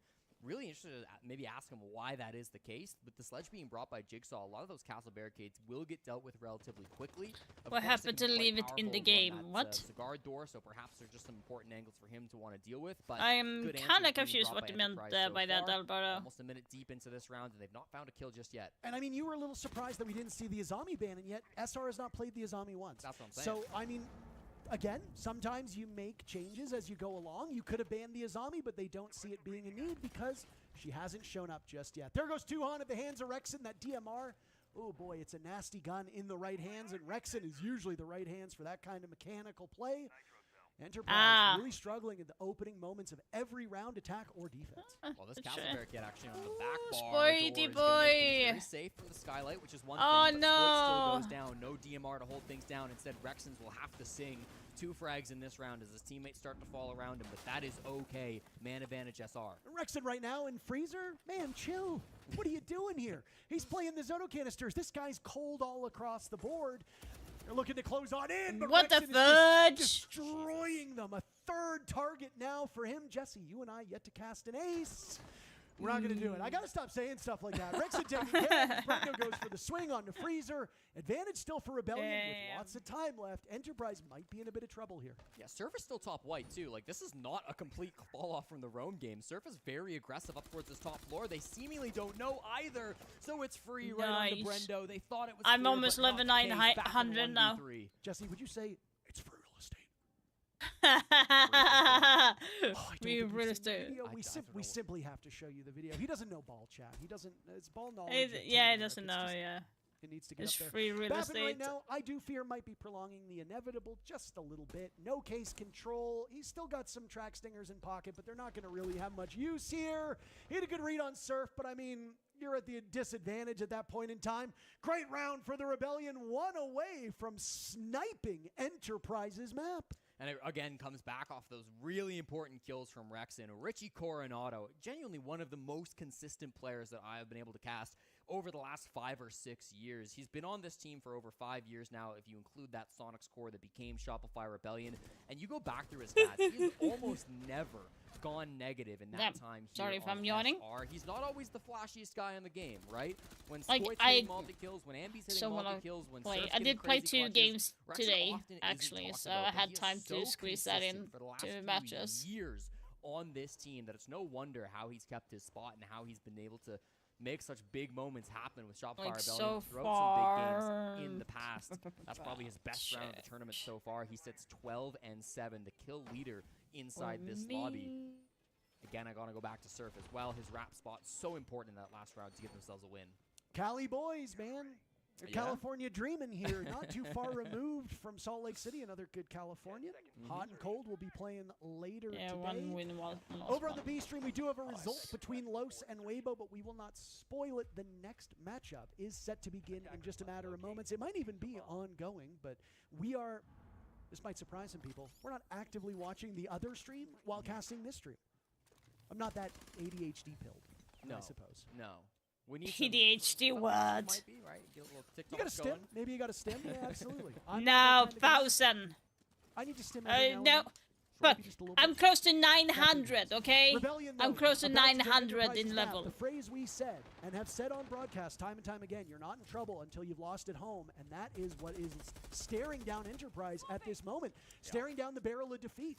And then Rebellion get to go over to that Nighthaven Labs and will be in really good shape to close this out in a 2-0. I will remind people, this is a qualification match, so loser does get to play again.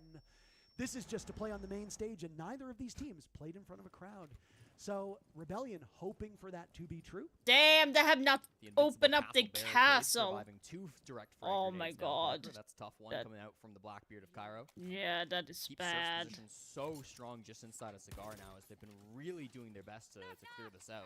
I do have a friend, Toxic. He's like on Even if Surf 1100 dies in or Cigar, something. He's wasted so much good time that I honestly think it's okay. You'd want Spoit to get a trade if that does happen, but they're so confident playing their spots, they don't have to move. The onus is on Enterprise to force these players out. Out go the Bees to try and isolate this play at top light. Halfway through the round, Rexon eliminating Damn. Tuhon. Enterprise have only been able to strike first twice so far in this entire series. The mid-round has been their forte, and they might not have enough bodies to get there at this point in time, Jesse. Rebellion have taken out another as now Jigsaw is gone.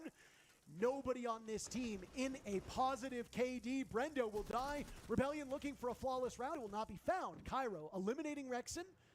And now a fall off from the Rebellion. They've done so much damage here, and they are in excellent position to close out Enterprise's map. All the pressure on Bappin and Cairo. They must win this 2v4 clutch, but it's so tough. They got time to work with. That's one thing. Again? The Diffuser is kind of far away. It's outside the I building, get just 3 outside nades. White What the Stairs fuck as is well. this They Castle really have to Barricade? go for a plant here, Parker. They have to go in and find all 4 frags. That nade went Oh off to my try and take care God. of the castle barricade. It did not work. Those nades giveth and they taketh away. Jesse, you need to bring some other type of direct destruction. Maybe on map number 2, because that's where we're heading. Enterprise, just as Bappin left, Ambi says, good night. see you Shopify got the later. first Top map, players and ours. that is SR taking Enterprise's map with an Enterprise's incredible map. performance. 7 for the scoreline.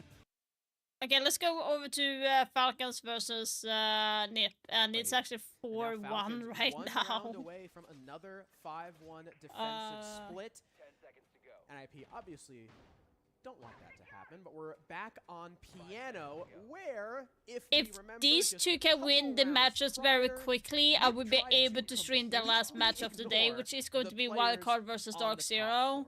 So, like, guys, can you please win the matches quickly, Falcons? Shopify, please. Still, they'll have to worry about the Solus. Falcons are also now bringing the Valkyrie, so they've got more information in and around the bomb site, or maybe to assist this top floor extension. Holy moly.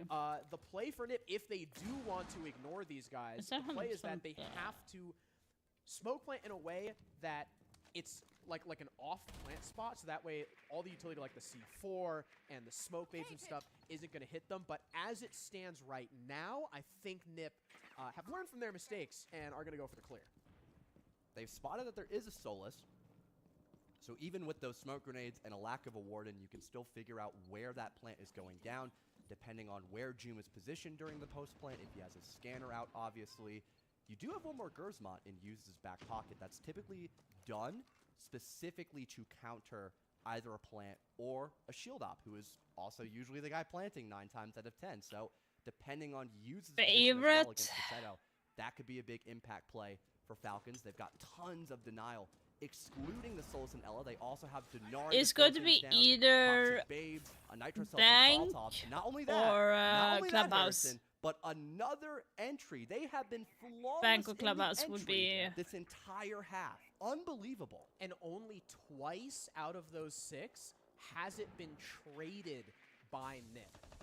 So not only are Falcons getting all of these entry kills, but more often than not, there's no response, at least no immediate response from Nip. They've done this a couple times where they'll lose the entry pick and then 30, 40 seconds later they equalize. Liquifact does go down, but all of his utility is already on the map as the Denari. It's all spread around Admin and Spiral, which, yes, Nip aren't pushing that side, but it also, as the we're still down to 50% HP as well, so that the entire push is going to be coming from yellow side. We don't have to worry about Admin as the shield has made his way into the bomb. So you can see the silhouette of Monty in the middle of A, trying to get into the default, or sorry, this isn't the bomb site, it's upstairs. Wait, this drone? Clearing out console office and seeing that there's no one playing upstairs above the bomb site. Solotov, I think you're right. I think it passed him. They didn't check behind the desk. They're watching him. Might have heard him on an audio cue.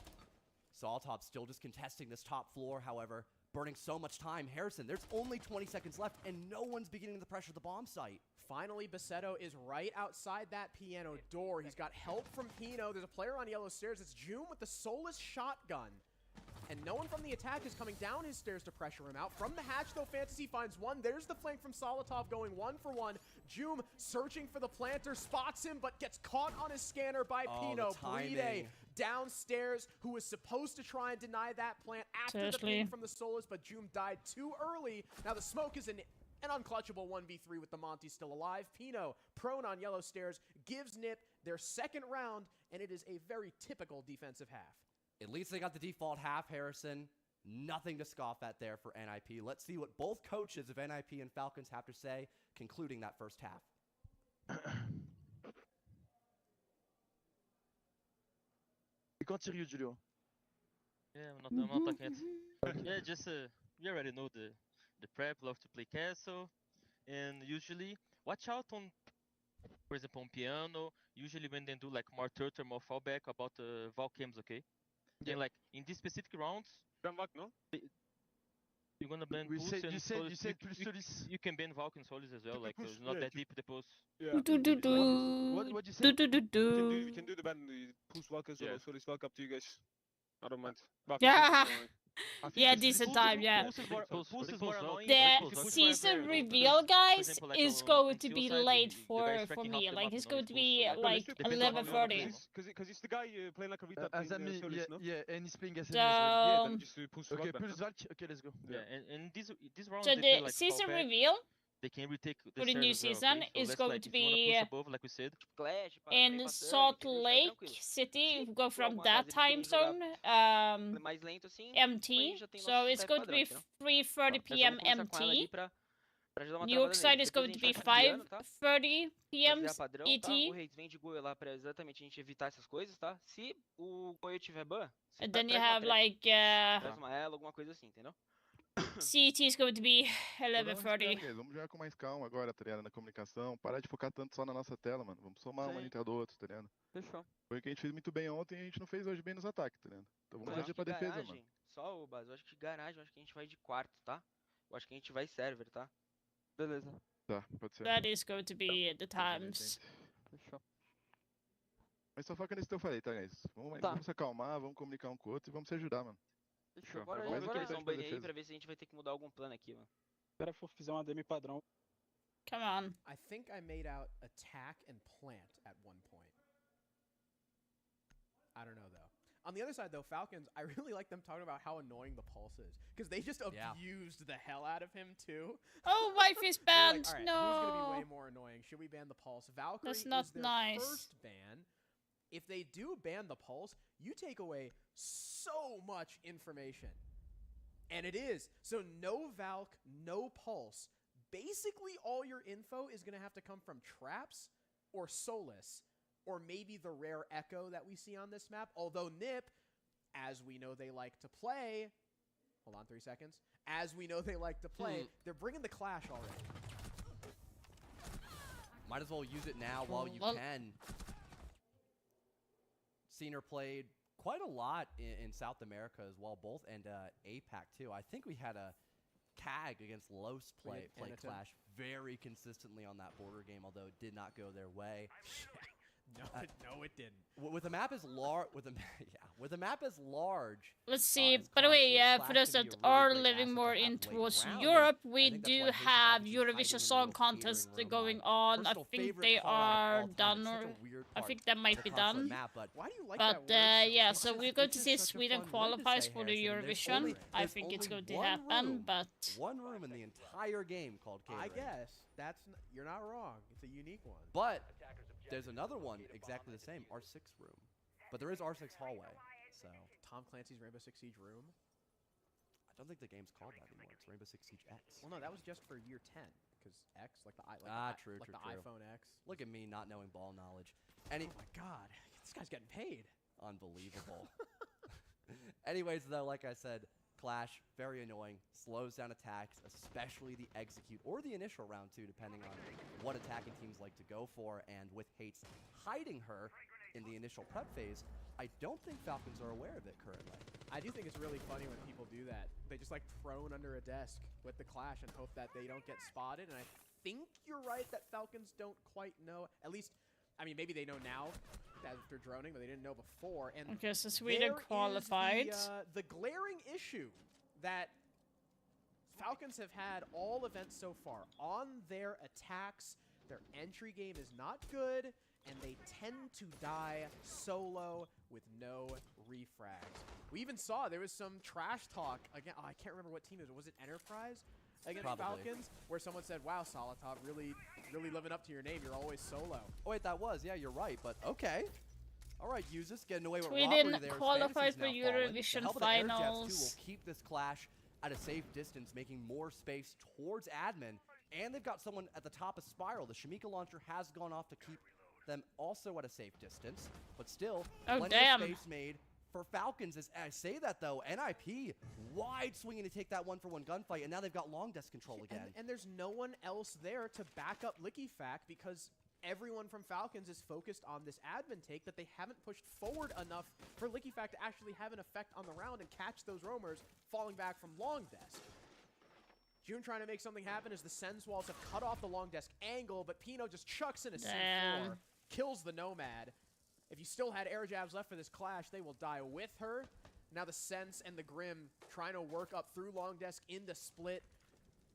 Maybe sneak a pick somewhere because Nipper up 4 versus 2 now. Basetto just sending in his Shamika launcher constantly to deny Brid entry into the bomb site and into that default plant spot to basically make Jume's position completely useless. Bride does make his way in. Basetto just now switches to the launcher and the bounce misses. Bride's gonna get this plant down as Jume finds a pick. And just like that, Falcons are right back in this. Jume is going crazy. Bassetto's now the last man standing left to wonder what the hell just happened to the rest of his team.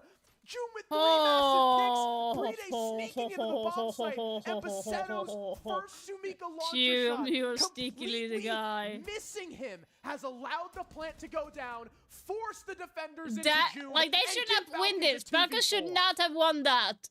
What the fuck? And that's why they called him the best player on Team Secret. Harrison, immaculate clutch from Joom to keep Falcons in the driver's seat and to somehow recover round number 7. I just can't believe it, Harrison. Especially retaking Long Death there, completely catching NIP by surprise. Once they won that gunfight against Leaky Fac, I imagined for the rest of the round they thought that Falcons weren't even going to push from there, but Joom somehow sneaking past and getting that triple kill completely opened up the round for Falcons. And I think either they just tanked the damage from the Shamika launcher, or most of the initial fire didn't hit the planter. Yeah, so he didn't switch to it until Bride was already a couple How seconds. are you for that clutch? And then Bride just tanked it. Yeah, I didn't fully catch it at first, but great commitment there from Falcons. You know, you've made enough space in that round. They aren't fully aware you've gone for the plant just yet, despite there being a Clash and Tachanka So on the as board. soon as this match is over, we are switching over to Shopify Rebellion versus Enterprise. The match has already started. I love the gall there from Falcons, and especially But June after that we plant can draw gone give down, like racking a up kills. Already 12 couple of for rounds himself here. in round number 8. This has been a great performance on the first half for Falcons, and at least that round, a big clutch too for them. Falcons showing that even though they have had their struggles on the attack this event, even though they've been getting picked apart sometimes on these entries, you still cannot count out the clutch factor of this team, especially when you've got guys like Joom and especially Bride alive. NIP now hurting from that last round. Instead of going basement, decide Piano is going to be the next site for them. Obviously, there is a top floor hold, but one of those players upstairs killed by Licky Fac, and he has an early entry in through admin. Fantasy off the board. Come on. Utility, again, already gone. I say gone. Already placed, but still, it's a crucial top floor player. And now Hates and Wizard and Pino have slightly less they won the support first from this side of match, the map. The Chingwing. Falcons can start to First mount match. their own clear. Already setting some cutoff angles. Solotov watching from Big Skylight, or Big Spiral from Skylight, I should say. There is some utility to prolong doing him good, trying to get Chingwing. through, though, especially that Vulcan pack. More info gathered off the death mark. This could be another one for Joom this time, and he'll win it, no questions I'm asked. just sitting here, don't Now mind me. two-player advantage and still tons of utility just to dedicate to the upstairs. Don't clear, mind me, Harrison, I'm and just no one from sitting NIP has here, budged. At doing this nothing. point, they might need to start working for one-for-one picks, but if Falcons, again, just keep that synergy they had on the defense going into round number 8, this should be a very simple trade game, ideally. Not only Imagine have if the I top did player this during a not Pro budged, League match. But someone from site actually rotated up, and that gives Falcons the room to just plant. Bride gets it down. Usus ends up dying. Licky Fac's low HP, but still Falcons are in control of the round, and they even have someone still upstairs watching for the rotation. Solotov picks off Wizard. The angle from bench through the footholds catches Pino as he attempts to drop the hatch, and Hates finds himself alone. An unwise rotation from the one site player from NIP looking to bolster the top floor clear. Lol. Falcons read into it and respond perfectly. Yeah, that didn't even occur to me, Harrison, that they were just going to spot a gap in sight because the last 3 defenders are upstairs. So, like, you know what? Okay. Why don't we just go for a plant? What's the worst that could happen?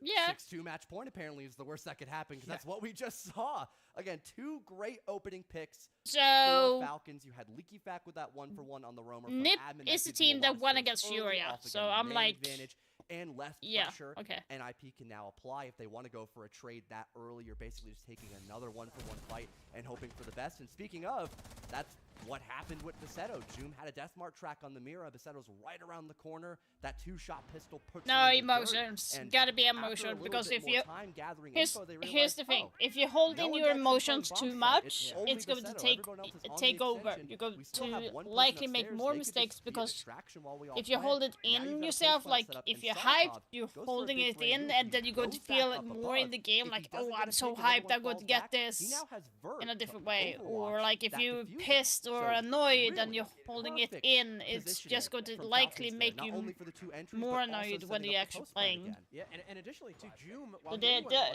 that's one of the reasons why it's like a very heavy mental game in Siege as well, especially when it comes to playing this long, because on average, if you think about like they're playing best of 3, that would be around 3 hours worth of match.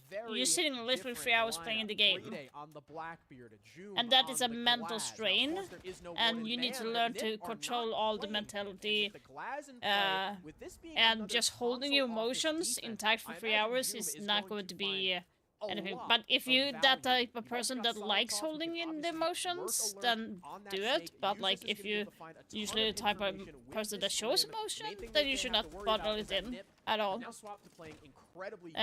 Of course, when it comes to the negative side, you should not like blame your teammate or anything like that. So the lack of Warden played by NIP these past couple rounds, like, you know what? Why don't we just put the guy 13 and 5 on a 2-shot DMR? Like, what? What's the worst that could happen? He gets only 2 kills? Oh, horrible. Only drops 15 map 1? Man, that's... What you gotta get those numbers up, Joom. What if we make it so that the current raid boss can shoot at them and they can't see him? Like, this guy sounds like the guy in Spider-Man so bad. Like, I get, like... on the Blackbeard. He sounds like Spider-Man's best friend. Is so annoying.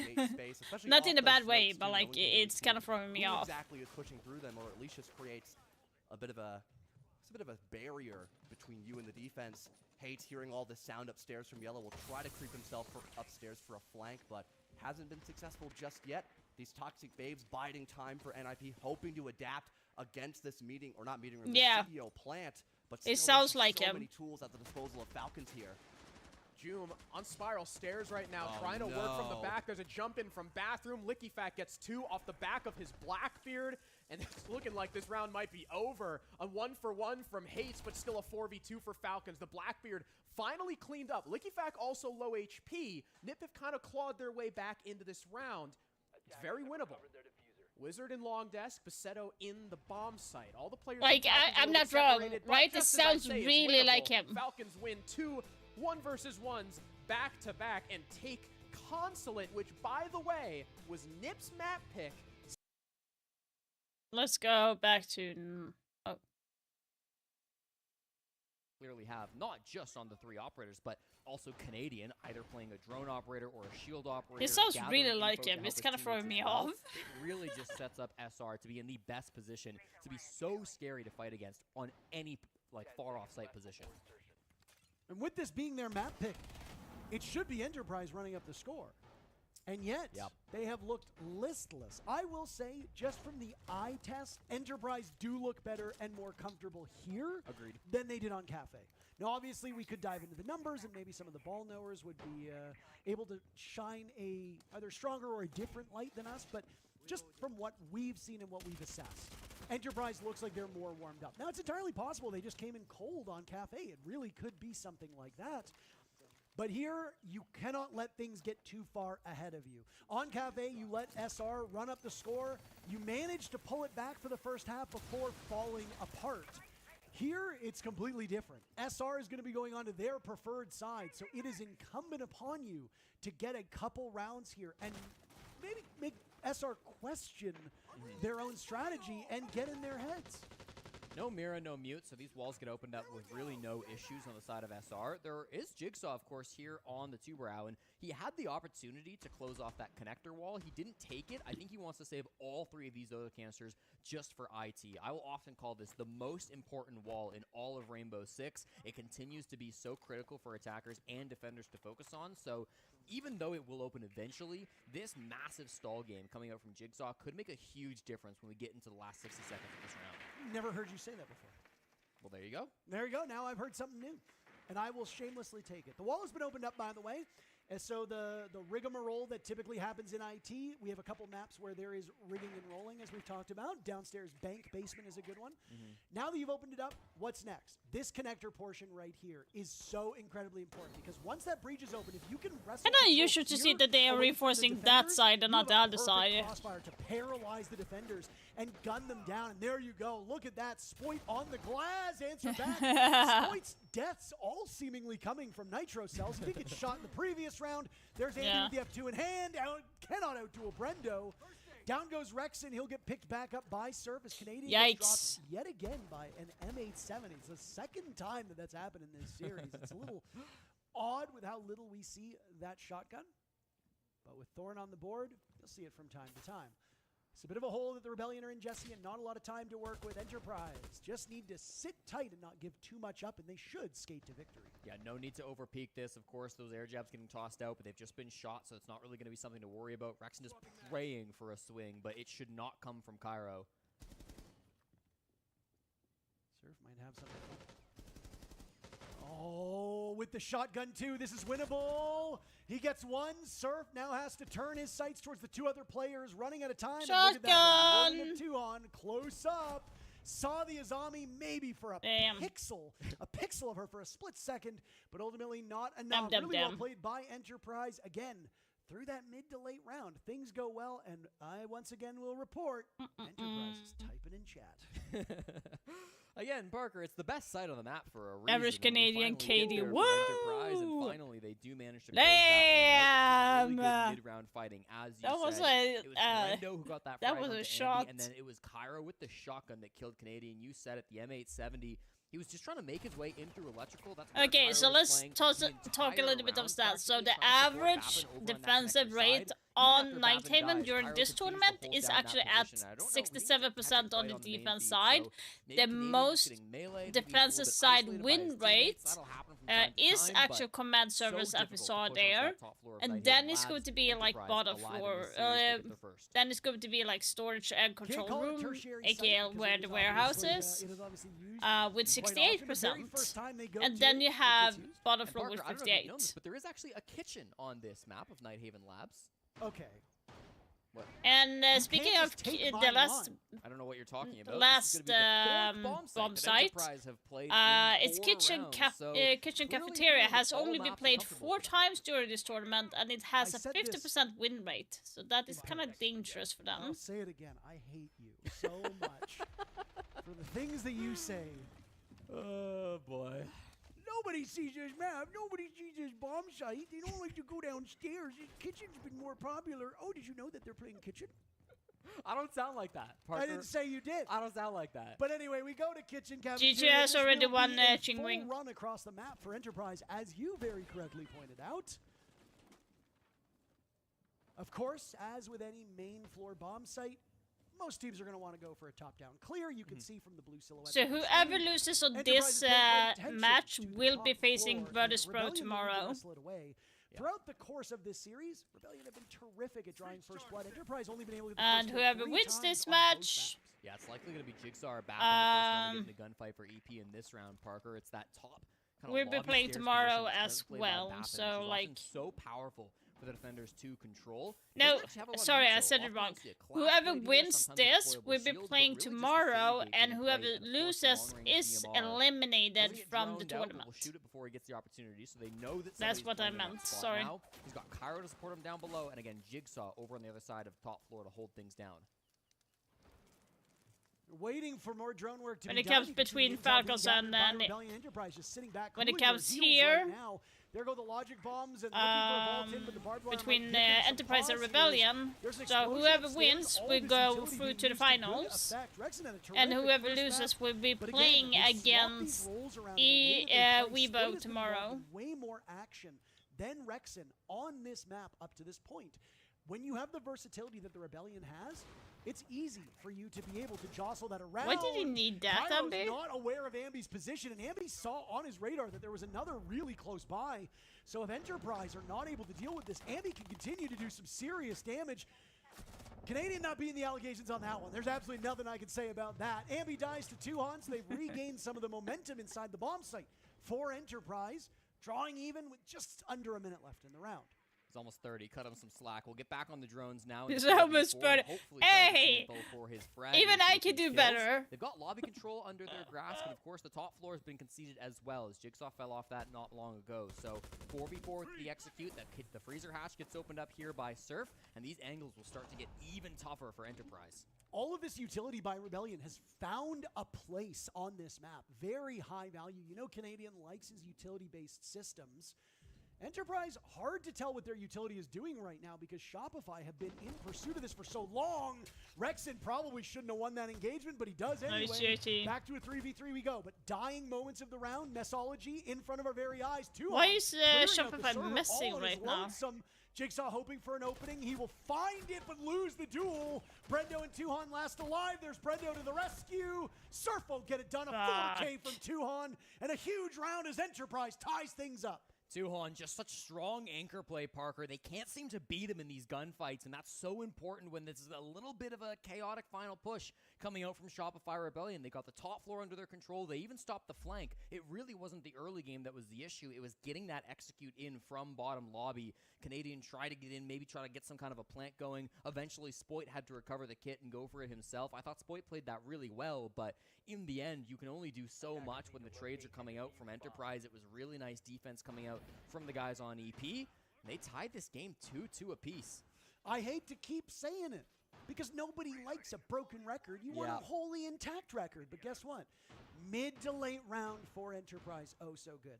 And it's hard for people to gauge, is this because maybe Rebellion fall apart in the mid round?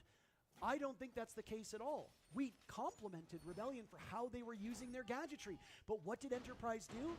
All of that ceiling above their heads taken out by the Ram boogie drones. Guess what? They reposition and they hold new angles. Enterprise respond to that. They'd set up Valk cams into positions where Rebellion only found them towards the end. Yeah, sure, Surf found one early on, but some of the intel really important for the mid-round. Enterprise's big struggle is matching up against the fragging power in the first bit of action. If they can get past that, and again, of all of the rounds completed, Jesse, only 3 first bloods for Enterprise. If they can get past that, who knows what would have happened on map 1, and who knows what will be happening here on map 2. And again, I'll say it again, Parker. The reason why this early game is so tough for EP is all of the information that Shopify Rebellion have. Even that moment, right? Like, Tuhon was inside of Cafeteria. He was caught on that scan from Snake. If Canadian doesn't whiff those shots, then he dies, and that's probably another SR round. So it really has been difficulties countering these information operators. Ambi, Spoit, and Surf on the Snake, Deimos, Dokkaebi is such a devastating combination, and they will get to come through once again. It is a bit of a roam game, frankly, down here on the bottom floor at bomb site. Everybody on this mid floor, with the exception of Cairo. Topless clear. Ambi can confirm that with his scanner, but there's players on cargo stairs, there's players vending stairs, there's going to be a player in storage. There are so many other angles you've got to worry about. Bappin, here's the final in Cafeteria. If these players are isolated on the defense, it should be free pickings for SR on these intel ops. Cafeteria, do you know there's a kitchen on this map? Really? Yeah, there is. It's quite nice. It's quite nice. Lots of good utility there. Just as Ambi doesn't really need his utility, he will once again rock that Solid Snake, holding Diffuse Kit, finds a way in. A refrain as old as time. Enterprise suffering through that first pick, but here's Tuhon to the rescue. Brendo, Bappin, all of these guys so good at belated trades to keep these numbers close. And frankly, Ambi has been the difference maker, walking in, getting the kill, but then immediately gets shut down. That gives Enterprise an opening as Tuhon is on a heater, finding his second on Rexon. He'll lose some of the protection, finished off by Surf. Rebellion trying to keep as close as possible to Enterprise here, and still lots of tools to be used. Logic bombs all gone. Last death mark to go out. Rebellion are about to be flying blind in this final minute. Yeah, but still the roamers have fallen off, so it's not the end of the world, Parker. Even if they don't have full information, this top floor is going to be clear. Tuhon has kept Enterprise alive in this game. They're feeling confident with their current position. Now you can start to work the vert a little bit. You lost Ambi and Rexon. There's really not a lot of soft breach there, so you didn't just bring a lot of soft breach in general. SR are going to have a bit of trouble working with these vert positions, but they've still got a little bit of time on their hands. 35 seconds. They're pressuring in towards EXO. This has to be where the plant comes down. They've got to be sharp to find these players out. There go the smokes to isolate. Bappin trying to take advantage of that. He's caught in between both of them, and this could be quite the surprise for Rebellion. Canadian with Diffuse Kit still searching for his first kill, and you got to worry about a Nitro cell being tossed out. A lot of teams do, but guess what? We know there's no Nitro left. So they're predicting this as it will be a double swing. Nice coverage by Spoit. He's only good enough for one kill. Now it's Canadian to try to find his first frag with Surf with him. Not too far removed. Canadian can't hit Bappin, so now it's all up to Surf. He sees them by the Diffuse Kit. Surf playing very patiently here, and he does not need to overcommit to this. That is the goal, Jesse. Out goes a flash. Gas canister will go to Obscure as well. Through the floor, a nice pick. No! Oh! Enterprise will find their first lead of Holy! this series. Massive frag, immediate response straight onto Surf Shit, Parker. It felt that like was they so had that round in lucky. the palm of their hands, but Bappin, You play better when what you a watch my shot, streams. 6 to the saber, and then Damn. gives himself a well played right after in the chat. That is how it's done from the young entry fragger. That on was Enterprise. so lucky. Beautiful stuff coming down in the late round. And again, that's kind of how you have to play when you're up against that triple intel operator lineup coming through from SR. They still went for the roam. They still tried to commit to those early fights, but they just had the frag back. They kept things even. And then once you got to that execute, you said it, Parker. The intel had run out. The utility really wasn't there from SR. They had a couple of smokes, which allowed them to go for that plant. I actually think Cairo could have denied the plant. He had 2 Toxic Babes playing inside a site. There was a world where that doesn't even go down. But one way or another, they get the defuse kit on the ground, and frankly, in that position, you gotta favor Surf. I don't think he did anything wrong. He played that as perfect as he could, but sometimes young gunners, they hit shots that you just can't even imagine. We talk about it with Ambi, we talk about it with Spoit, but don't count out Bappin, the young Australian who has been making a name for himself over the last couple of years. Hits a brilliant one on that round. Yeah, it's been an incredible run here for Bappin and Tuhon. They're not usually the guys that are towards the top of the scoreboard, but they are making their presence felt. And while, again, they might not be your flashy fraggers, they are making up for Jigsaw and Brendo simply getting outmaneuvered by Come the on, Rebellion. Rebel, you need to end it on the Jigsaw and Brendo are 50-50 great now. players, and they consistently rise to the occasion, but there is a time where your best gunners are simply not as good as your opponent's best gunners. So in that collision course, do you take Ambi over Jigsaw? So far, you'd be crazy not to. Yep. That leaves it all on the support and those auxiliary players, and Tuhon and Bappin have been terrors. That Rebellion on Cafe and now here on Nighthaven Labs, a lot of times just don't have an answer for. Tuhon entered this game as the only player for Enterprise without a positive KD. Every other player was positive. Tuhon enters this matchup 41 and 44, so -3 coming into this game. He will far surpass that, of course, in this game, make up for it and go positive, but... To your number, he is +1 right now. Okay, so he's not made up for it. He's not quite, but Cafe was really bad from a kills department for these guys. Course. So at the present time, across both maps, Tuhon is 14 and 13, but that's the best on Enterprise. Now, again, a lot of that really falls on how detrimental Cafe was. Enterprise have almost matched their kill or their round total, and we've still got half the game to go. So again, passes the eye test, and the numbers back it up. Enterprise are getting more comfortable and settling in more.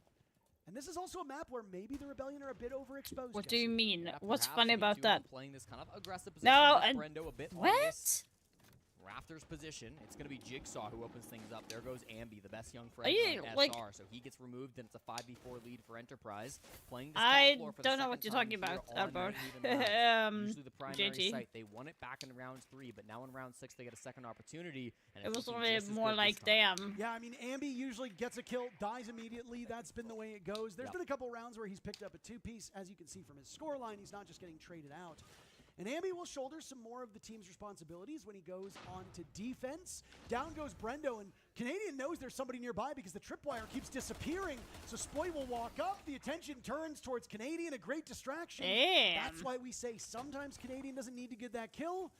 We'll ignore some of the whiffs earlier in the first half, but Canadian, a huge part of why that worked. Now he'll get Diffuse Kid down with Spoit watching over him. It's a 3v3 with Canadian immobilized for the time being, but will very quickly become a 4v3. No, Now 4v3. with that shield in hand. Down You goes mean- Surf to Cairo. Damage being done to Jigsaw. An all-out brawl inside the site as they march their way towards the Monty. Spoit out-dueled. Canadian finally on the board, and Jigsaw will ascend fish stairs. Freeze them out of a possible retreat. Surf not able to be recovered yet, but Rexon will get him right back up, and now it's a 3v1. But the mountain will be staring you down, and I mean, unless Jigsaw can move mountains, this one's going to SR. Not exactly the result they wanted. A 3-3 first half for SR on their own map, but they will take that. Enterprise Love, unable to amass what a I said up lead my on the favorable side of It was Labs. not that I didn't believe you, JT. It was because it was kind of funny that you you were watching my stream guys. at the same time Let's when you're just playing. reset, okay? All we're Because doing now is normally setting I a can't second, do that because okay? it I get so What are we banning, unfocused. Andres? It's true. They are Okay, Bennett, attacking. guys, they're Yep. gonna be spamming the Clash. The Clash is gonna be Okay. super aggressive on IT.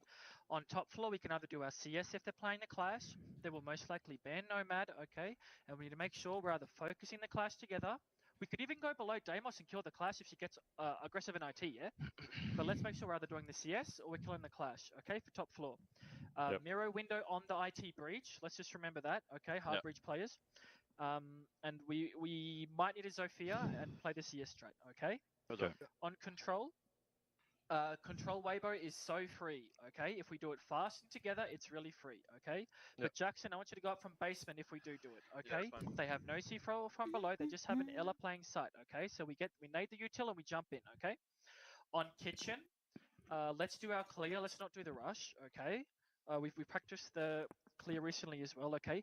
Docker Biz. They were trying to send a blitz in through the garage Damn. wall into storage. With Dokkaebi like lurking the mud side, basically holding rafter, and Thermite waiting on the Like window the to sound jump. is Sophia was just holding way the IT breach. loud now. They were not able to get in the garage wall, so they Holy. rotated off, and they just basically tried to flip it to top, and they ended up bringing the bomb like cargo side with the Dokkaebi walking fish for that. The second time, then for basement, okay? The first basement, they sent a blitz to clear above. Doke was cargo window. Snake was 90. Buck went through fish like garage side and Thermite con. Basically, they just tried to clear. The second attack, they just tried to straight up wall rush where they had Glass, Thatcher, and Blitz. And It's Ying went very to storage loud, window to like Ying the vert, holy. and then the Habana went like mud. Go When ahead. they did the con over.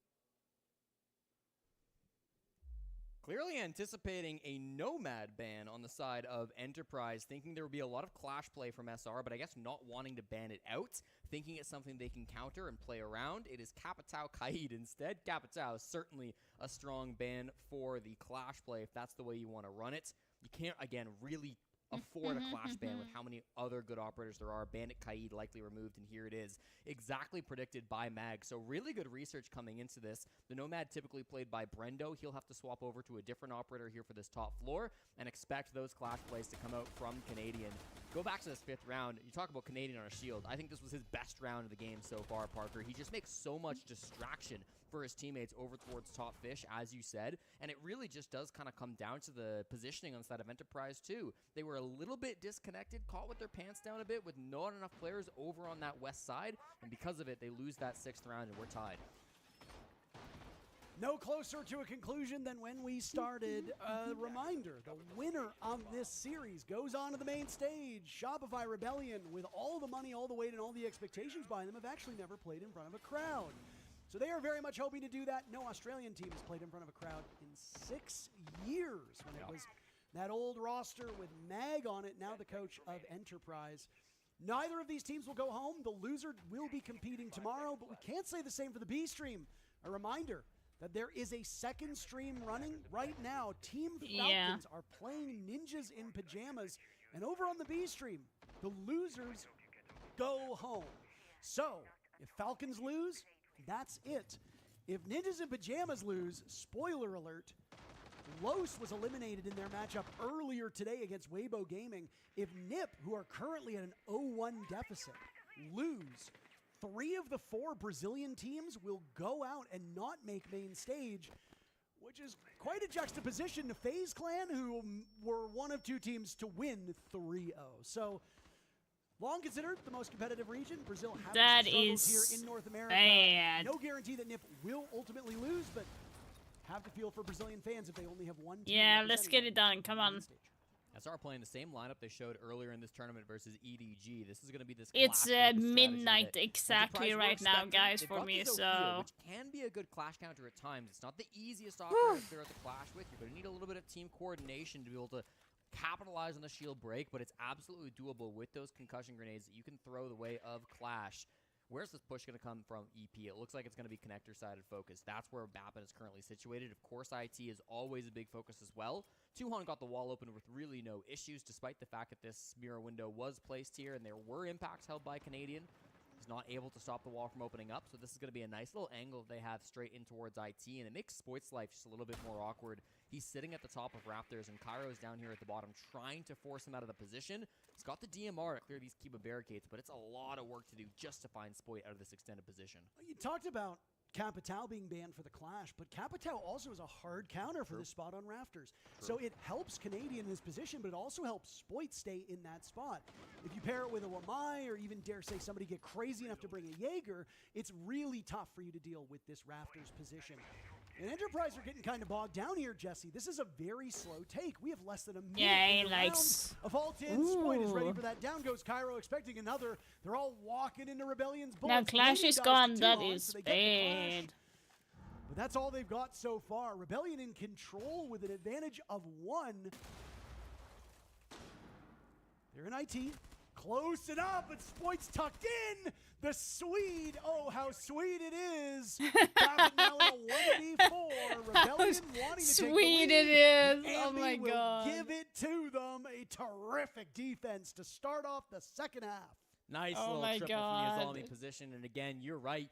Having a Nomad, having a Capitao would have been great to clear that out. But instead, what did they do? They just tried to jump in the window part. I just love how he comments on like a Swede's I stuff. don't hate the attempt there, but it needed to be a little bit better, a little bit more coordinated. There had to be somebody else also pressuring at the same time, whether walking in that top Rafters door, whether it was pressuring in from IT. It was just a bit solo on the side of Enterprise, and they weren't able to clear out those power positions. It is top floor of Nighthaven Labs. You're not expecting to win that side as an attacking team. It's one to forget, but huge credit over towards Spoit. Hits double digits in this game and continues to lead the Salt Lake City Major in overall frags for the event. And yet, Jesse. And yet. Rexen. You see, the king of Sweden will not let your protection down. In the series. We haven't really been saying his name that much, have we? No. Spoit, obviously a highlight reel player. Tucked into the corner, that little rat spot goes undroned, but I mean, at that point in time, you don't have enough drones, you don't have enough time. He's going to make you pay. Rexen right now sitting at a very pretty 19 kills, and I will issue a correction. Now that the kills have finally come in, Spoit has leapt over him, and now has 20 kills. Yeah. So 10 kills on both maps. Spoit with the highest EPS. Everybody on the Rebellion above Enterprise except for Canadian, which again is pretty much the case. So your fraggers are fragging. What more can you want? Spoit, the first player in Salt Lake City to break 100 kills as well, did it earlier in this map when he hit his second frag of Nighthaven Labs. He sits at 108 now total throughout the tournament. You mentioned it, he's played a lot of rounds, but even still, compared to his teammates, he's far and away the highest fragger on SR. So you have to give credit where it's due. Spoit has been fantastic this tournament. He's really been finding his old form again, and it's a big reason why Shopify Rebellion are just 3 rounds away from the main stage. Hard to say if he did it himself or, again, it's because of these role changes and putting him on more forward roles. But It's I mean, because of the role this is change. among the best SR has looked in a long time. And crazy that suddenly Spoit, able to do more than just sit and be a training dummy, is actually helping this team. So a good call either But for Spoit I've said it or so for many rest of the times, the team, reason whether why it be Canadian Spoit or the coaching staff was on so the Rebellion bad to make this call, but they look like a far was due to more the fact of well-rounded squad with him in this position, and obviously they're 3 rounds away from their first Was berth due on a because of the stage role in front of a change. crowd. Obviously things working out with that change. Pressure in towards Cairo. He's trying to find space on this top floor. The bullets whiz both ways, and here comes the clash. Canadian makes the rotate, and now it's just devastating to play on this Blackbeard position. Hold on, but they've got one more. Brendo, a mighty distraction. Say goodbye to Spoit. Rexen credited with the kill, and there's the swing. They're all playing together, arm in arm in arm. Rebellion, just too many to overcome. Down goes Ambient. There's another on Fish Stairs. Case is there. Bappin is in desperate need of help as he's got the shotgun and the clash. What Bappin, the of course, fuck? kills Canadian because why not?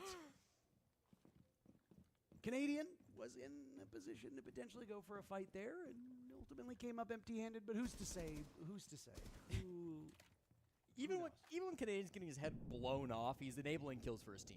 Yeah, I mean, there were 2 kills that just happened there because of him. I think Canadian would easily trade himself out for his teammates to thrive. Start with the kill and another round for Rebellion as they are demolishing Enterprise in this best of 3, looking more like a best of 2.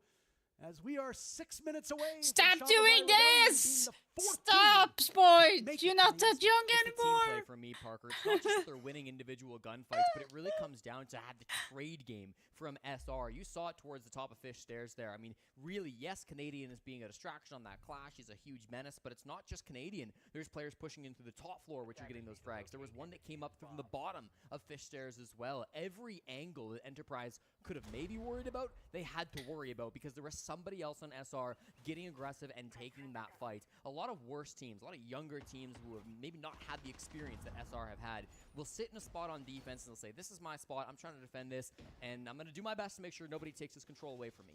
That's fine. You know, that's not bad. But the way SR have been playing on these defenses is it's really reactive to where Enterprise want to push. They initially had a lot of bodies over towards Rafters, over towards IT, over towards Electrical, but once they realized the pressure was coming Fish side, everybody sprinted in that direction, and they said, we've got to work with our captain Canadian, we've got to be able to collectively go for these frags and fight as a team, so that even when we lose a couple fights, even when one of our guys like Canadian gets fried on the first angle, Rexon or anyone else is there to back them up and to get that kill in response. Spoit, another good example, got kind of fried early in that round, but it didn't matter because Spoit is playing with his teammates and other players were able to get the refrag.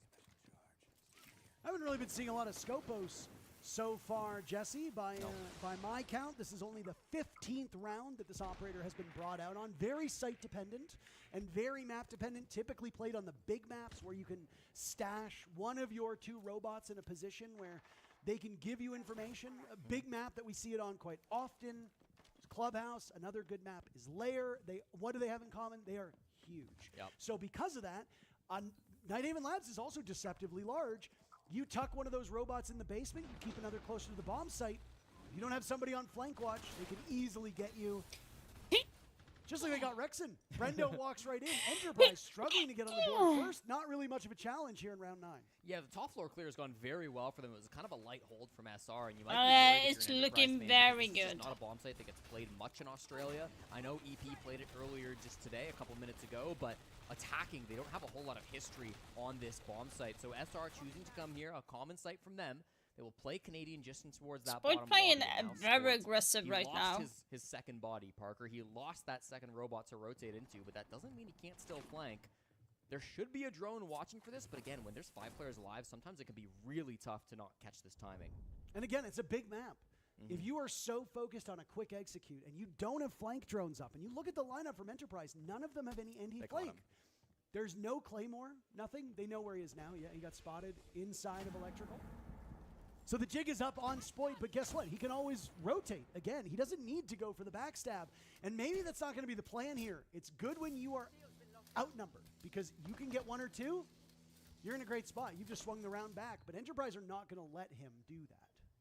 Canadian somewhat by himself. Of course, got players inside the site. They've got head holes here as well to try to play off this clash shield. And Canadian just trusting the shield to watch his own back. He's staring front and center towards where these players might be jumping in. Here comes Cairo in the main lobby on a hard ping. And Canadian just sitting ready for the swing.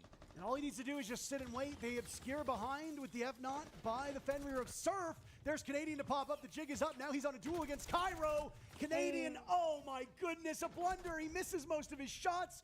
But he's far from the only problem.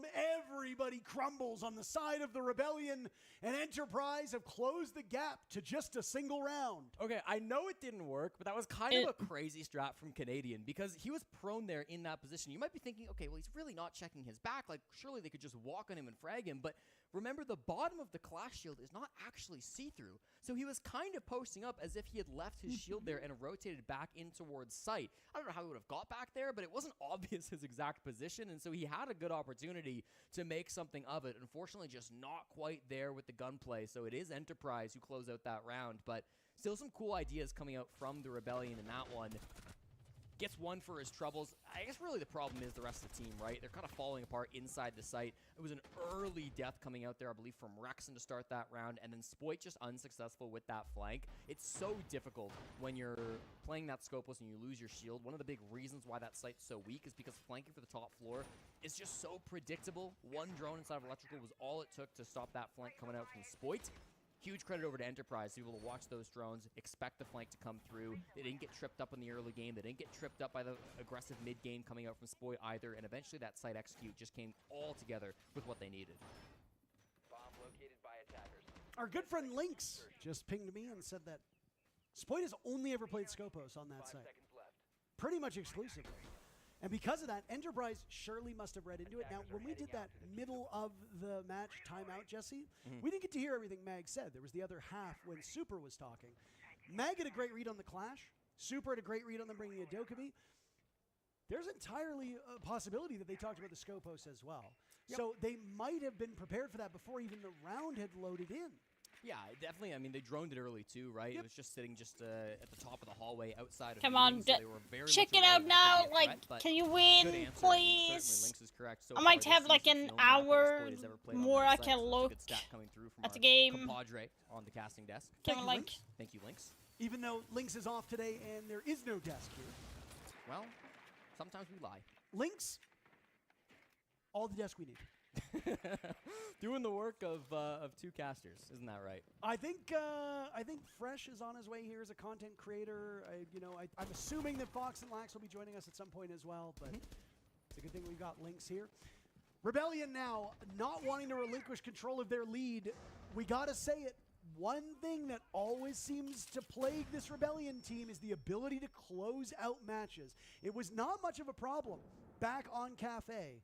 Come But I on! do worry a little bit that we might end up with a third map, even with this scoreline being what it is. I'm not worried until they lose this round, Parker. They lose a tertiary site. It's Nighthaven Labs. You lost Kitchen. Fine.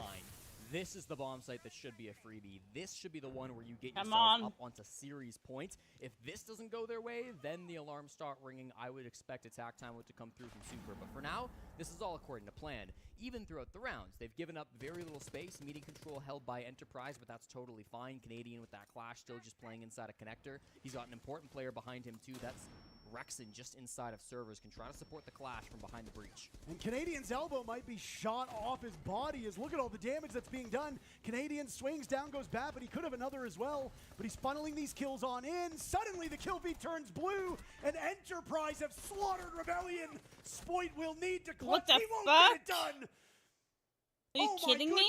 Timeout Timeout for All right. There's now a timeout for I'm starting to Shopify. get concerned. I promised you I would be, and really, it just comes down to ignoring the Clash, Parker. They decided we're not going to be able to get past this player. We don't have a Nomad. We don't have a Capital. We don't have an Ace. That's fine. We're just going to go in through Electrical. They had Cairo on the game that was making so much good space. They needed Really a timeout. jump in and That take is those like fights so over bad. towards IT, over towards Electrical, and all the frags just went the way of Enterprise. That is Jigsaw, really, a really bad. massive double kill in the midst of that round really started things off strong, and then the flurry of kills coming right after. It will be attack timeout from Enterprise after that round. I thought for sure it would be an SR attack, but instead it's EP, finding that despite the fact that they just tied things up 5-5, there are things to discuss, there are problems to fix. They know how important it is to close out these next couple attacking rounds. The bomb sites will begin to open up. Starting in this round, they will all be available for SR to choose from. So there's a lot to talk about if you're Mag, but the job is being done. I think his time must have been excellent so far here in Salt Lake City, his first major as a coach. And this is a big moment to prove his worth for the team now, 5-5 versus SR. I mean, you talked about getting film on this map for Enterprise, right? But Shopify Rebellion going all the way back to the Munich Major, and I think that's worth qualifying because they have not changed their roster. They played it 9 times for Shopify Rebellion. Fans of Ferris Bueller's Day Off will know 9 times. And they've won 6 of those, and their numbers are good. They have a positive attack win rate. They have a positive defender win rate. They are statistically better on attack than they are on defense. And they just won this game a couple days ago against Edward Gaming, 7-3. So yes, they are a very good team. But like I said, maybe a touch overexposed. With what we're hearing from Mag in particular, Enterprise are very diligent about their prep work. They know what to expect. Now, for an inexperienced team that's never played on a main stage, being able to execute on that information is the tricky part, but having that information isn't. So, if you know that Spoit is going to play Scopos on that bomb site every single time, if you know that they're going to position a Clash on fish stairs all the time, if you know that they're going to put a mute downstairs every single time near control room, then guess what? Your players are going to be well-versed because there's so much footage from SR. And again, SR struggles to close out these maps, and they just dropped 2 consecutive rounds. I'm starting to get that same feeling we get when we cast SR. And listen, Parker, if you're worried about the footage being your downfall, that means it's time to change things up. Canadian off the Clash for the first time this game, moves over to the smoke, wanting to play just inside of that top floor to support his teammates. Rexon will often play the smoke on this site. He's gone to the mute instead. Not a bad pivot at all. Just going to be playing at that C4. Come on, Shopify. Come on, come on. Win. The longest standing members of this team to try to lock down that bottom floor while the rest of SR try to lock down up above. There is a world where this ends up being a Russian through the window. I don't see it happening here, but Tuhon's got the defuse kit. I mean, they're waiting to breach this at the right moment. They get intel with the snake. Traditionally, you'd want to clear top floor first. IT has been opened up, so if they do go for a plant inside of storage, then they likely can deny the vert, but even still, lots of droning coming through and potential maybe to kind of close in on Spoit on the Azami. They knew exactly where he was. They'll throw the grenade out, hoping for a swing on the window. No follow-up from down below. Spoit, oh my goodness. Wait, how? Smited by the shield of Cairo. Enterprise with 2. That's bullshit. In danger, but dude, that's pure bullshit. The timeout that should not work. Ambi, the only one to get a kill so far, as Tuhon gets the defuse, get to the halfway point. Nitro Cell goes out. It does not work. Cairo taking some damage, but this is an excellent position for Enterprise. What? His comeback very real at this point. Ambi, a one-man band, all up against Enterprise. They've got him isolated. Okay, that was such a bullshit. You should not be able to use the shield like that when you're on the other side. And the nerves start to set in. This is all falling apart for Shopify Rebellion. Overtime is now their only path to the main stage other than that third map or tomorrow. What incredible Blackbeard play coming out from Cairo, Parker, the captain of Enterprise. If you didn't know, that bash can go through windows. It's long enough range, and Spoit will find that out the hard way. Up at the top of Rafters, really good drones coming out there in the early game. Really good capitalization off of that information late. Here's that play. Again, that melee bash, such a long range that you've got on that utility, and then it really just comes down to the other frags around the map. Jigsaw over towards IT, was able to find Canadian. They got this garage control really nicely. With the snake coming through and the drones coming through, it was information that made the big difference. That's what gave Enterprise a leg up in that round. Didn't need to focus on the plant. Didn't need to cheese it with a Ying. They just had the intel. They won the fights. Shopify Rebellion, their last lifeline in regulation. They will go to the top floor. They will bring Canadian on the Clash for the 5th time this game. All of it relies on this one defense, and things haven't changed much for SR. 5 seconds to go. You do worry here. You worry an awful lot, Jesse. I have no skin in this game. I think there's great storylines for both of these squads, and the loser will still have an attempt tomorrow to make their way to the main stage. It's going to be an important game, of course, between these two teams, and I like the one adaptation we're really seeing on this defense, Parker. It's Rexon. He's jumped onto the Warden. That's going to be the operator that you need to be able to stop some of the Ying play that was being so powerful for Enterprise, but in response, the Ying doesn't get played.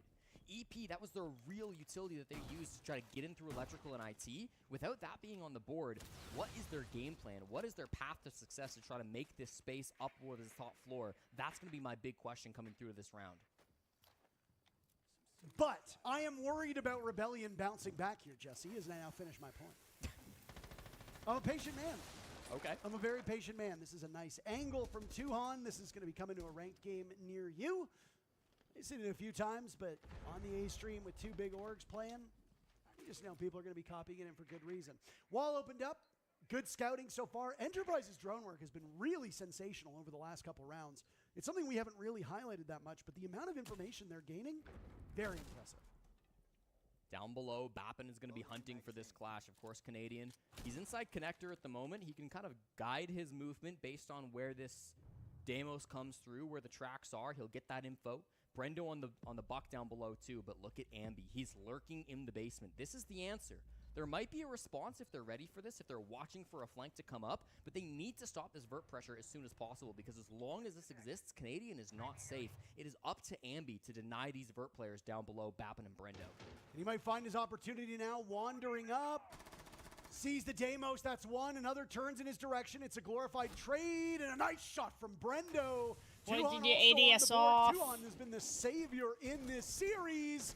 Now it's the Warden of Rexon coming in for the support against Canadian 2 on taking damage. Rexon walks away with that frag. Out goes the shield of Cairo. He's looking to live on borrowed time.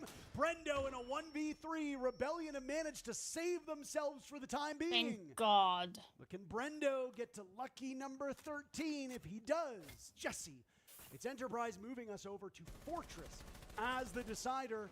He's got his work cut out for him. They've got the diffuser electrical side too, Parker. Doesn't have a lot of time, doesn't have much to work with. And the clash will be a real impediment here. Out goes the flashbang. Brendo tucked in. Nigh unwinnable for the Aussie. Especially with no information, but toil as he might. Overtime on the menu. At least 2 rounds to settle this score. SR walked away with Enterprise's map, but it's been quite a struggle on their own. They don't really need to do too much here. To overtime we go. Brendo finally taken out by Rexon. It was only a matter of time, and they will avert disaster moments beforehand. We're going to OT for the first time in this series. Really big round from Rexon, Parker. He plays around that clash from Canadian so beautifully. Ends up being a triple kill with that Warden shotgun. And I was worried because, you know, they didn't bring the Ying. That was really the reason why Warden got brought on the board. But it's okay. Ying or not, that Warden can find success in those enclosed spaces. Playing around electrical, Rexon was really able to find the bulk of those frags. And when you have that Blackbeard versus the clash combo, it just becomes so awkward to find Come on, value. Shopify. The game plan was clear from Enterprise. They were trying to work their way down below, apply pressure to the clash from the bottom floor, but Ambi was really the problem. The second Bappin dies, you lose that ability to get Vert in onto the clash. In theory, Brendo still could have applied that pressure, but there is a little bit of hard floor just inside of electrical that Canadian was playing around on this clash, so it becomes so difficult to actually get that frag. Really well played by Rexon and Troy. That is the duo that they needed most in round number 12, and it keeps them alive on Nighthaven. Rexon once again having a terrific game. 3 players on Rebellion to break double digits. Only 2 over on Enterprise. Things spread out a little bit more evenly on that team. Jigsaw having a historically poor match so far, which is quite a surprise. But again, you go up against tough opponents. Jigsaw has been the MVP of a day here already. MB12, Spoid 10, but I think it is fair Rexon 11, like looking good. Come on. Both of these teams ultimately did qualify through the first Can phase. you win for fuck's sake? Because like this channel needs to win first. Because the other channel is a Brava channel, so it's not so going we to head be into working. OT. Rebellion will defend once, potentially twice, depending on if we need all 15 rounds. Well, they defended top floor 3 times, Parker, but they lost it once. They defended storage twice, but they lost it once. And they defended kitchen cafeteria once, but they lost it once. So there's a kitchen on this map? There's a kitchen on this map. Not where Shopify Rebellion want to go, though, because this time around, they will play the 4th site. They will go down to the bottom floor. They are keeping Enterprise on their toes. Keep in mind, as soon as we hit overtime, all bomb sites unlock, so SR could have gone anywhere, and they choose the one place where they have not gone before. It's going to keep things really awkward for Enterprise. They've got to really be able to identify this defensive setup in a jiffy. They've got to make sure they're bringing the right attacking operators. I like their lineup so far here.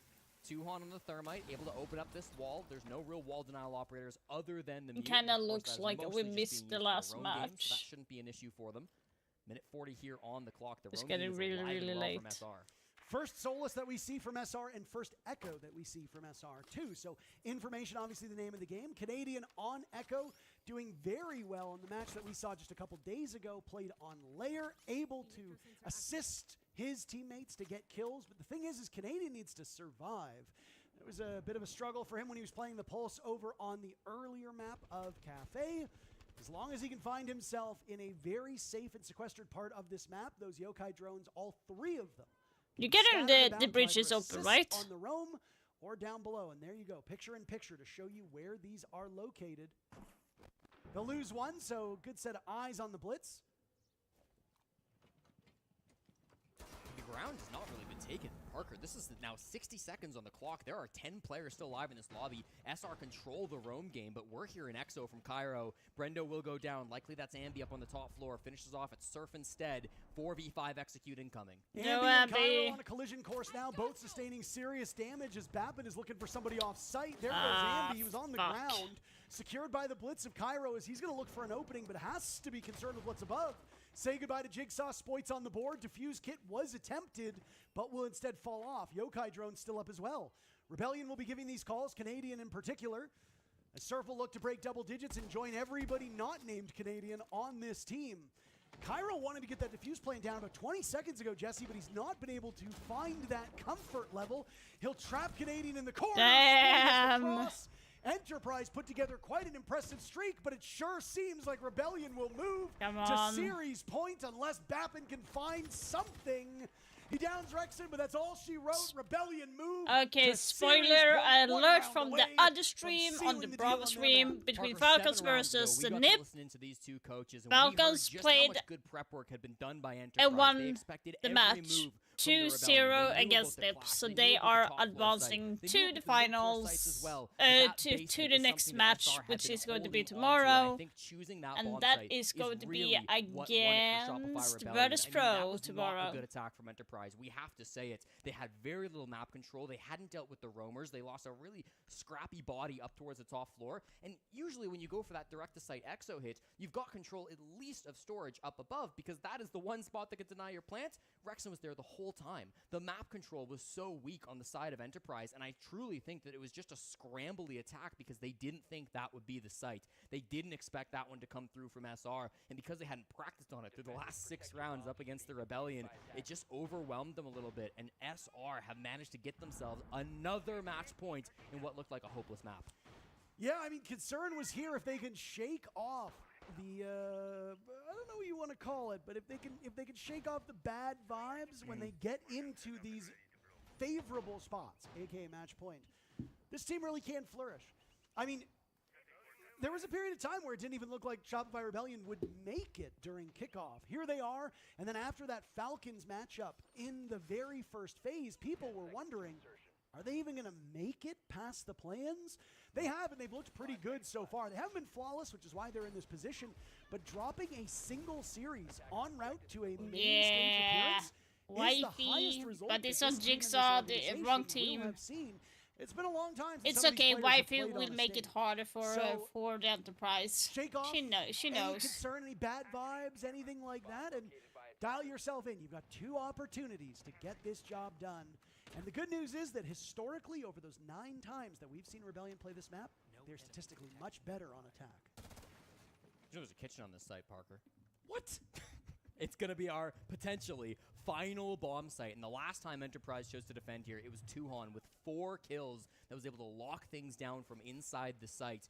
Shopify Rebellion will bring a very similar intel-focused lineup. You've got Ambi on the Snake, Canadian here this time on the Twitch drone. It was Dokkaebi last time, which he unfortunately wasn't able to hit the shots with. Now he's got a bit of a simpler gun. The DMR in his hands. They've dealt early damage to Bappin. That was right when the round began over towards the top lobby door. So that's going to be a bit of information, a bit of early damage they can try to work with. A couple of runouts as well that we've seen. Tuhon earlier on in this round. And now Brendo too, getting a little bit spotted by that Snake. Slow and steady so far from SR, but the chaos is about to begin. Fire going off as Bappin has taken some damage, but that's really all that we can see right now. A lot of drones, a lot of intel that's being done by Rebellion as they ultimately tied that first half. No team better on their respective halves. 3 threes across the board. There goes Ambi to Jigsaw. And Bappin dies. Not much longer for this Earth. Canadian finds a rare kill onto Cairo, and suddenly Rebellion have a number of Wow, advantage it's with a like bit more targeting minutes to him go. so bad. Exactly what they needed. Canadian with the DMR is able to hit his shots Rare this time kill, around. So what it's a the 3v4 fuck? favoring the Rebellion. They don't have a whole lot of site control, but they've got control up above. They've got lobby control under their hands as well. Enterprise mostly Only playing one around C4 lounge on at the moment. board, They're quite far so- removed from the bomb site. It opens the opportunity for a plant from SR, but is it just a trap? There's Gersmoth being held by Tuhon. There's impacts. There's nitrocells. This is not free for a plant, and Tuhon himself is even still inside of a site. He'll slow peek the window, hoping for something. You won't find it, just out of reach of those players above. You have top floor control, that's fine, but you've got to translate that to the bomb site. Rebellion need to hurry because clock management is a real consideration. And there you go. First smoke will go off. Another call as Surf will smoke a different direction. I don't know if that was a course correction. Spoit takes down Jigsaw. Only 2 remain for Enterprise. This has been a valiant effort from the team all the way down under. Can they pull this one off? Diffuse kit going down. They will scramble to regain the site. Tuan and Brendo have been sensational. Tuan in particular, but it just might be too much for them to muster. Tuan on the board. He himself has carried the weight for this team, but it might be a bit too much for him to lift. Rebellion failed in regular time. We go into overtime, and they are in full control as Tuhan and Rexon will come to words. Rebellion moments away from a berth on the main stage. Only one player stands between them. Yeah, let's go. Shopify Rebellion win 2-0. And an NA team will be seen in front of the Salt Lake City crowd. And we get to freeze again. We got to fucking freeze again. I hate it when it happens. It happens every single time. It's so annoying.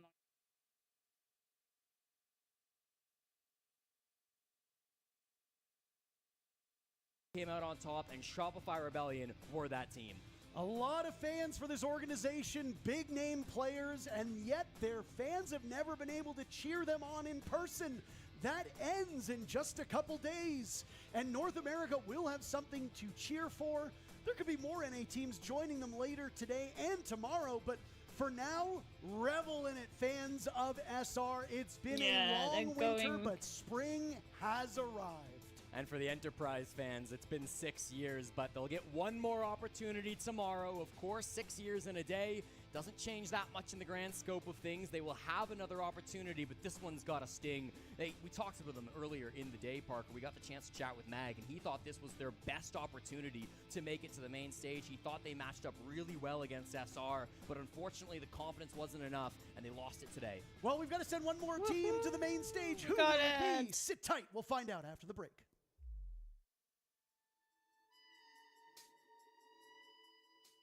Yay! That went really, really well.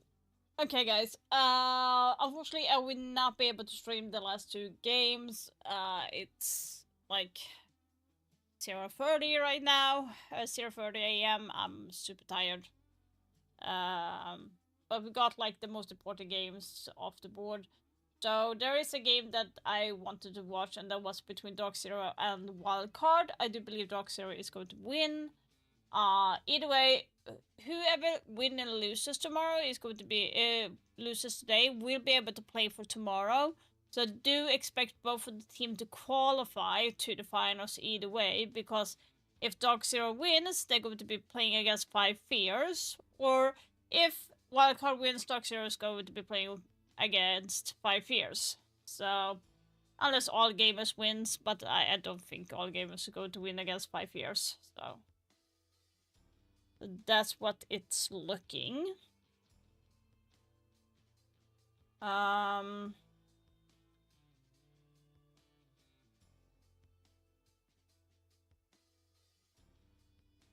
Yeah, thank you everybody for being here. I really, really appreciate that. But if for everyone in Twitch sticking around, we're going to be raiding someone as well. And also, guys, don't forget I do use social media, except for like Snapchat. So I have everything you can think of. So please check it out. I do post almost every single day. So yeah, but thank you for everyone that came through YouTube. Thank you for liking the stream, and thank you for subscribing to the channel. And those who have been here for a while, thank you so much for stopping by. I really, really appreciate that. And I will see you guys tomorrow. The first game for tomorrow is going to be starting at the same time, 19:45. So 19:30 I will be here tomorrow. So we will see how that goes. But yeah, thank you so much for being here, and I wish you guys an amazing day, morning, night, wherever you are. And I will see you guys tomorrow.